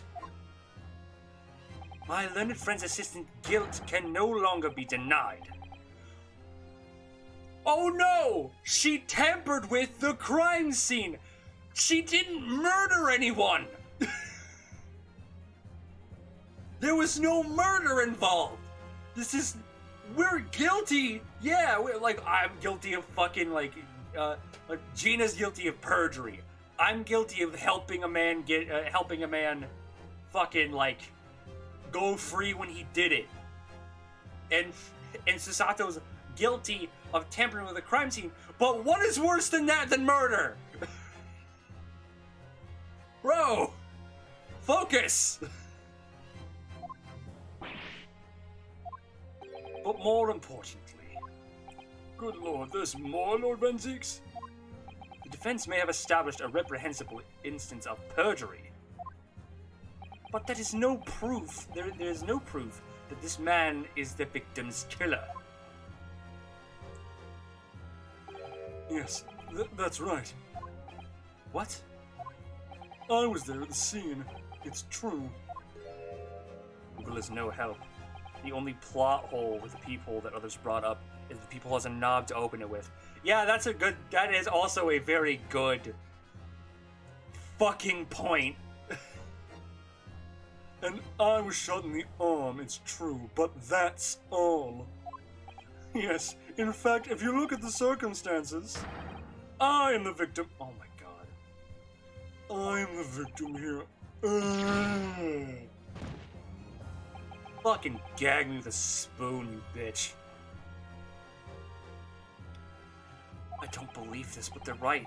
As it stands now, I don't have any definitive proof that he's the culprit.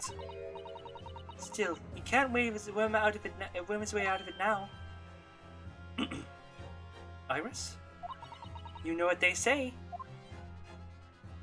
There's no point in locking the cat's door after the cat is bolted. I didn't know that was a saying. But sure. Isn't that right, Runo? As Hurley always says. One lie begets another. No, wait, that might have been a line I wrote for him in one of my stories. Well, no matter who said it first, you're right. Mr. Graydon, not only did you give false testimony to the court, but the lies you told make no sense. Make no sense? What do you mean by such a remark? What you said in your testimony reveals that you know something you shouldn't have known. In other words, there's a fundamental inconsistency in your statements. What? Objection! This is provocative talk, counsel. Won't you enlighten the court? Explain this alleged inconsistency. This was right. One lie begets another. This inconsistency is revealed by the lies the witness told, the lies in the witness's statement. They show that Mr. Graydon has knowledge of something he shouldn't have known about. Namely... Oh.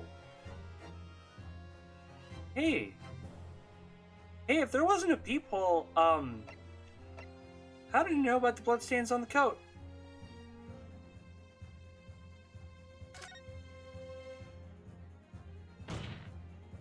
The bloodstains that were present on Miss Lestrade's coat. That's right. The victim's blood splattered all over when she shot him. But how could he possibly have known that? Obviously, because I saw her do it through the peephole in the... Oh shit. The point is not that you lied in your testimony, Mr. Graydon. It's the nature of your lie that you concocted that is so revealing.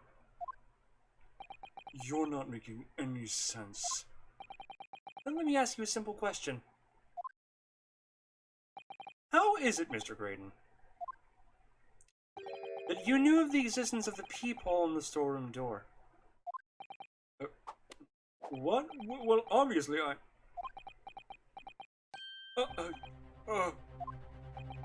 Has the cat got your tongue, witness? Oh, even the fucking judge is like, that's a real weird real weird, huh? It's really weird. Peephole in the door was made after the incident occurred. And once I returned to the shop, having failed to catch the two burglars, Scotland Yard investigators arrived immediately. Since that time, the police have been at Windibank's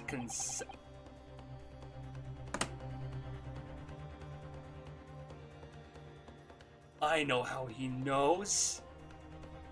Gregson, you motherfucker. You sold us out.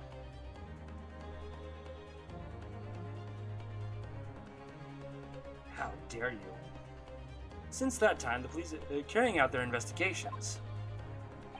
Isn't that right, Inspector Gregson? Well, yes, of course. It's a place shop for all pawned articles, and my lads have thoroughly examined them all. So I gave the order to have the officers working around the clock in shifts so we could get through it all. And then consequently, there's no way that you, Mr. Graydon, could have gained access to the shop. Therefore, you should have known nothing about the people in the storeroom door. So the fact that the existence formed the basis of your testimony is completely inexplicable. Objection! And yet, the fact remains that Mr. Graydon did maintain that he witnessed the crime taking place through the people in the door. Yes, but we know it wasn't there. How on earth is that possible? Okay, we're all... Yeah, could I have a word, please, Lord Van Zieks? Speak, Inspector. Oh, it's just that I really ought to be getting back to the station now to put in my report. There's really nothing more I can add to this testimony, so if it's all the same to you. Permission denied. Oh? It's not all the same to me. It's not all the same to me, Inspector. Not at all. You will remain exactly where you all are until this trial concludes. Of course, sir. Mr. Graydon. You shouldn't have known about the existence of that people.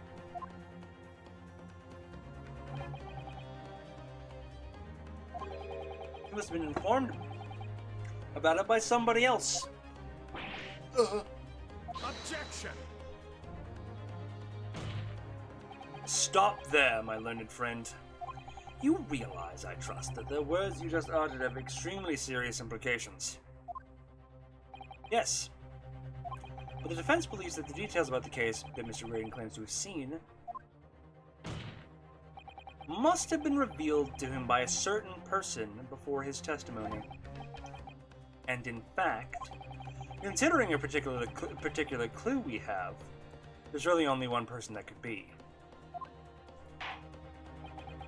Who is the person in question, Counsel? Oh, Gregson. How dare you. You sneaky son of a bitch. Take that! The truth is, it can only have been you, Inspector Gregson. Me? Objection!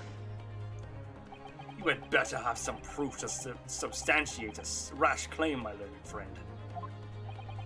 Consider the fact that we have only been aware of Mr. Ashley Graydon's identity for the last few hours. We learned of it only during the course of the trial today. Indeed, preparations for his testimony were made with great urgency during our hour-long recess. While the police executed the subpoena and brought the man here for the communication station. And until that time, Mr. Grayson would have had no idea. No inkling that he would suddenly be required to appear in court. I see all the fails, like saying it was Van Zieks or Iris. It's probably the same, like dialogue. We might have to go a little more than 5 hours, considering. Are you suggesting that until such time as he was summoned? Yes, my lord. Until then, it's reasonable to assume he knew nothing of the people.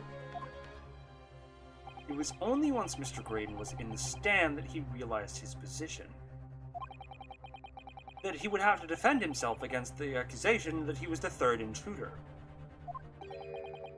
Your suggestion to the court was while this trial was in progress that he received this information, so that he could commit perjury in order to save his skin. Exactly. And the only person with knowledge of that investigation he had any contact with is you, Inspector Gregson. This is a bloomin' outrage! Why would I have been giving away details of our investigation to this fella, huh? I was summoned to his lordship's chambers during the recess in this case. Have you forgotten? Quite true. I had a number of questions regarding the events that transpired at the pawnbrokery. Which means... First time these two ladies was after the proceedings resumed the following. Yeah. You guys remember what he was whispering? It keeps regenerating. Yes. Yes, it does.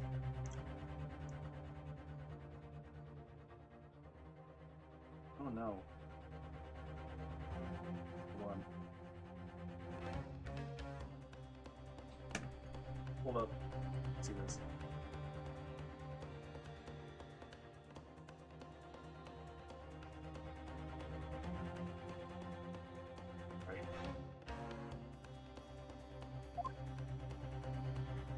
Since then, they've been in full view in, this, in the stand, where such illicit discussions couldn't possibly have occurred. Ah. Ooh, I just remembered something, do you know? What is it, Iris? There was one time before, wasn't there? I think there was when Ginny was testifying. Oh, yes, now that you mention it. When the bailiff was dispatched to retrieve McGilded's music box from the scene of the crime. That's it! It was during a testimony. I remember finding it strange at the time. Mr. Graydon and the inspector seemed to be having some kind of secret discussion.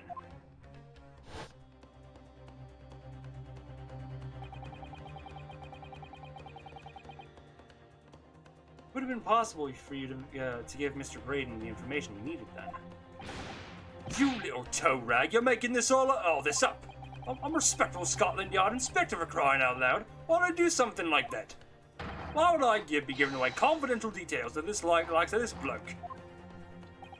Admittedly, you wouldn't have had any reason to do something like that for no gain. But perhaps it was part of a deal of some kind. Then it starts to make sense. What deal, Counsel? I wonder if perhaps, in exchange for details about the people at the scene of the crime, Mr. Graydon agreed to give a certain something to the inspector.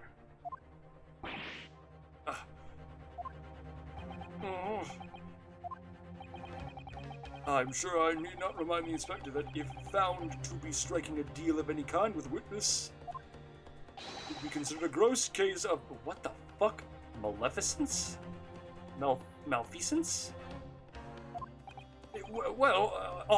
Objection! It's becoming clear that jumping in accusations is this Nipponese student's specialty. I don't do that. But with the stakes so high, the prosecution is not prepared to listen to baseless charges. It is incumbent on the defense now to present evidence in the support of this diabolical claim. Evidence? Just what are you proposing the inspector demanded of the witness in return? The court must see proof of this alleged deal. Inspector Gregson really did strike a deal with Mr. Graydon. Then logically, there's only one thing he could have asked for. That must be it. You know, do you think it could be? Yes. It's the missing link that would join all the dots together in this puzzle. Second disc, right? I must press you for an answer now, Counsel. What evidence explain the nature of the alleged deal? Okay, I think it's... Okay. Hold on. Save scum for a second. Don't mind me, I'm just save scumming.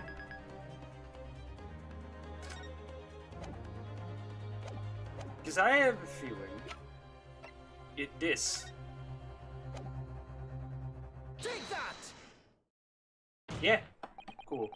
Inspector Gregson, besides this murder, is it not true you've been working on another very important case? Well, what are you getting at now, Sunshine? Is it possible that this other top-secret case is what is alluded to in this newspaper article here? Classified secrets being leaked overseas from the Ministry of Justice? How bleeding Nora could you... We discovered during the course of this trial the music box deposited at Windibanks by Magnus McGilded. A special music box, designed to play 2 discs at once. It seemed very likely now that encoded on the pair of discs that were in McGilded's possession are the leaked classified secrets.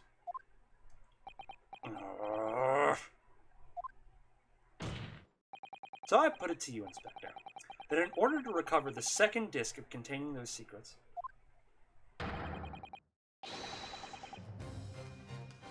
you covertly made a deal with Mr. Graydon in which you exchanged the disc for details of the case.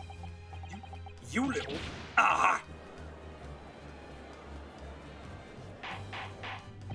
Order! Order! On the day of the incident, when we met you at Winterbanks, you said this.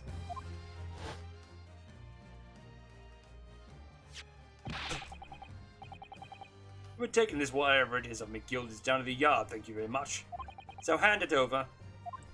Oh, I don't need to read this. Do not need to read this. Ow. Scotland Yard already knew at the time, isn't that right?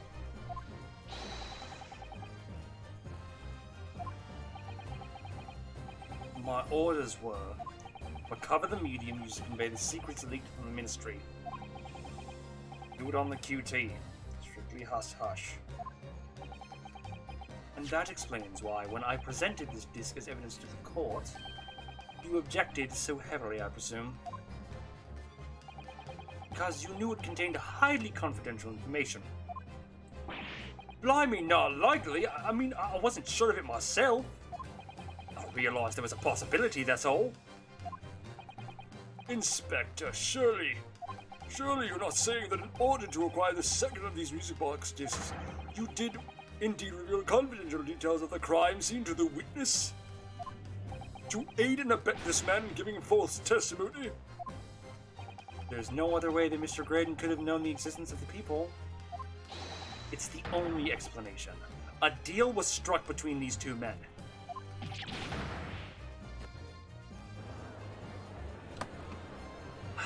Objection! If, and it's, I stress, if this sobering assertion turns out to be founded in truth,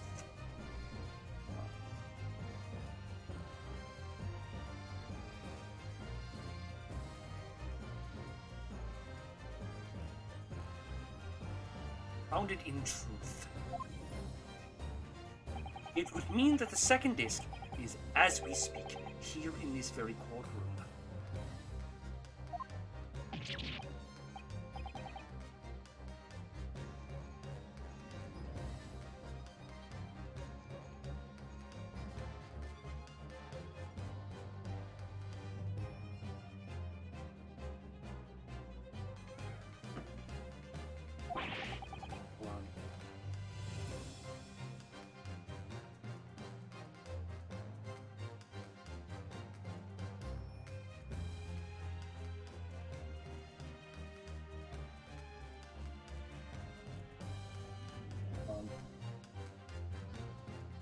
I know I'm rushing through this, but I need to make this joke.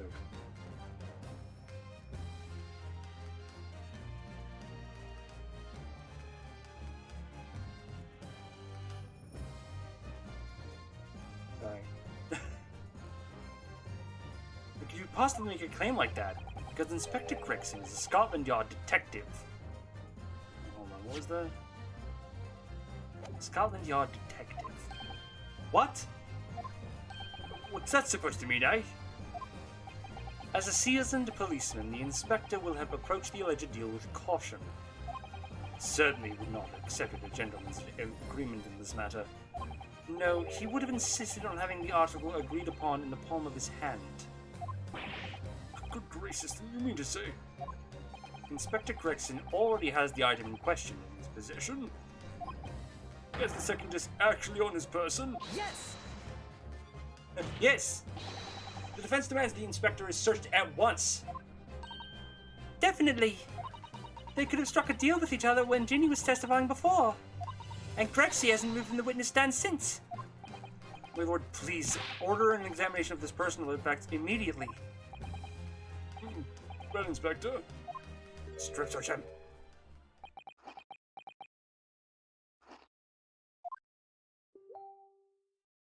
This young lady wants to turn down his young lad wants to turn down his imagination. Insulting me in my profession quite enough. However, if it will put this matter to bed, dispel any doubts about my involvement, I have to piss. I'll be right back. I actually do have to piss. Right back. I want to rush through this, but like I desperately need to piss again. I'll be right back.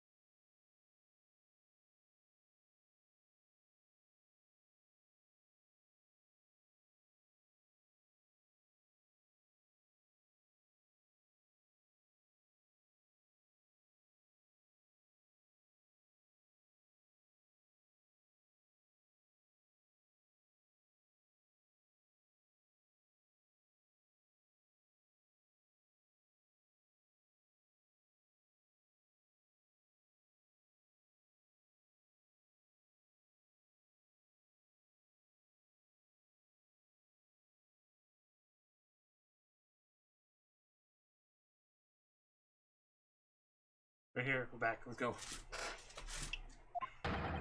No, I'll happily submit to a body search. What? He's going to agree to it? I presume you're aware of the precipice on which you now Tita, my learned student friend. You made the most serious allegation against Scotland Yard here. If, following the search of the inspector's personal effects, no disc is found, you will be deemed unfit for court service. This trial will end, and my country's government will formally demand of yours that you be severely reprimanded. That sounds serious. Indeed, a visiting student makes such remarks about our country's senior police force. Not something Her Majesty's government will be able to overlook. You're threatening Runa because you're scared. The accusation is beyond serious. You must be prepared for grave consequences. It's true. Can't imagine Gregson would have accepted a Gremlin's agreement for something so critical. The disc must have physically changed hands.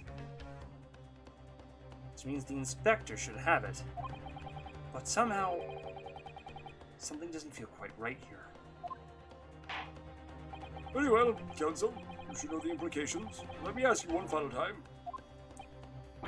Yes, my lord. No! Someone else, please!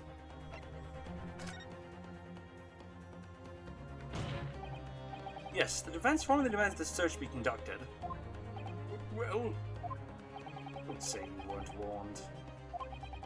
Well, your typical Japanese stubbornness may well land you in hot water this time. Perhaps the lesson will do you some good. Fair enough. I've got nothing to hide. I didn't say on Gregson. Objection! The defense demands a search, but not of the inspector, not of Inspector Gregson. What? Now what's all this? I'm the one you're accusing, aren't I? Thought you wanted to search me. No, Inspector, not you. Somebody else. What's the meaning of all this, sir? You lost it, sir. Lost it, have you? Lost it last, have you, Sunshine? Court shouldn't have to put up with your nonsense. You're being completely irrational. Be quiet, all of you. I don't know who said that. Oh, Iris. Runo's doing what you all told him to do, and having the courage of his convictions. So you should respect him and listen to what he has to say in good faith. Because that's the British way.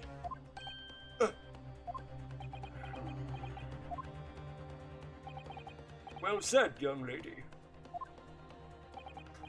Indeed, this court is in awe of the defense counsel's conviction and eagerly awaits his next words.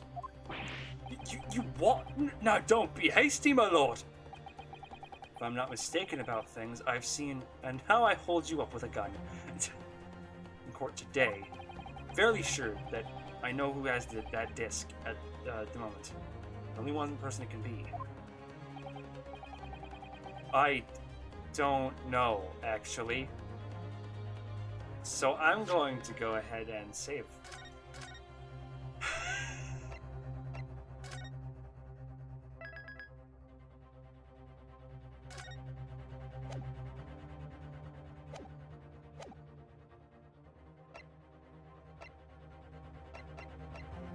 Ashley, I guess? Take that! Mr. Ashley Graydon, my lord. The defense demands that he be searched at once.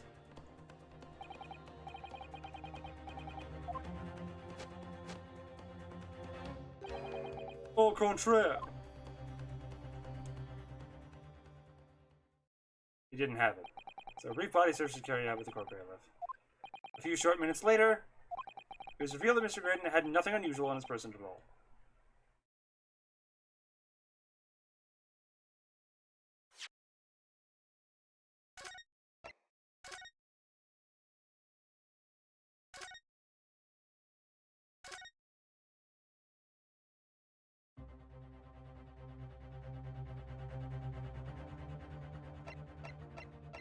Okay.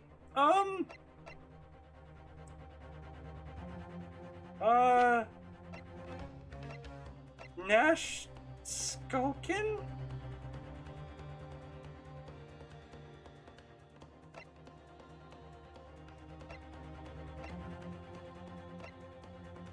I would assume it's Nash. Take that! Oh, cool. Of my lord, Mr. Nash, of my lord, Mr. Nash Skulkin.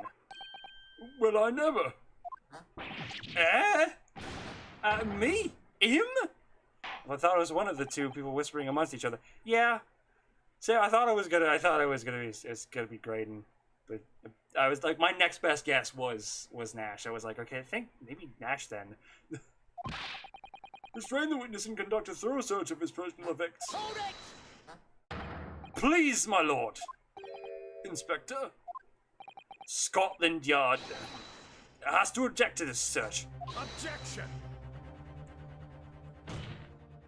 Unfortunately for you, Inspector, your objections carry no weight here. In this courtroom, only the prosecution and the defense have the authority to object. Why Nash? He's the one standing next to Gregson.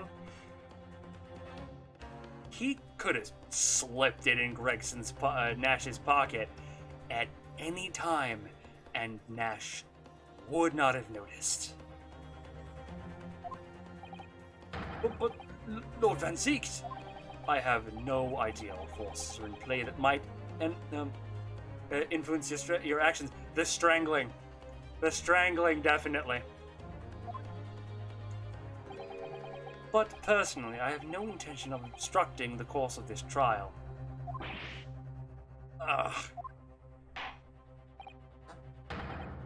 Bailiff, carry out the search. Now, hold on a mo. Don't know nothing. Enough about no disc. Cut it out! Cut out the disc. It's inside my body. Ah! Here, my lord, in the witness's pocket. I found this. Good lord, that's... Another music box disc. Oh, I don't know nothing about it. Nothing.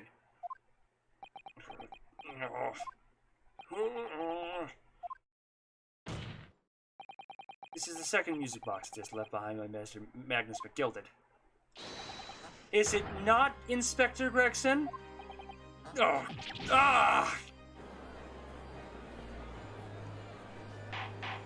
bitch.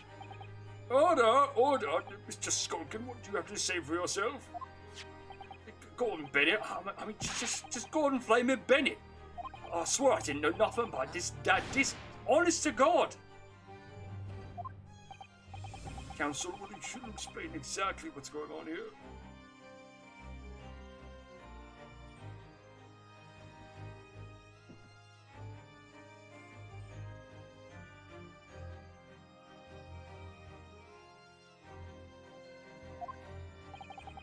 The alleged deal Was struck between this witness and this detective, no?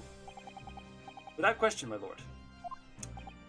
Then for pity's sake, why on earth was this man in possession of the disc that Inspector traded for information? Inspector Gregson is shrewd, calculating man who rarely loses composure.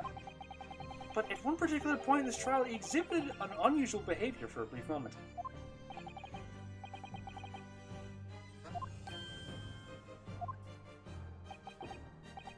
It was, yes, during my cross-examination of Mr. Graydon.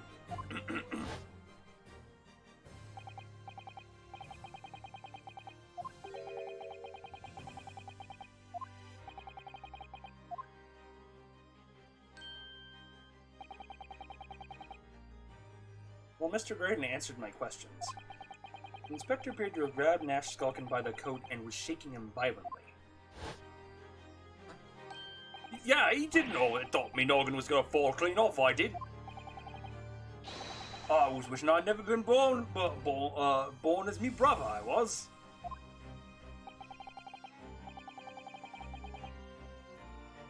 And what exactly happened made this detective attack you like that? I ain't got a clue. He just suddenly turned and grabbed me whistle like that and started shaking me. What the blazes didn't you mention a third gun when I was down the station? That's what he said. Yeah, they're right in my ear, he did. My head's still throbbing now. By the way, Detective, the way Detective behaved then was extremely out of character. But looking back now, it must have been then that he did it. That was when the opportunity Inspector Gregson created for himself in order to hide the disc. Well, bless my wig. He hid it? You. But I'm afraid I failed to comprehend the motive here. The detective had acquired the disc he was after. Why on earth would he then proceed to hide it in another man's pocket? So he wasn't fucking... It's a court of law. He should submit the items as evidence. He struck a deal. It would appear, my lord, that the inspector was not at liberty to do that. Why ever not? The man himself revealed earlier his current assignment has some special conditions. Ah, yes, that too.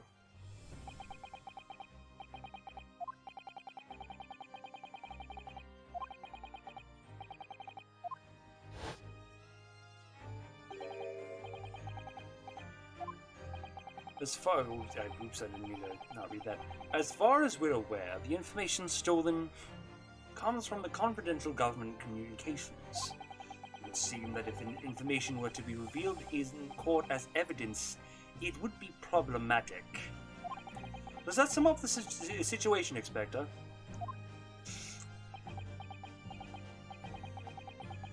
I'm operating under direct orders from the Ministry. We're not at liberty to answer that question. So, realizing there was a chance that you may be searched here in court, you took steps to hide the disc you had acquired from the witness. Does this mean? He only pretended to attack Mr. Skulkin in order to get close enough to him to slip the second disc into his pocket. I hope we aren't like, okay, now play the two discs and Juror 5 Translate. We probably are. Just to see if it was fucking government secrets. So it was all pretense?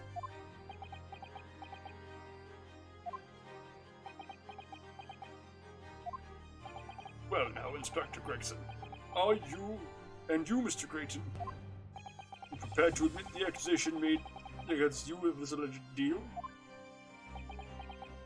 It's a cake recipe or something. No, when Ace Attorney goes hard in terms of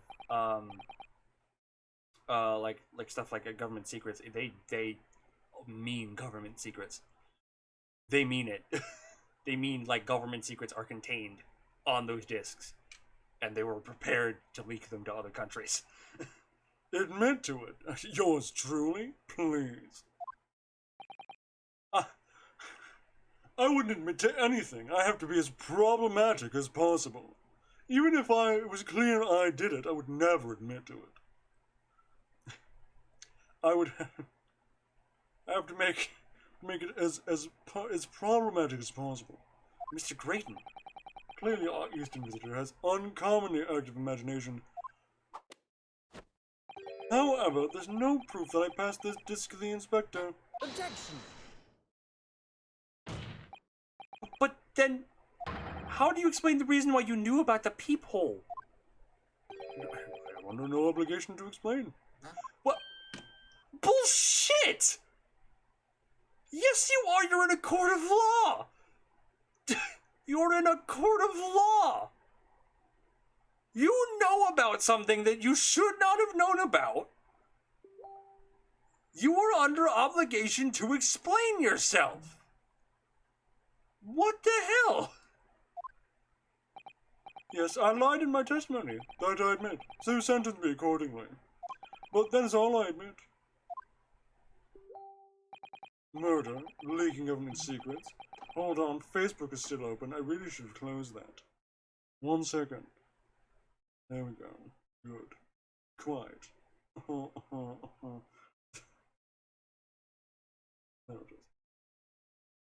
Striking a deal with a detective. All of it, is this young Eastern man's fantasy. I have no idea what any of that is about. What?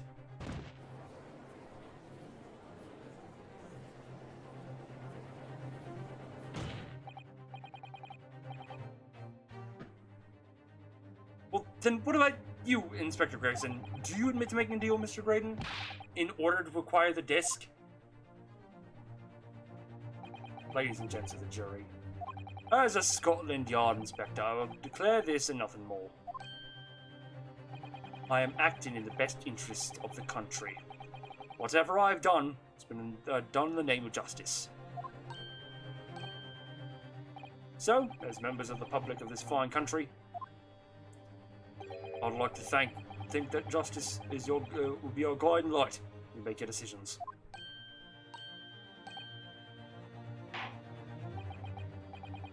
Bitches. This is quite a country indeed. Rarely have I encountered such extraordinary tumultuousness in the concluding of a trial.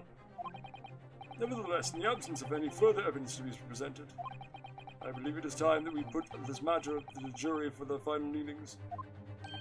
Well now, as a fellow servant of the Queen of the country, I must say I sympathize with your inspector. Yes, he's a dependable man, quite sure. In service, one becomes a good judge of character.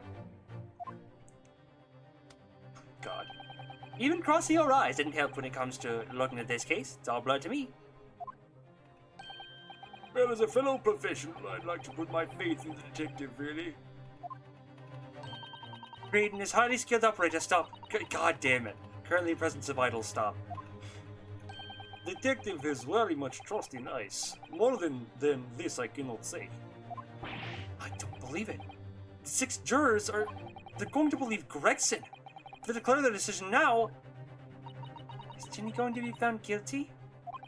If I don't produce some definitive evidence right now, then we're going to lose. Either some proof that Graydon killed Mr. Windibank, stole those government secrets, or some evidence to force Gregson into admitting that he struck a deal with the witness. Well then, counsel, I think it's time I impose the jurors to declare their final decisions, no? That is, unless you have some compelling evidence that has thus far not been presented to the court. If the judge called the jurors to announce their leanings now, Gina will be found guilty. So there's no choice, Reno. We'll have to throw some more evidence at them. This is it now. It all comes down to this. Who do I present evidence against? Oh, fuck you. Oh, fuck you. I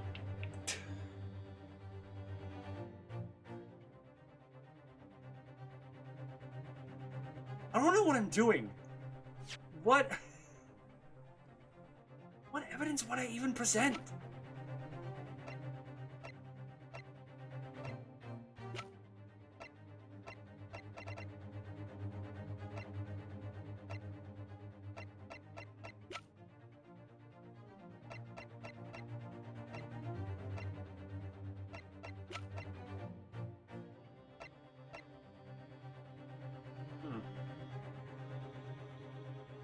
This? I haven't used this yet. I haven't used this yet either.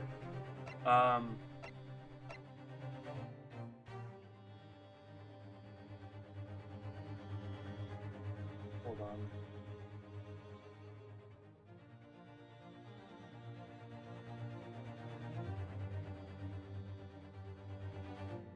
Oh, okay. It's either one.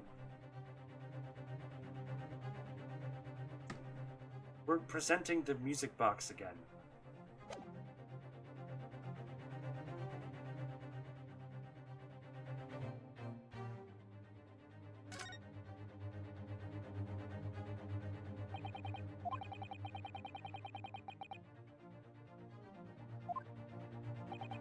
You misguided fool.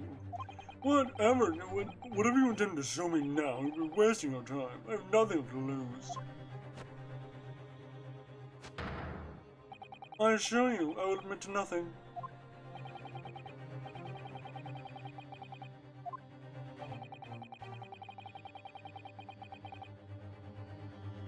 I'm gonna just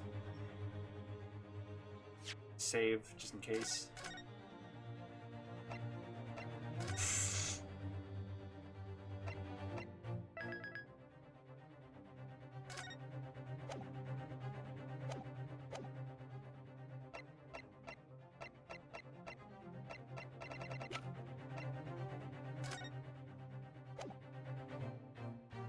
Take that! Is that Mr. McGinnis's peculiar music box console? Yes, with a disc already in place ready to play. I think perhaps now would be a good time to listen to the sound produced by the music box again. Only this time, the second disc we just discovered set in place as well. Goodness! This disc console? Hold it! No, wait! I can't let you do that! Why not? Because... well... Because it's got nothing to do with this case, that's why. Objection!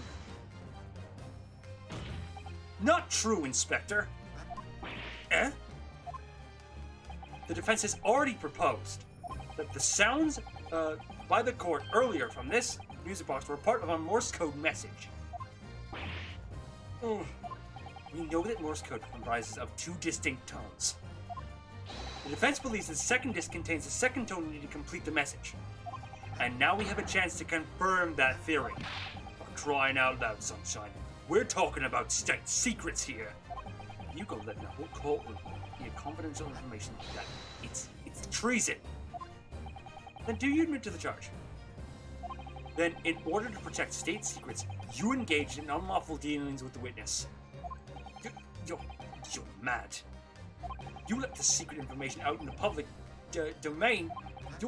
You'll be making an enemy in the entire British government, you idiot! Objection! Let's not forget, Inspector, that you, a Scotland Yard officer, leaked confidential case details to a witness. That you continue to lie to the court, and all because, by fair means or foul, you are determined to do your duty. The murder seems to be about trying to obtain the music box and exactly. Well, by fair means or foul, I'm prepared to do mine. Don't you dare. I will stop at nothing to protect my client. I don't care who I make an enemy of.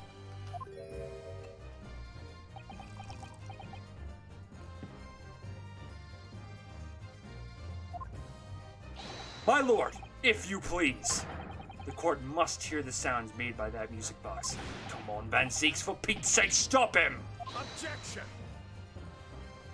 There's the flame! Inspector! You should know my methods by now. I'm a prosecutor, no Scotland Yard puppet. In this courtroom, my duty is to the law. So let me propose a toast to uncovering the truth. By fair means or foul. Look at that!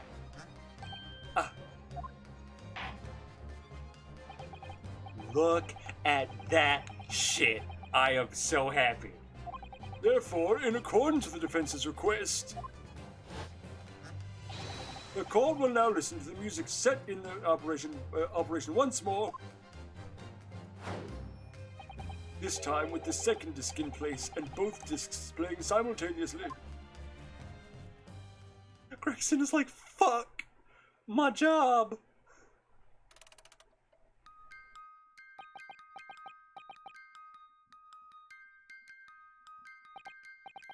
Oh, listen to that. It's unmistakable now. It's Morse code. Oh, all right, I admit it. Whatever you want, but for the love of God, shut that bloomin' box up.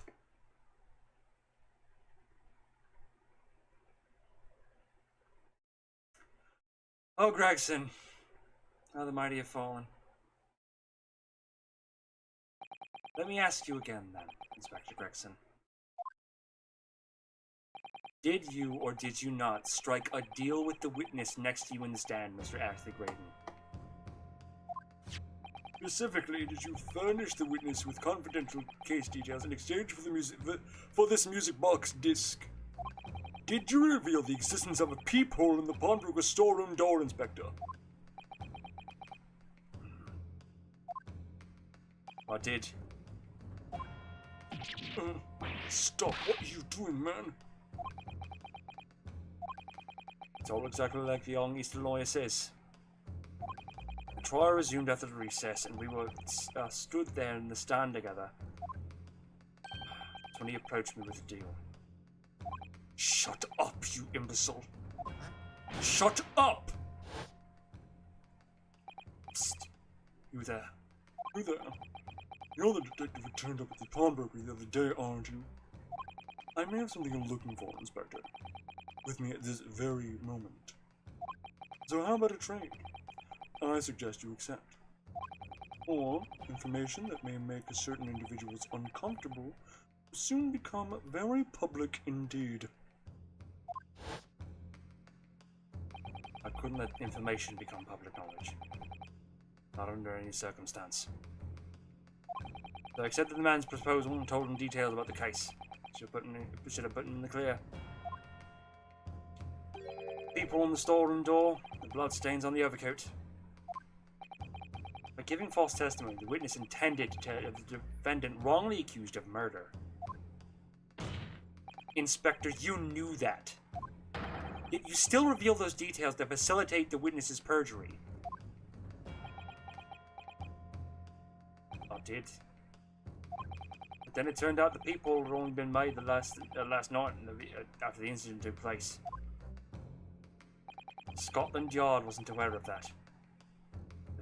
If I'm perfectly honest. Well, Mr. Graydon, what do you have to say for yourself?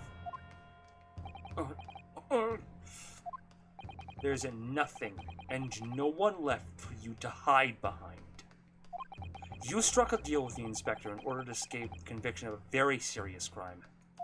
Namely, this. You are the third intruder who broke into the pawnbrokery on the night in question. And you perpetrated the murder of the proprietor, Mr. Pop Windabank. You... Oh! Traitor! Oh my god!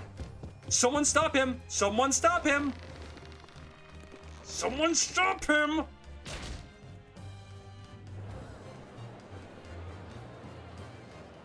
Bailiff! Bailiff! Restrain that man! At once! Fuck!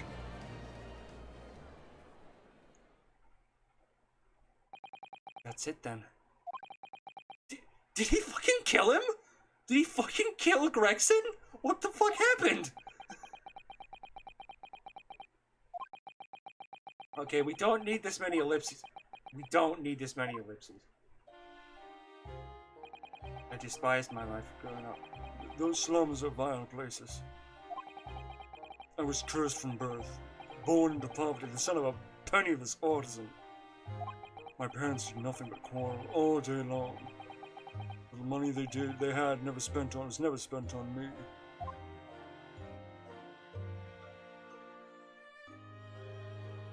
So I set about studying to better myself, to one day escape from that hellhole.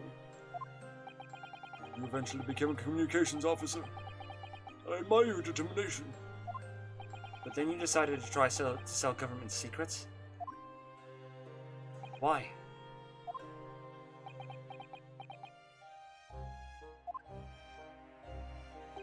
Isn't it obvious? Because I wanted money. Even now, years later, the nightmares of my life in the slums wake me in small hours. I wanted to drown them out with more money than anyone who lived in squalor could ever imagine. Then one day, I met him.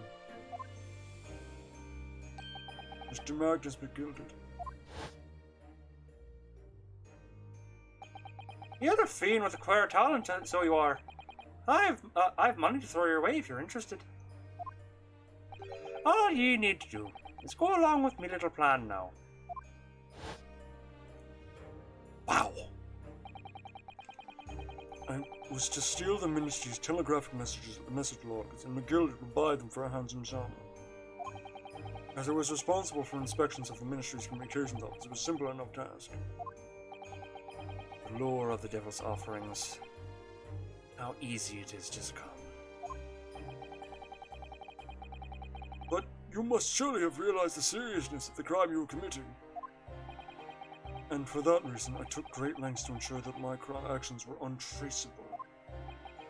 By using the music box.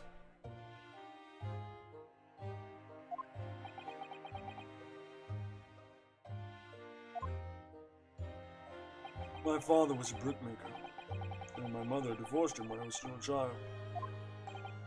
Yes, Mr. Mason Milverton. That's right. And he was very skilled with his hands. He's been a music box makers in progress. I imagined his skills would be sufficient to create a machine that would generate Morse code. So I sought my father again to employ his services. That was the first time I'd seen him after I left the slums 10 years earlier.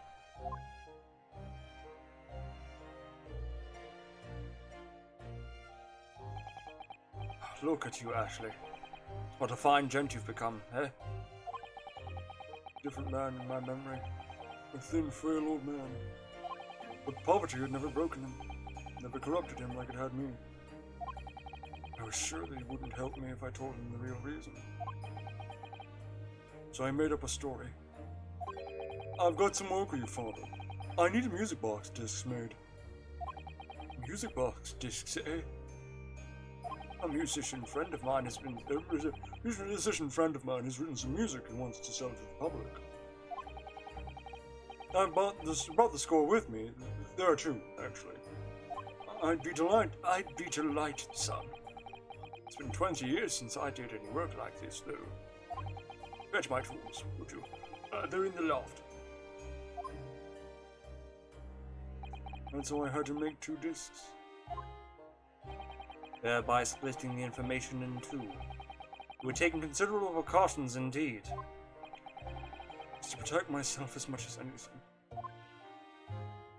It meant that I could deal with McGill in 2 separate transactions.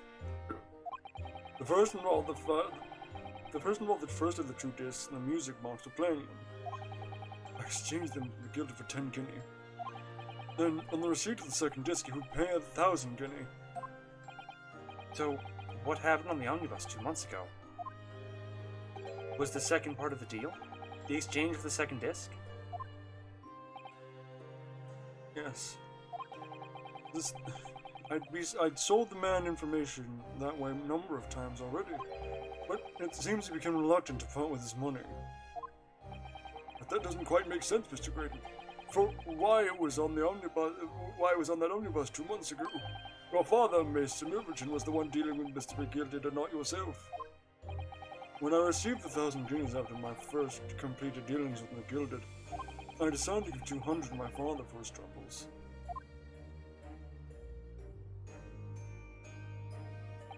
But my father realized something was amiss. In time, he worked out that I must be involved with something dubious. And when he did, he said to me, "Next time there's an exchange, you'll let your old man do it, understand? Otherwise, I won't take your money anymore."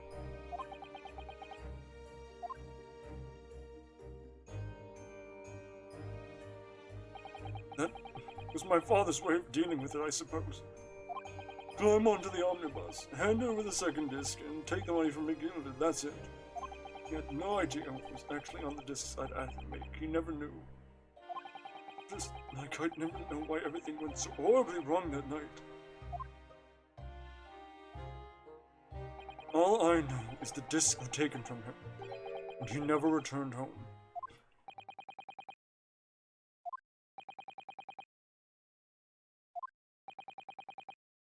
Shit. It was only then that I found out what sort of monster McGilded really was.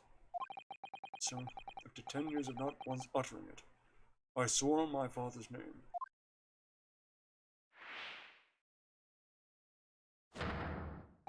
To exact. Oh my god, he burnt the omnibus? How did he know? What the hell? To exact revenge. Revenge? As anyone with even the remotest knowledge of the man will no doubt be able to imagine, McGill brought all his wealth and influence to bear in the most despicable of ways. To crush any semblance of justice in his trial. The crime scene was tampered with, evidence was fixed, and witnesses were bribed. The trial 2 months ago was a farce from start to finish. It had barely touched with the soil back then. He walked into the hornet's nest completely unaware of the sinister background to it all. I'd made plenty of money out of my dealings with McGilder by then, so I spared nothing in my arrangements 2 months ago. I knew exactly who to hire. If you're willing to pay the price, there are people in this city willing to do what you ask. McGilder himself, so it showed me that. Are you saying that... I think you have the picture now. After he twisted everything to his favor in this courtroom to ensure that he walked free, I took matters into my own hands and delivered the justice that monster deserved. That tragic accident following the trial 2 months ago. Why is he admitting all of this? Because he already knows he's fucked. He's killed one man. Why not admit to killing another? He's already killed one man. He's subject to capital punishment. He's subject to capital punishment, so he's already going to die.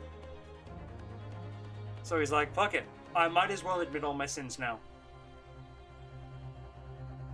Which makes sense. Was planned and executed by yours truly. Gilded's death that day was caused by this man?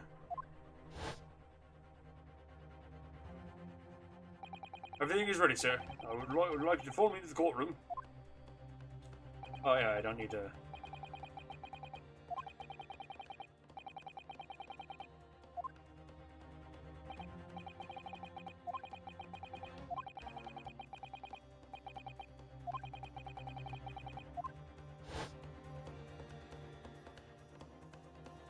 So, that policeman who came to tell me...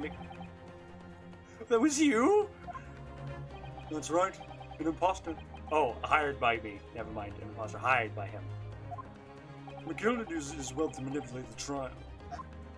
He paid people to adulterate the omnibus with all manner of false evidence, threaten witnesses to lie in their testimony.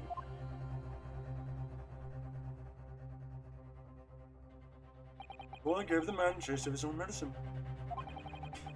And, God damn it. Hate you.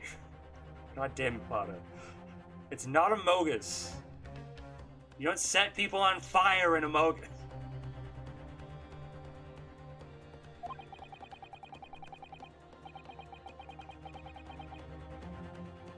One of my sham policemen ushered McGilder inside and sent him on a one-way journey to hell.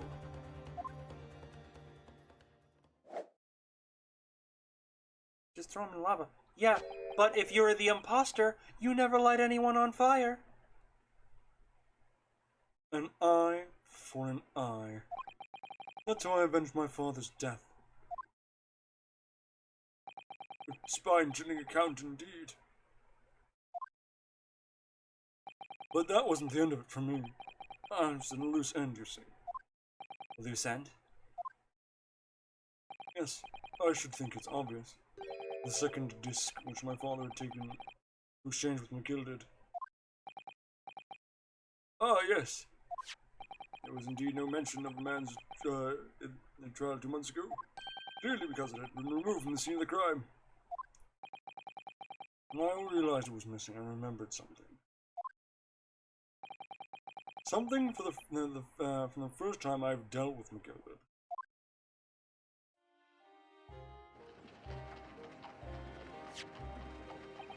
This is the first of the 2 discs. In the music box, you need to play them. Well, look at that now. What an ingenious little invention. So then, as promised, 10 guineas for you, young man. What's this? Winterbank's pawnbrokery? Aye, 'tis a pawnbroker's ticket, so it is. You can use it to redeem an article I've deposited there for you. There's no need to give a name. Just hand over the ticket and tell the fiend the watchword. I put a jewel in the pond for you. It'll fetch a good 10 guineas if you sell it, so it will. I've never heard of a pawnbrokery being used in quite that way before. Have you not, Mr. Graydon? London's pawnbrokeries are very useful places, you know. Each one is likely an is like an extremely secure vault. We don't need this many ellipses, Din.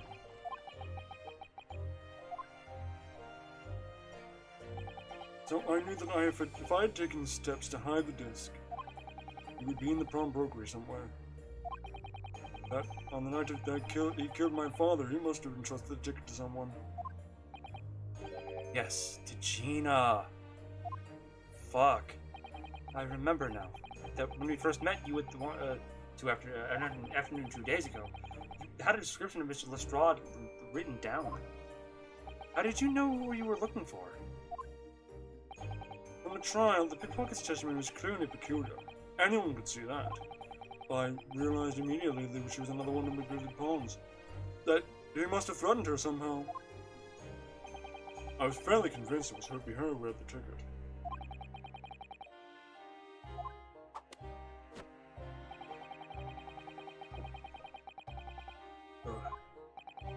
And there's a lot of weird. He's like, I suspected, and I'm like, Jesus Christ, are you? I mean, I guess he's a smart man, but like, damn. And yes, sure enough, she did. All I needed was to wait until the girl went to the window bank to redeem the articles. But unfortunately, she redeemed only McGilly's overcoat and the one disc that was within its pocket. The all-important box was with the second disc inside was missing. Because it had already been forfeited 2 days earlier. But I was unaware of that fact. Had I not been, I could have avoided my nighttime excursion. Meanwhile, as our investigation into stolen government secrets was progressing, we picked up on the fact that McGilly was involved. Inspector? You've recovered fast. Yeah, thought he died. My orders were to recover the stolen information as quickly as possible. So we started gathering the fellow's possessions and examining whatever we could lay our hands on.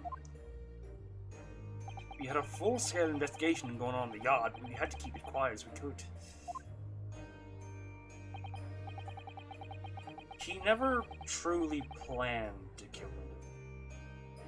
It was probably more spur of the moment.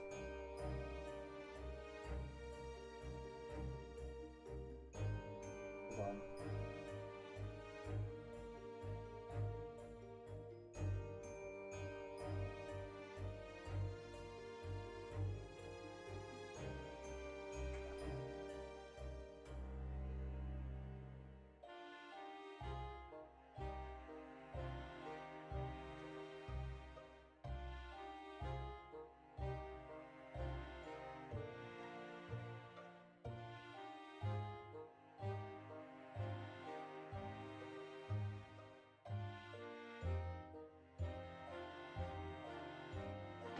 What sucks is him realizing Gina was just a pawn and he still decided to fuck her over anyways. Well, yeah, he was trying to save his own skin. That does not make it right, but it makes sense why he did it. I was sure the music box with the second disc was still there in the shop somewhere. So I knew I was a race against time. I had to find those articles before the police did. So that's what prompted you to break into the place that same night. With the help of your old friends, the Skulkin brothers. What happened that night in the pawnbrokery, I can only describe as a nightmare. On that and Ringo was certain encounter, I'd located the music box. I'd sold it to McGilly on the sales of forfeited articles. And the second disc was inside? Yes. I slipped it into my pocket with a very deep sigh of relief. But then, something entirely unexpected happened. What are you doing in my shop? That's not the thing that's not the, is not the voice I gave Window Bank or whatever. A gunshot rang out in the shop, and I felt a sharp pain in my left arm. Broker fired his gun, and the bullet pierced your limb.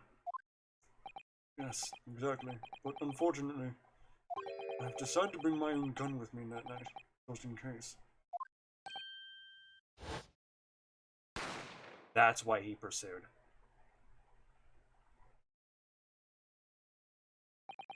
Before I knew what was happening, I fired back. The man had already turned to flee, and I hadn't intended to fire in his direction, much less kill him.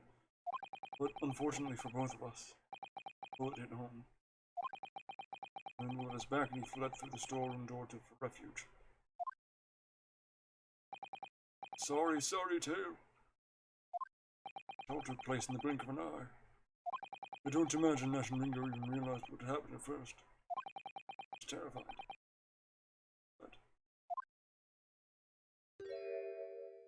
And that's the whole story. That's everything that happened at Winterbanks on that wretched night.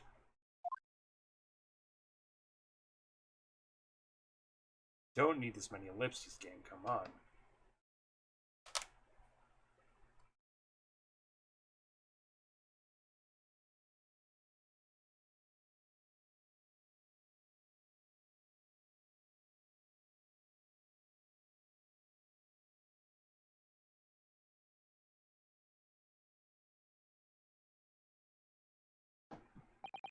Earlier, you called McGilded a monster. Man who... Yeah, Potter, we don't need that. A man who used his wealth and influence to distort the facts and escape justice for the crime of murder. What tragic irony. For what you have done is exactly the same. You became the monster you sought to destroy. As the saying goes. You've become the very monster you saw and despised so deeply in McGilded. Basically what I said, yes.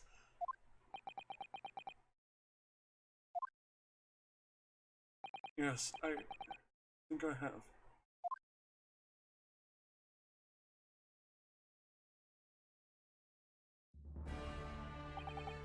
Well, this has been a long and exhausting trial.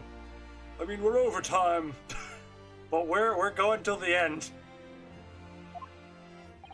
However, it would seem that at last we have arrived at the truth.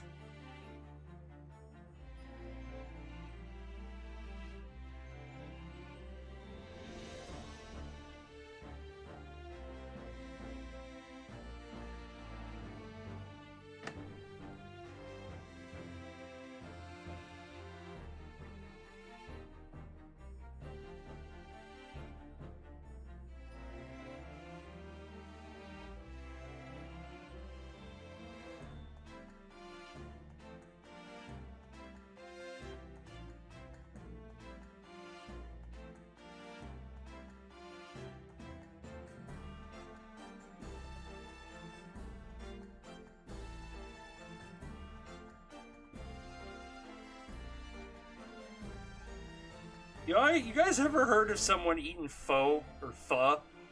Like that Vietnamese, whatever, that soup with their fingers? And not, the spoon they give you? Fucking hell.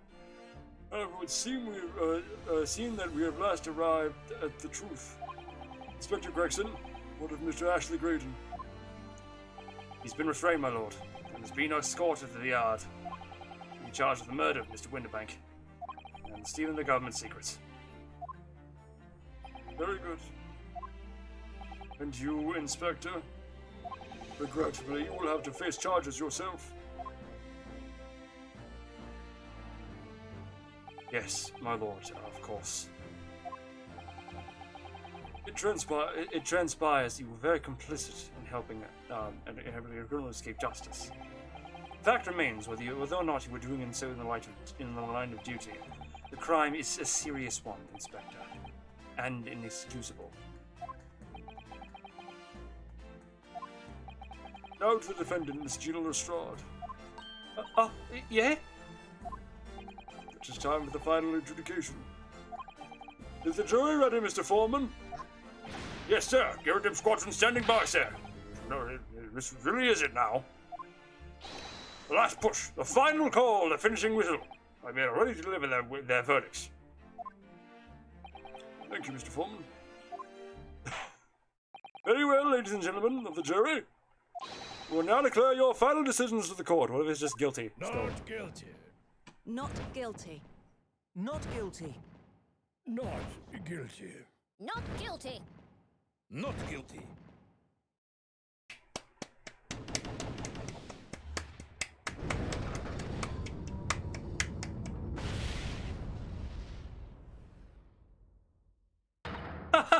That's the stuff. I'm off the hook. Finally, Runo, you managed to do it.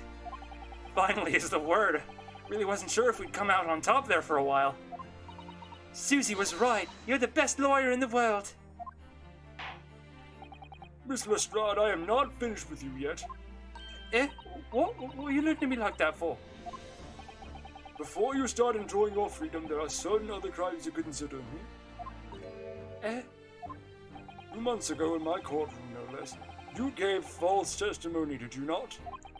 And in relation to the court to trial today, not only did you unlawfully enter Winterbank's pawnbrokery, you also attempted to abscond with Mr. McGilda's property, it seems. Eh? Oh, I've never done nothing of the sort. Of course not. It's not like you were gleefully wearing Mr. McGilda's coat in the cell yesterday or anything. Oh, and just when I was getting excited about throwing a party for Ginny this evening. Then turning our attention to the defense. Determining that when played together, the music box disc contained a message in Morse code was certainly most unexpected revelation, counsel. Quite so, my lord. The prosecution was caught entirely off guard. In fact, I think we should applaud my learned friend's courage here today. I propose a toast to demanding the government's secrets be disseminated before the entire courtroom. Wow, fuck you! Very sorry about that. It's the only way I could get Inspector Gregson to admit what he'd done, so... If I may say something on that point, it's about the sounds produced by the music box before. I do wonder if that was really Morse code at all. What? What are you saying, madam? Oh, well, it's just that I'm really rather fanatical when it comes to Morse code, you see. So much so that the whole world seems to be covered in dots and dashes, in fact. Goodness, madam, an unhealthy level of obsession, one feels.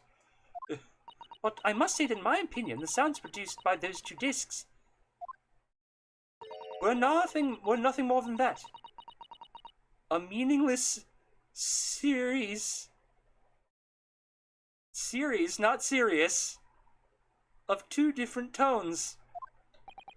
What? Can that really be? It wasn't Morse code after all? What? My lord, the defense would like to listen to the music box again.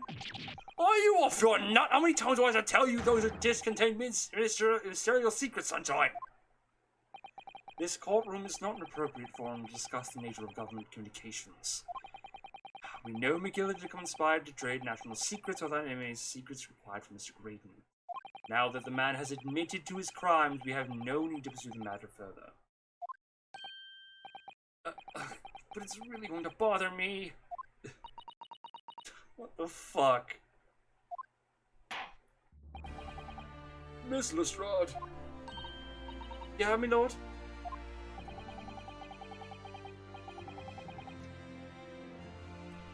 That which you have seen today here in this courtroom has been extremely disturbing. Falsified evidence, intimidation, perjury, a grim catalogue of depravity. An appalling experience to befall any child. Come on, it ain't nothing I don't see most days in the back slums.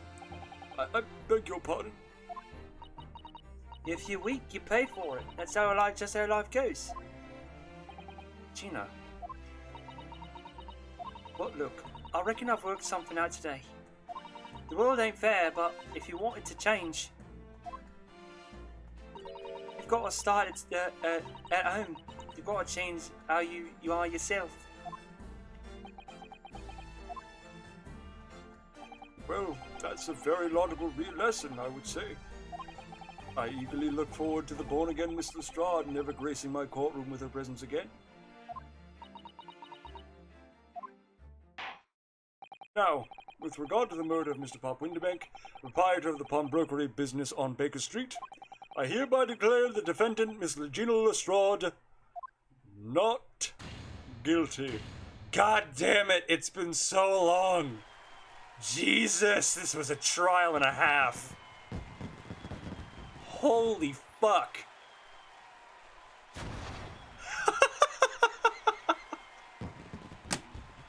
I love that she displayed her own firework. That's great. Fuck. That is all. Court is adjourned.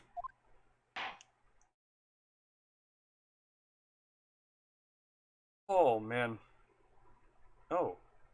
Are we just gonna stand there and stare at each other?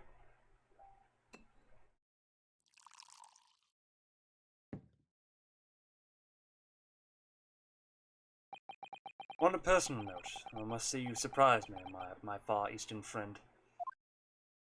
Oh. What the other stuff Gina was in trouble for? Oh, she's gonna get tried for that afterwards. She's still probably gonna face some jail time. But for right now, you know, she's off the hook. She will be tried later, but not right now. Despite being a Nipponese, you saw through the pretense to the malice that festered within that Englishman. At the same time, saw through the grime to the surprising heart of your English client. You have a curious talent for judging character, especially considering our very different cultures. I don't think there's anything curious about it. Whether we're from the Empire of Great Britain or the Empire of Japan, we're all human beings. We're not so different on the inside. You know, I took this case for a very simple reason. To lock swords with you once again here in the courtroom. You did? When I encountered you for the first time 2 months ago, it reminded me of toasting friendship and trust with another Nipponese, only to find my trust betrayed. Through you, I hope to look into the eyes of the man I once knew. Tried it.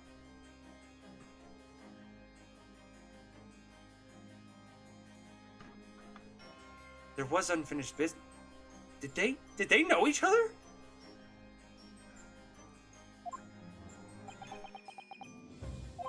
You mentioned something similar earlier today, about total betrayal at the hands of the Japanese.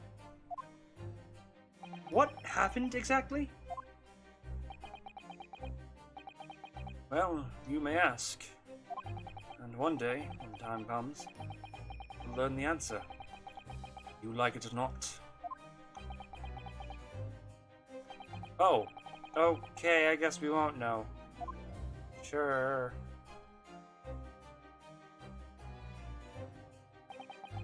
Coming to be known as a Reaper of the Bailey, and my retirement from service 5 years ago, gives me cause to wonder our meeting has some deeper purpose.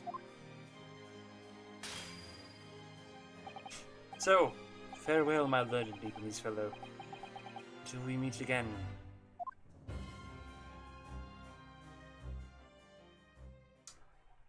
I guess we need to play the second game to find that out, but I will not be playing the second game for a while, and we'll touch upon that when the credits roll.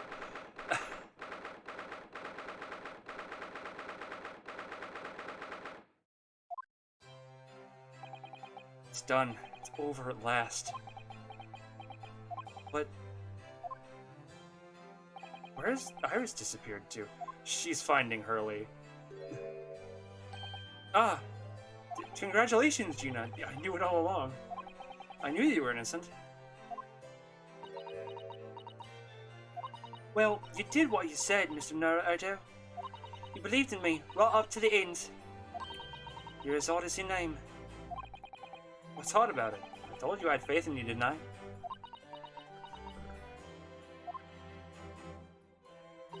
No one ever has before, see? I kept a promise, properly. That's awful. I figured something out today. All my life, growing up in the slums, I've never trusted no one. But that's just because I've been scared of being stabbed in the back. The more you trust someone, the more it hurts. More it hurts when they let you down. Yes, I think I can understand that. After all, I had a taste of it in that trial 2 months ago. I chose to trust someone and paid for it. Betrayal left a big scar. You know though, Gina, I worked something out quite recently too. Trusting in someone else is really an exercise in learning to trust yourself. When your gut tells you it's the right thing to do, the trust is rewarded. There's no better feeling in the world. I think I have you to thank for that, reminding me of that valuable lesson. Oh, well, if you say so. Don't make a fat lot of sense to me, though. I'm trying to say that putting my faith in you, Gina, has been a real pleasure. For crying out loud, pack it in! I suppose I sort of feel the same way. Sometimes trusting someone else is, alright. Thanks. Kazuma. The way I see it, Ryunosuke, the defense lawyer is only as good as his faith in his client. And that comes down to how much faith he has in himself.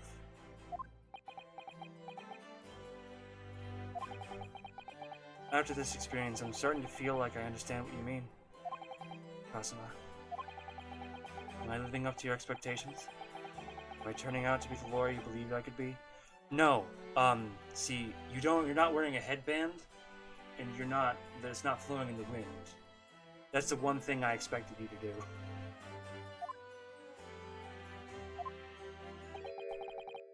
Pardon the interruption. I have a feeling... Oh, what the deuces have to be noticed around, oh, my dear fellow. That voice! It's too late for that voice now, Mr. Naruhodo. I've been standing here patiently in the corner of the room for an eternity. Ah, yes, it was me all along, I would have said when you finally noticed me. But you people with your incessant babbling. Mr. Sholmes? Ah, yes, it was me all along, you see? God. Fucking It's theatric motherfucker.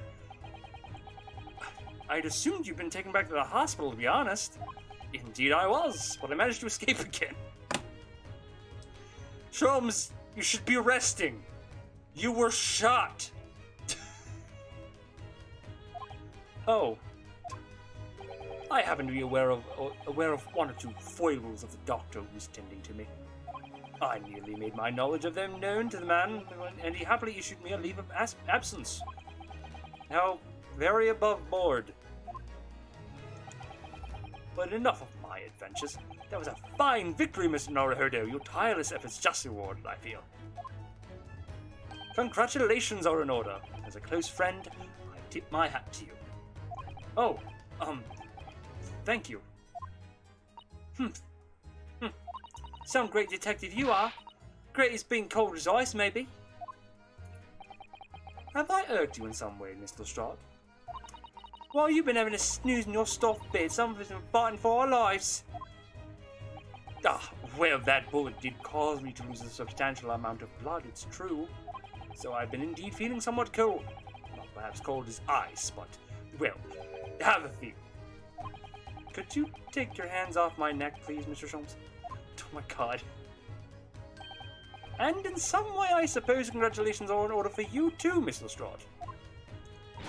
What's that supposed to mean? Why so half-hearted?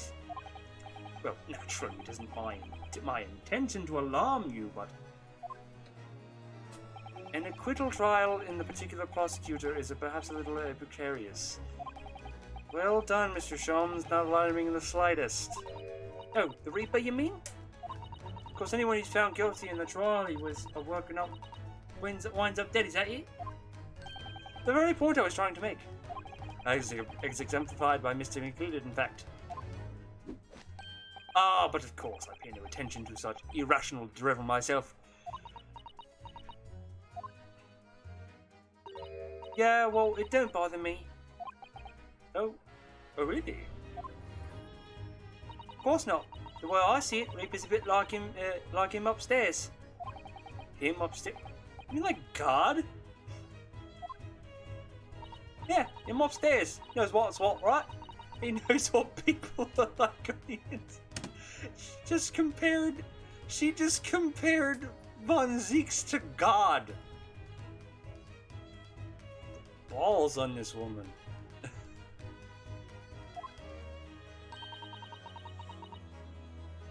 You won't have got the wrong end of the stick.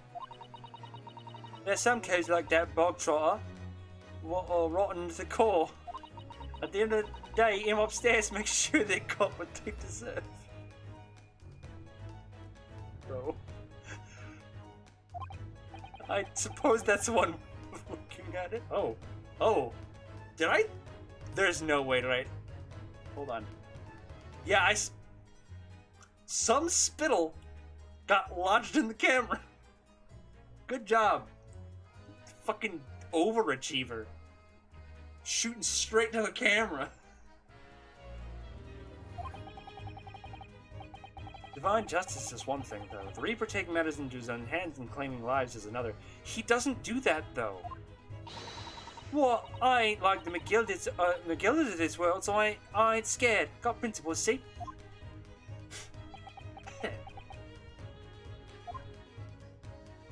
A trait in which you have to be admired, Mr. Strahd. Alright, just give it a rest, alright? As I was saying, congratulations are in order. The news of your acquittal was very welcome news to me indeed. Let me express my heartfelt congratulations. Gina, there you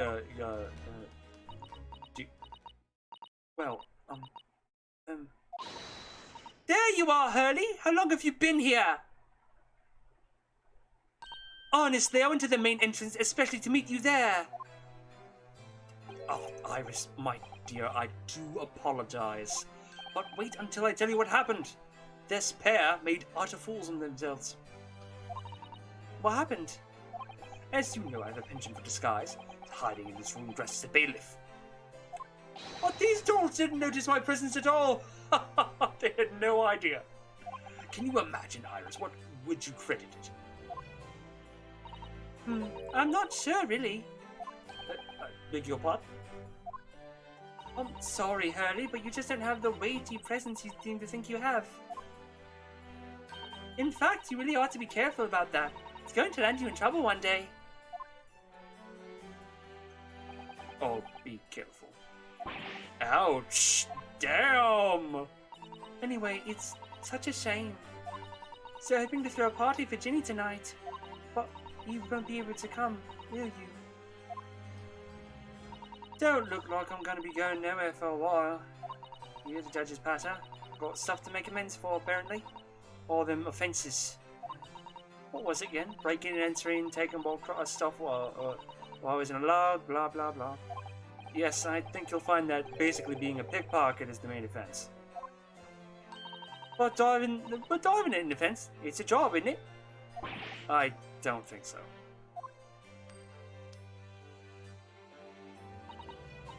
Still, that's got me thinking all this. Maybe I should start looking for another line of work. I mean, you didn't start off as a lawyer, did you, Odo? Well, no, but I was never a pickpocket. Well, anyway, I reckon I can make a change. Can do something for all of them lot like me from the slums. Something that makes a difference for them. It's a wonderful idea, Ginny. I'm sure you can do it. What is it?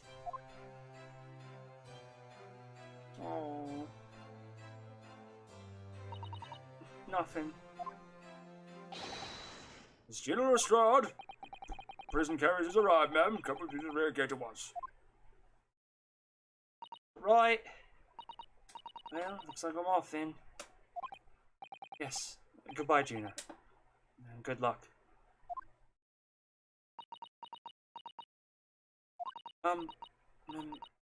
Odo? Yes?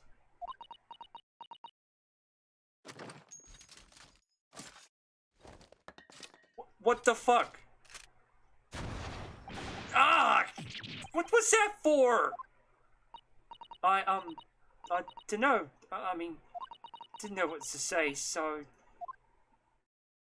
Ah, indeed. Perhaps the situation calls for a phrase hitherto missing from your vocabulary, Mr. Lestrade. Eh? On occasions such as this, I would recommend a simple thank you. Oh. Oh, yes! It's good advice, Ginny.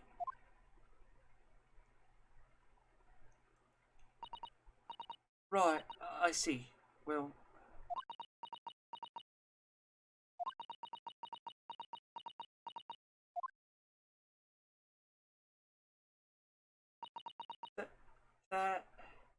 Thanks, Odo.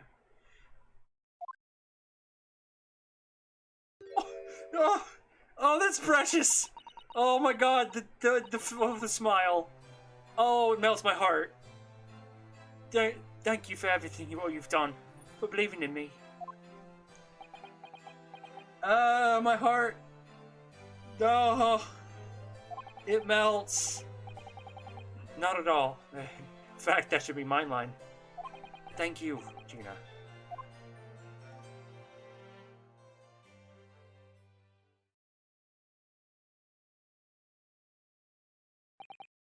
Well, here she goes.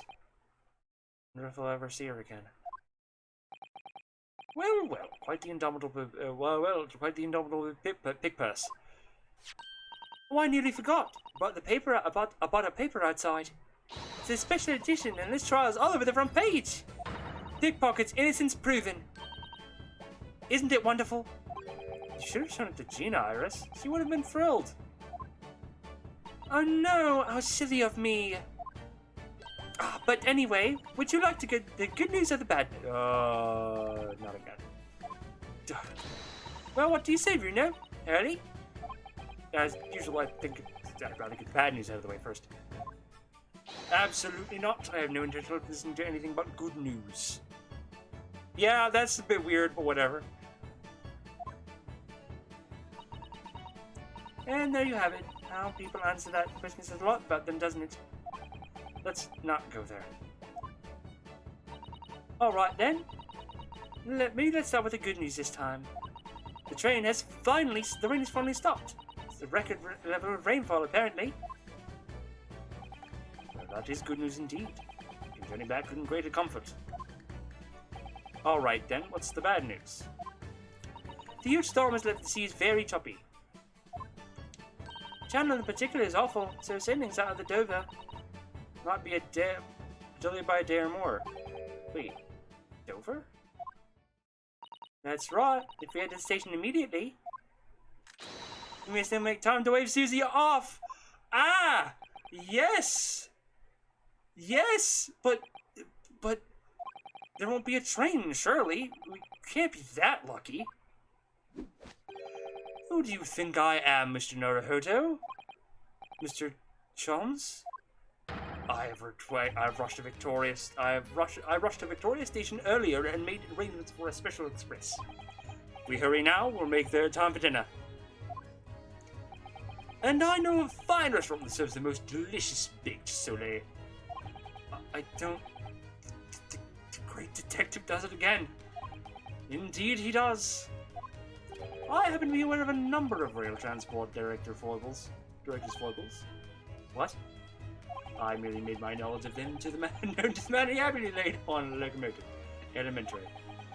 I'm very above board. Just an idea, but it might be wise to stop manipulating people that way. What are we waiting for then? To London, Victoria! We get an anime scene, I am assuming? Nope. No, we don't. 2 a.m. Jesus.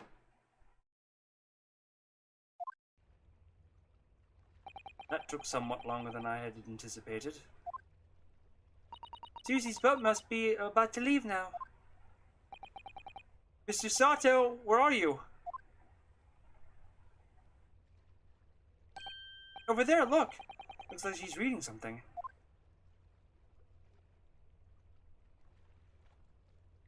Hold it! Hold it! Mr. Sato, wait, what are you doing?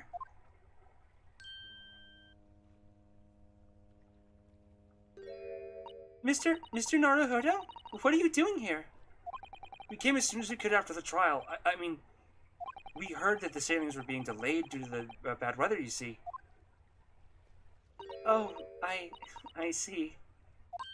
Then tell me, how did Gina's trial go? It went well. She was acquitted.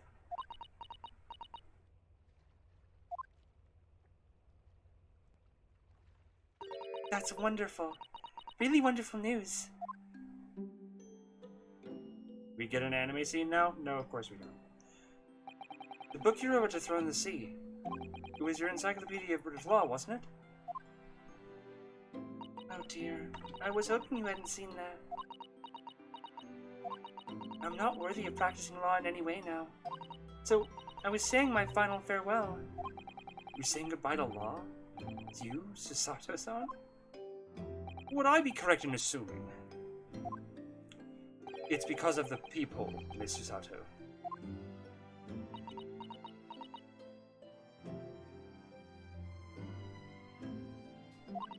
I deliberately altered the scene of the crime, and then I tried to hide the fact. What I did is utterly unforgivable. That reminds me. How did you even come to have this, Cece? Oh, on the evening of the incident, Mr. Sholmes had invited Gina to dinner. If you... She... I fucking love that. Oh yes, we had a wonderful time. Well, Gina gave us a little introductory lesson, didn't she? The art of pickpocketing, I mean. Oh, that was so much fun. I still ruin his armband. Yes, please don't do that again, Iris. That band's very important to me. Well, if it's so important, you should pay more attention to it. You didn't notice for ages. On a whim, I thought it'd be fun to see if I could make the cap. I could take the cap flap from it, so I put it up my sleeve.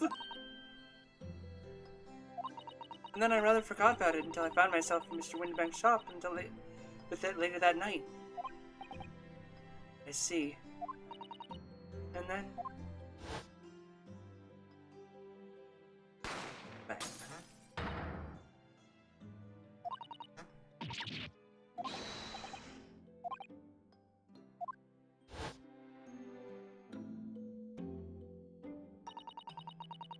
After Mr. Naruhodo had left the shop, I started to think that door started to play on my mind. Storeroom door, you mean?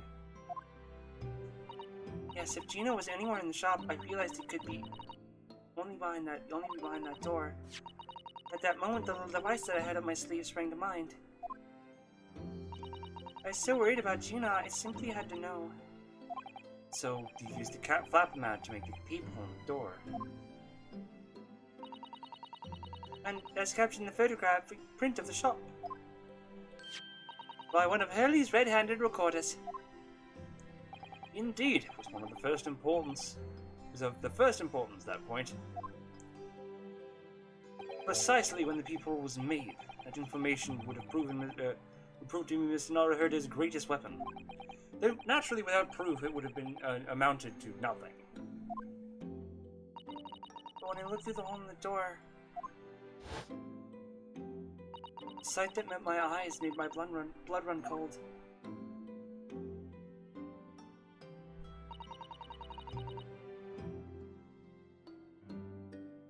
Thoughts started to run through my mind. I remember that the trial 2 months earlier.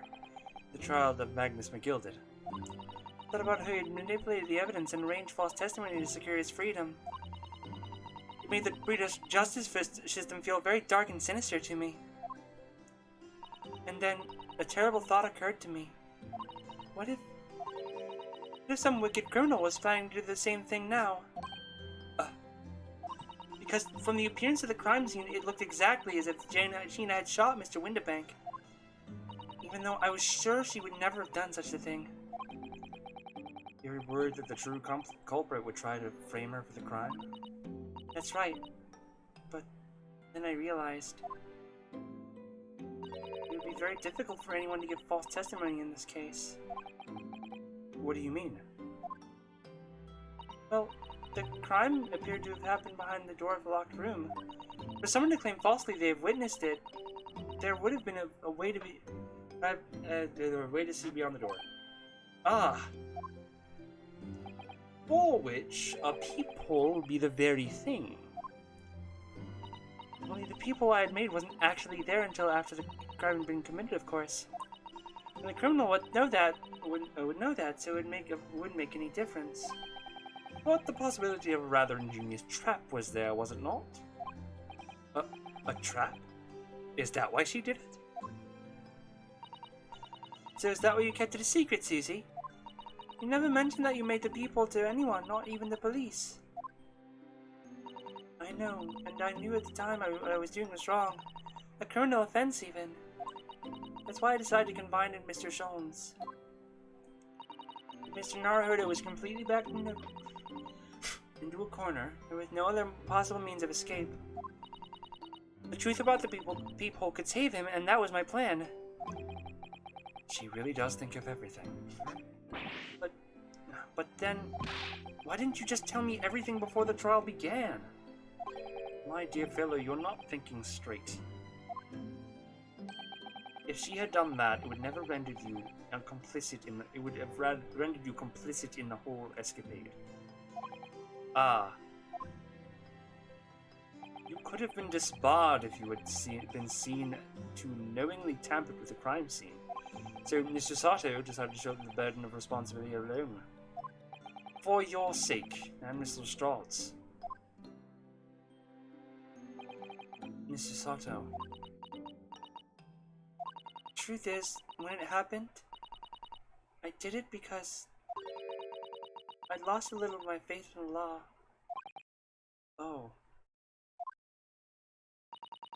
I was worried the right person wouldn't be convicted of the crime. But at that moment, I allowed myself to think that is the moment I lost my right to call myself a judicial assistant. What you did isn't comparable to what he did. Braden is the one who lied in the witness stand, using the people to implicate Gina. And besides, if the peephole inconsistency hadn't existed, I'm not all that sure I would have been acquitted. She would have been acquitted in the end. Mr. Sato, what you did saved Gina's life.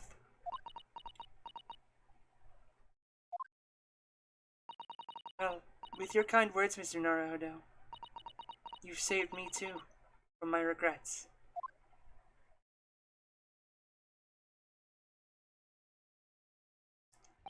Well, we must all be thankful that Miss Lestrade's freedom has been assured. Yes, exactly.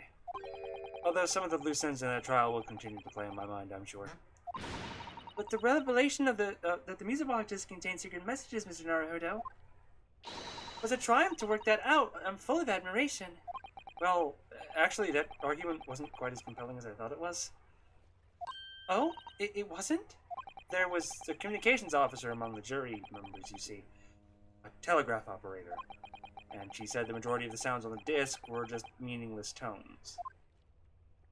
As one would expect. After all, we are talking about secret government communications. No doubt they were written in cipher to avoid being readily understood should they have been intercepted. In cipher? I see. So then we could never have hoped to understand the message anyway. Nonsense, my dear fellow. It's quite a zero-pipe problem, I assure you.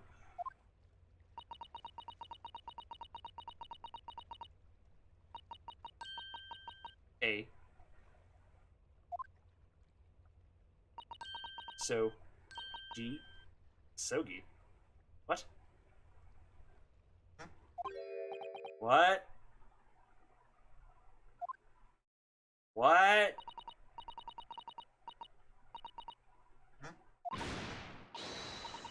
Iris, what did you just say? Oh, I just said Isuki. Does that what mean something to you? Mean something? Asogi was the name of my best friend. Asogi Kazuma. Kazuma Asogi. Why? What? But how do you know that name, Iris? You wrote it down during the trial before. When the message was playing on the music box. She transcribed it on the fly? She really is a genius. I thought the message probably wouldn't have been written out in plain Morse code, so I tried various ways to interpret it. But whenever I tried, the words just didn't seem to make any sense. That is in English, at least. Why is Isoki's name on that? Why is Kazuma's name on that?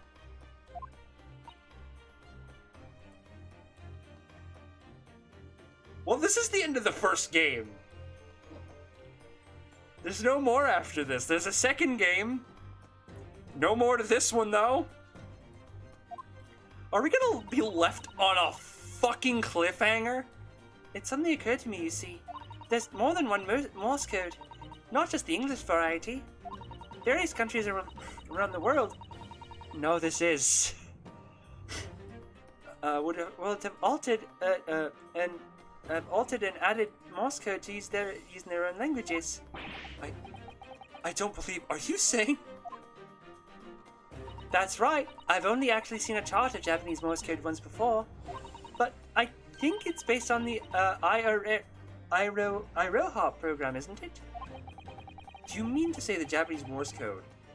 The message says Asogi? Yes, I think so. Sorry, but I don't remember all of the Japanese Morse code. Iris, would you let me see that? Mr. Sato, do you know it? Do you know Japanese Morse code? Yes, I spent some time studying it. Because I'm quite sure Morse code will become ever more important for international communications. Then I might I recommend, my dear madam, that you focus on your efforts on the English version. Be that as it may, Iris, showing the message, please.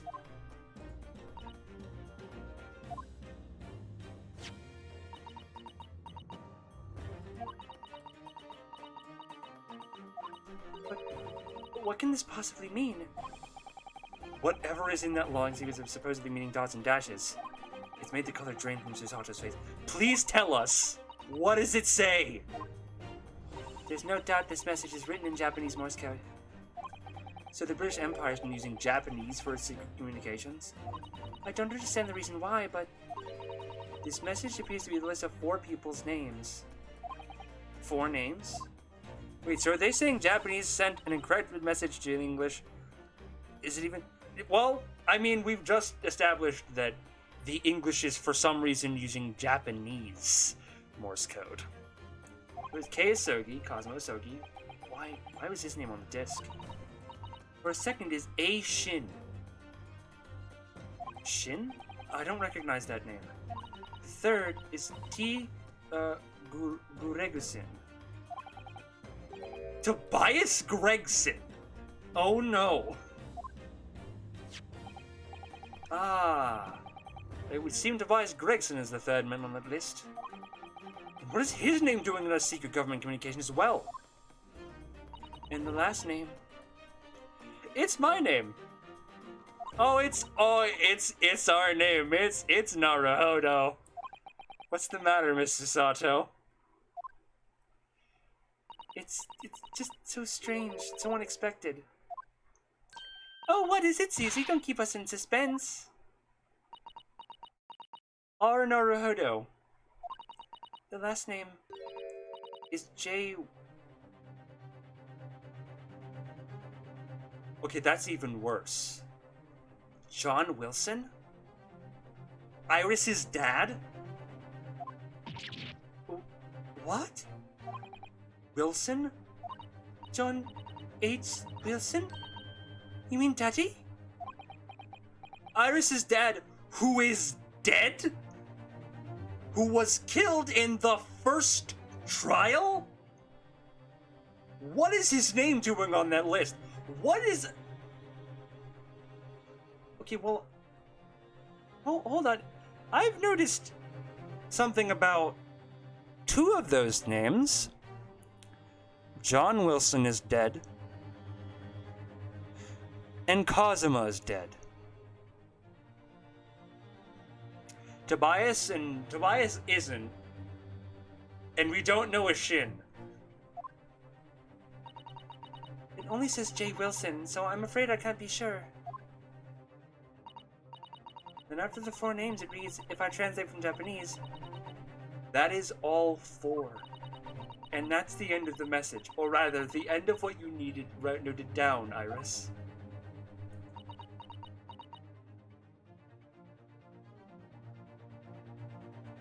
Uh-oh. I just can't believe it. Who would ever have thought that those discs contain Japanese Morse code? Not to mention the strange list of disturbingly familiar names. It would appear this particular message is a communication of some kind between Great Britain and the Empire of Japan. So, Daddy could be in Japan then? Where Susie and Runa are from? Yeah, he definitely could be in a body bag. He's definitely somewhere in the ground. Definitely somewhere in Japan. Oh, well... No, it's not very likely, really, is it? I mean, there are thousands of people with the surname Wilson. Could be lots of J's among them. Oh, thank God that didn't play on her mind too much. Professor John H. Wilson, visiting professor of medicine at the Imperial Yume University. But we can't tell Iris about that now. We just can't.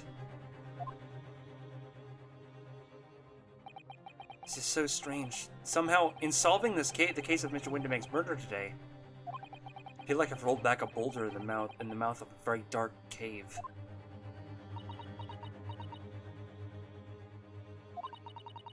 I do wonder if perhaps it's a dark cave that we shouldn't go wandering inside. Maybe?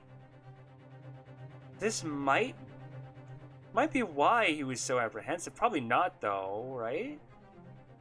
I don't know, man. Ooh, honk. Oh dear. She was going to set sail soon. Yes, it seems so.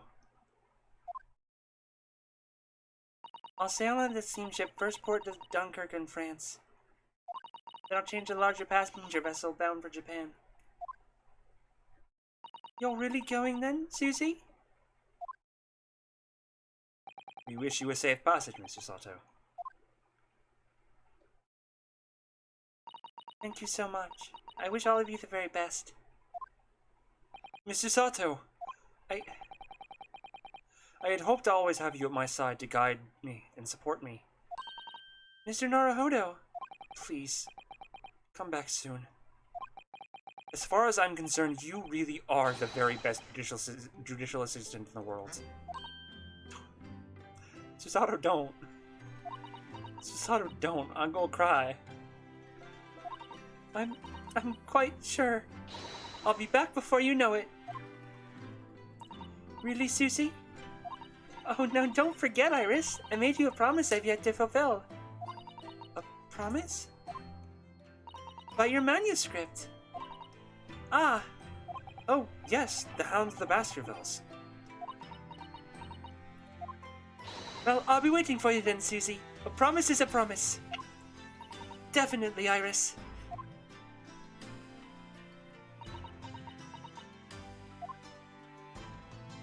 Mr. Naruhodo? Yes? Do you remember the first time we met? Yes, of course. On the SS Buria. I was dragged out from the wardrobe still half asleep. I remember rightly, you threw me halfway across the cabin with a Susato takedown.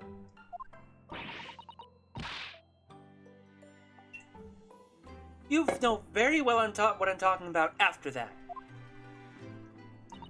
It's strange, but being thrown together as we were in that case, I somehow felt straight away that you were the perfect person to continue Kazuma-sama's great legacy. Sato. And my instincts were right. I really want to believe. No. I'm sure that I'll be back soon. Farewell until then. Oh. And there's the fucking anime. There it is. Somehow we seem to have come to the end of the adventures of Ryunosuke Naruhodo. Or the first volume, at least. So we see the bodies of the dead people? Looking back now, it feels as though fate Yes. has led me on this journey. Well, I mean, we personally didn't, but everyone else did. Oh, even the cat! Fate led me to becoming a lawyer, to traveling halfway around the world, to meeting the great detective. I'm sure there'll be trials and tribulations ahead. Of course there will. But Way in whatever your happens, future, and your I know I'll be able to descendant turn my fortunes around. will go through it. Oh my god. That's beautiful. After all, I have the greatest friends in the world on my side. Don't be a conspiracy to foreign names being a secret society and actually left. Yeah, no. We witnessed the first body. We were right there. Oh, hi. Yes, Mr. Naruhodo. Yes, Mr. Sholmes. I have some rather awkward news. The railway company has decided to sue over the special express train, apparently. Huh?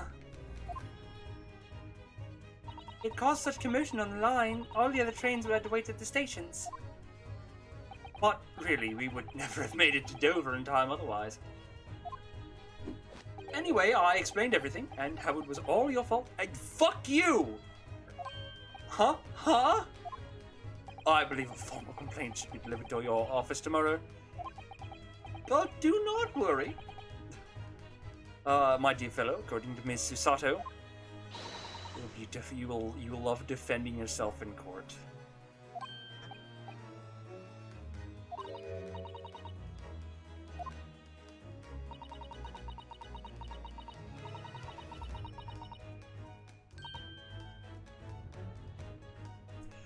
Truly the greatest friends in the world. Mr. Sholmes? Yes? A word, if you don't mind. Why, certainly, any word you like. Bellow it out, my dear fellow. Fuck you! I love words, and I know what, that's what I'll use here. Then, I really must say... Objection! Fucking course.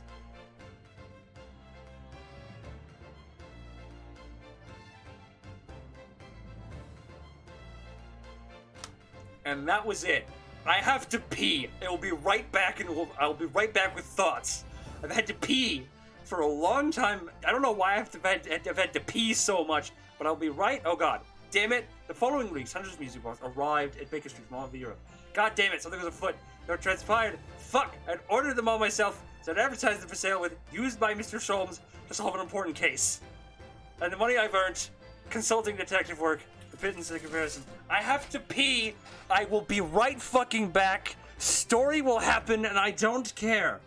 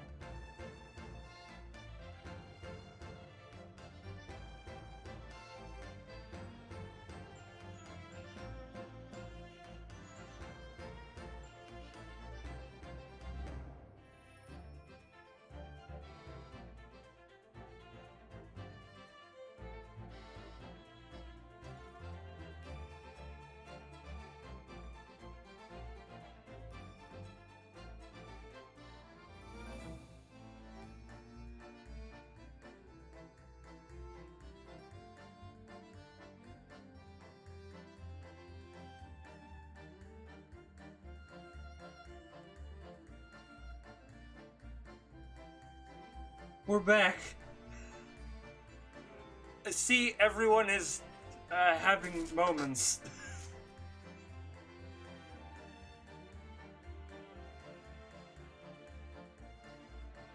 I dream of a world governed by the tenets of order and discipline. Like a great clock, in fact, whose hundreds of parts match together in perfect unison. Now, if you'll excuse me, I have built about 2 minutes and 37 seconds until my next appointment. I have a feeling that we're going to get more moments, so I do need to save my thoughts. The latest Rance magazine is out. On our minute again. Whatever I say one line she wrote now, I get a standing ovation. Wanna hear it? Not bad, I suppose, for an amateur. Glug, glug, glug, glug.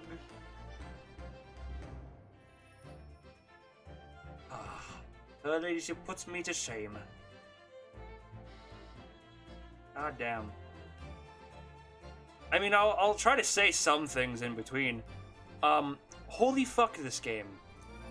This game is a lot to process. Even fucking Garradeb, been visiting the old girl on a daily basis, of course. Joni my jailbird. Must say, building those bloody stairs every day. He's done well as a dicky leg. Managing rather well with the housework too. Just maid taped up, I'd say. Who got the neighbors to realize the man in the house is his own maid? That's cute.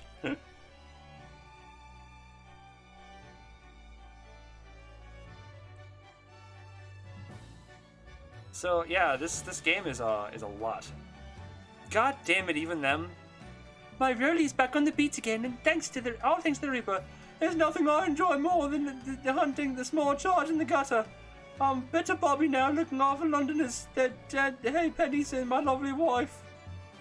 Oh, Pat. Oh, Rolly. God. These two. What the fuck? Mary Yamaguchi. God. Yep, she's still in the. Looks like I'm going to be doing some time for a bit now. Well, artists come every day for a nutter, so it ain't too boring. He's always going on about all them cases what Soames is looking into. Oh. Criminal investigation's kind of interesting.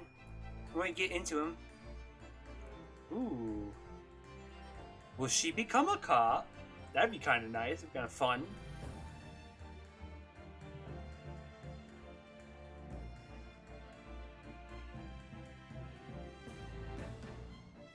Yes, I renounce my upbringing and trade a life of sophisticated crime.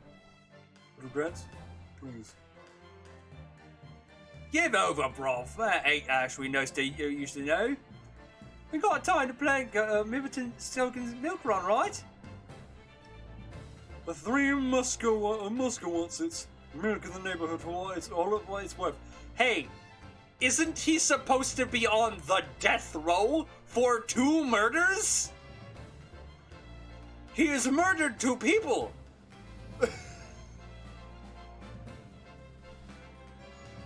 Capital punishment, what's that?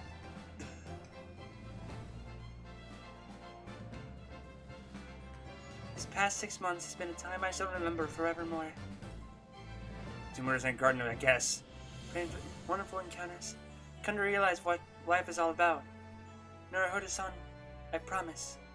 Your assistant will return to you one day. But for now, I leave you with many memories. And a heartfelt wish. That life will treat you well. And producer Shintaro Kojima will also treat you well.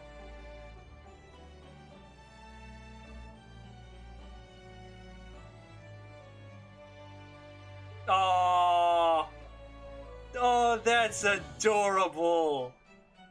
I love it. Aww. So much. That's so good. Oh, okay. Thoughts on this game? I wonder how boring an Ace Attorney speedrun is. It's as boring as many other visual novel speedruns are. Oh, this is cute. So, thoughts on this game? Wow. It's not my favorite game in the Ace Attorney series. I'm sorry. Like, it's a good game. It definitely ranks up. I would say it's probably third. Maybe. Yeah, it's kind of hard to really recommend anyone play, especially fucking Justice for All. Justice for All, and even the fourth game, Dual Destinies, even Dual Destinies, is kind of hard to recommend just because there are a lot of weirds in there. It was just not the best game. This, however, has a lot of meat in it. And I have to say, there is a lot... There's a lot to say this is not an Ace Attorney game. It doesn't have the same... A lot of it doesn't have the same biting humor as it does, as the other games. There's a lot of stupid, like, really good humor. There's humor in here, but it's just not as humorous as the other games. Oh. No, that's sad. But, there was not as much humor in it. Which sucks, but, hey. As far as the story, it's, we don't get into the story of the game until the third trial of 5.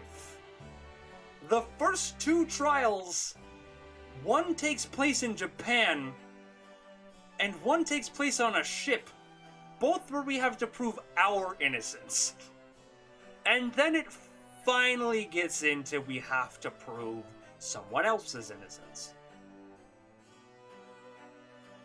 And honestly, like, I will say, the trials are very good. It's hard to fuck up an Ace Attorney trial after you've done them for so long. This series has been going on in Japan since the Game Boy Advance. The first Ace Attorney game was a Japan-only title, technically, and it was on the Game Boy Advance. We got a special edition of the game on DS. But I do enjoy the characters of this. The characters are as big as an Ace Attorney game, I'm not gonna lie.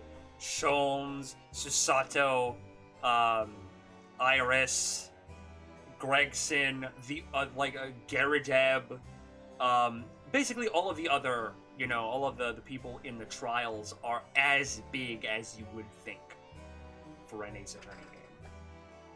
And goddamn, this looks really good. Like, this game looks amazing. It's very good to see it in such good form.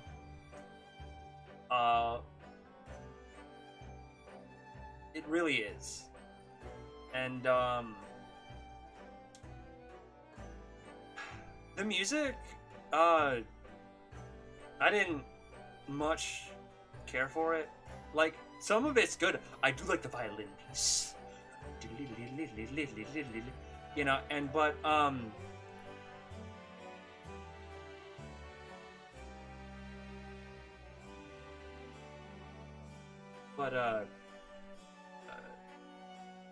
Let's take this one step at a time.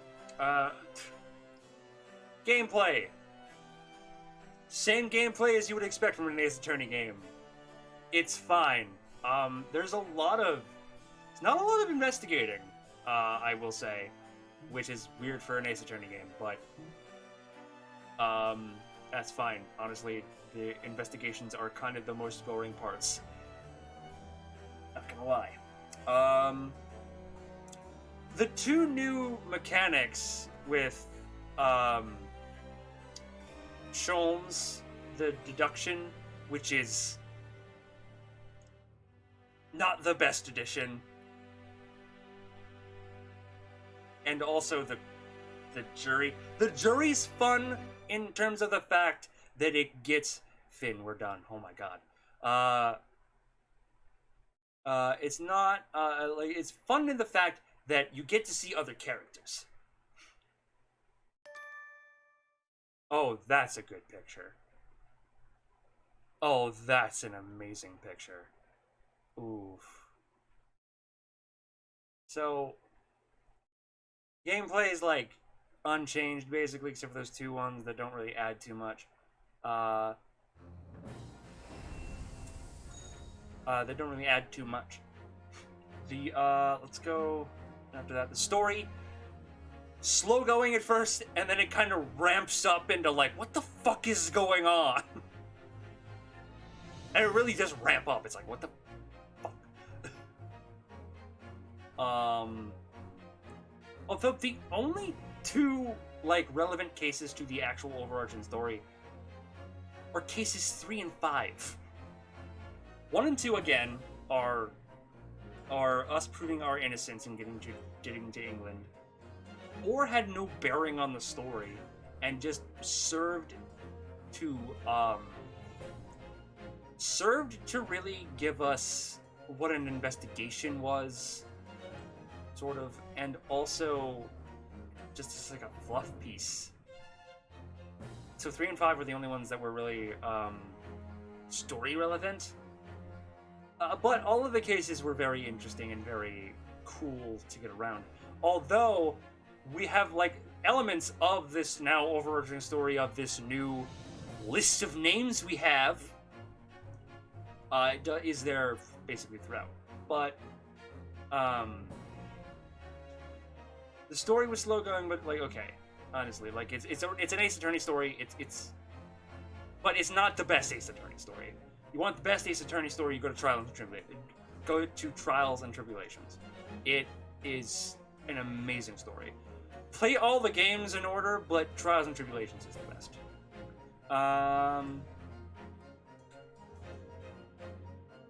After that, like I said, it sounds amazing. It looks amazing.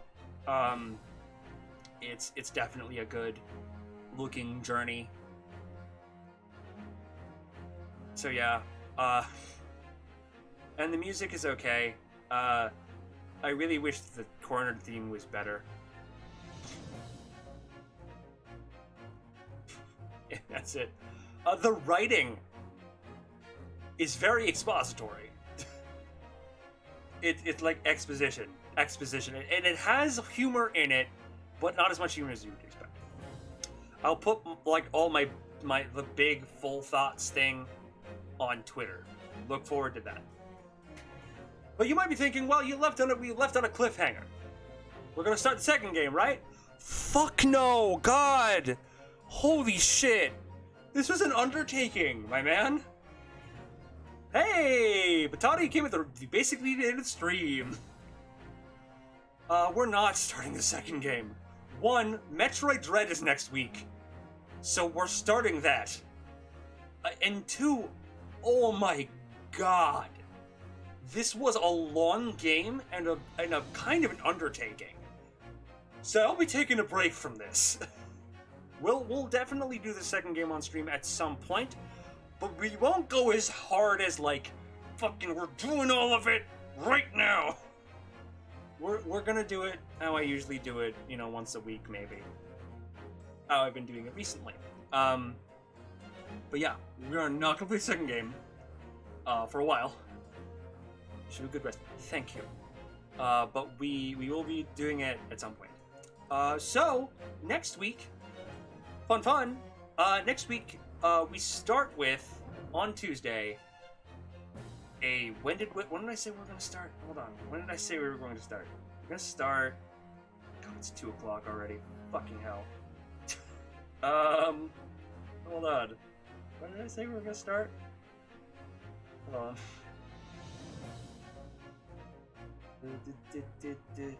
Joined for the part of the last trial, and it was a lot. So I realized if that was a trial 5 out of 5, yeah, must be a lot. Yes, it was a lot.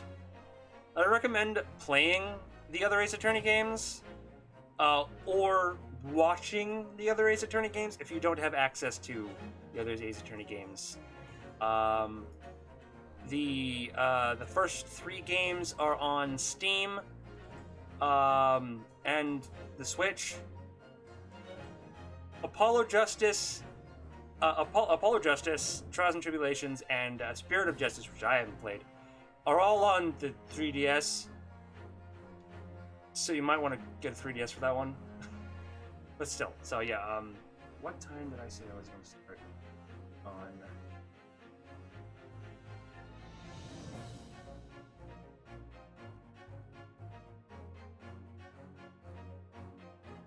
So Tuesday, October 5th, we're going to start at 8:45 because of the Smash reveal at 9. And then we're going to stop that stream and do one at 7:30 of Fatal Frame. And then October 8th or 9th, depending on how I feel, will be Metroid Dread. And that'll be like the schedule basically for the next few weeks. Fatal Frame, Metroid Dread, Fatal Frame, Metroid Dread. You know, until I finish Fatal Frame or Metroid Dread. So yeah, we'll be doing that. So, but until I see you guys, on that Tuesday, I hope you're having a wonderful night / day wherever the hell you live. Thank you for joining me on that last fucking journey. Jesus Christ. And bye. We are so glad you came. Bye-bye. Bye-bye. Bye-bye. Bye-bye now. Bye. Bye-bye. Remember, please discard all candy wrappers and popcorn containers in the nearest trash receptacle.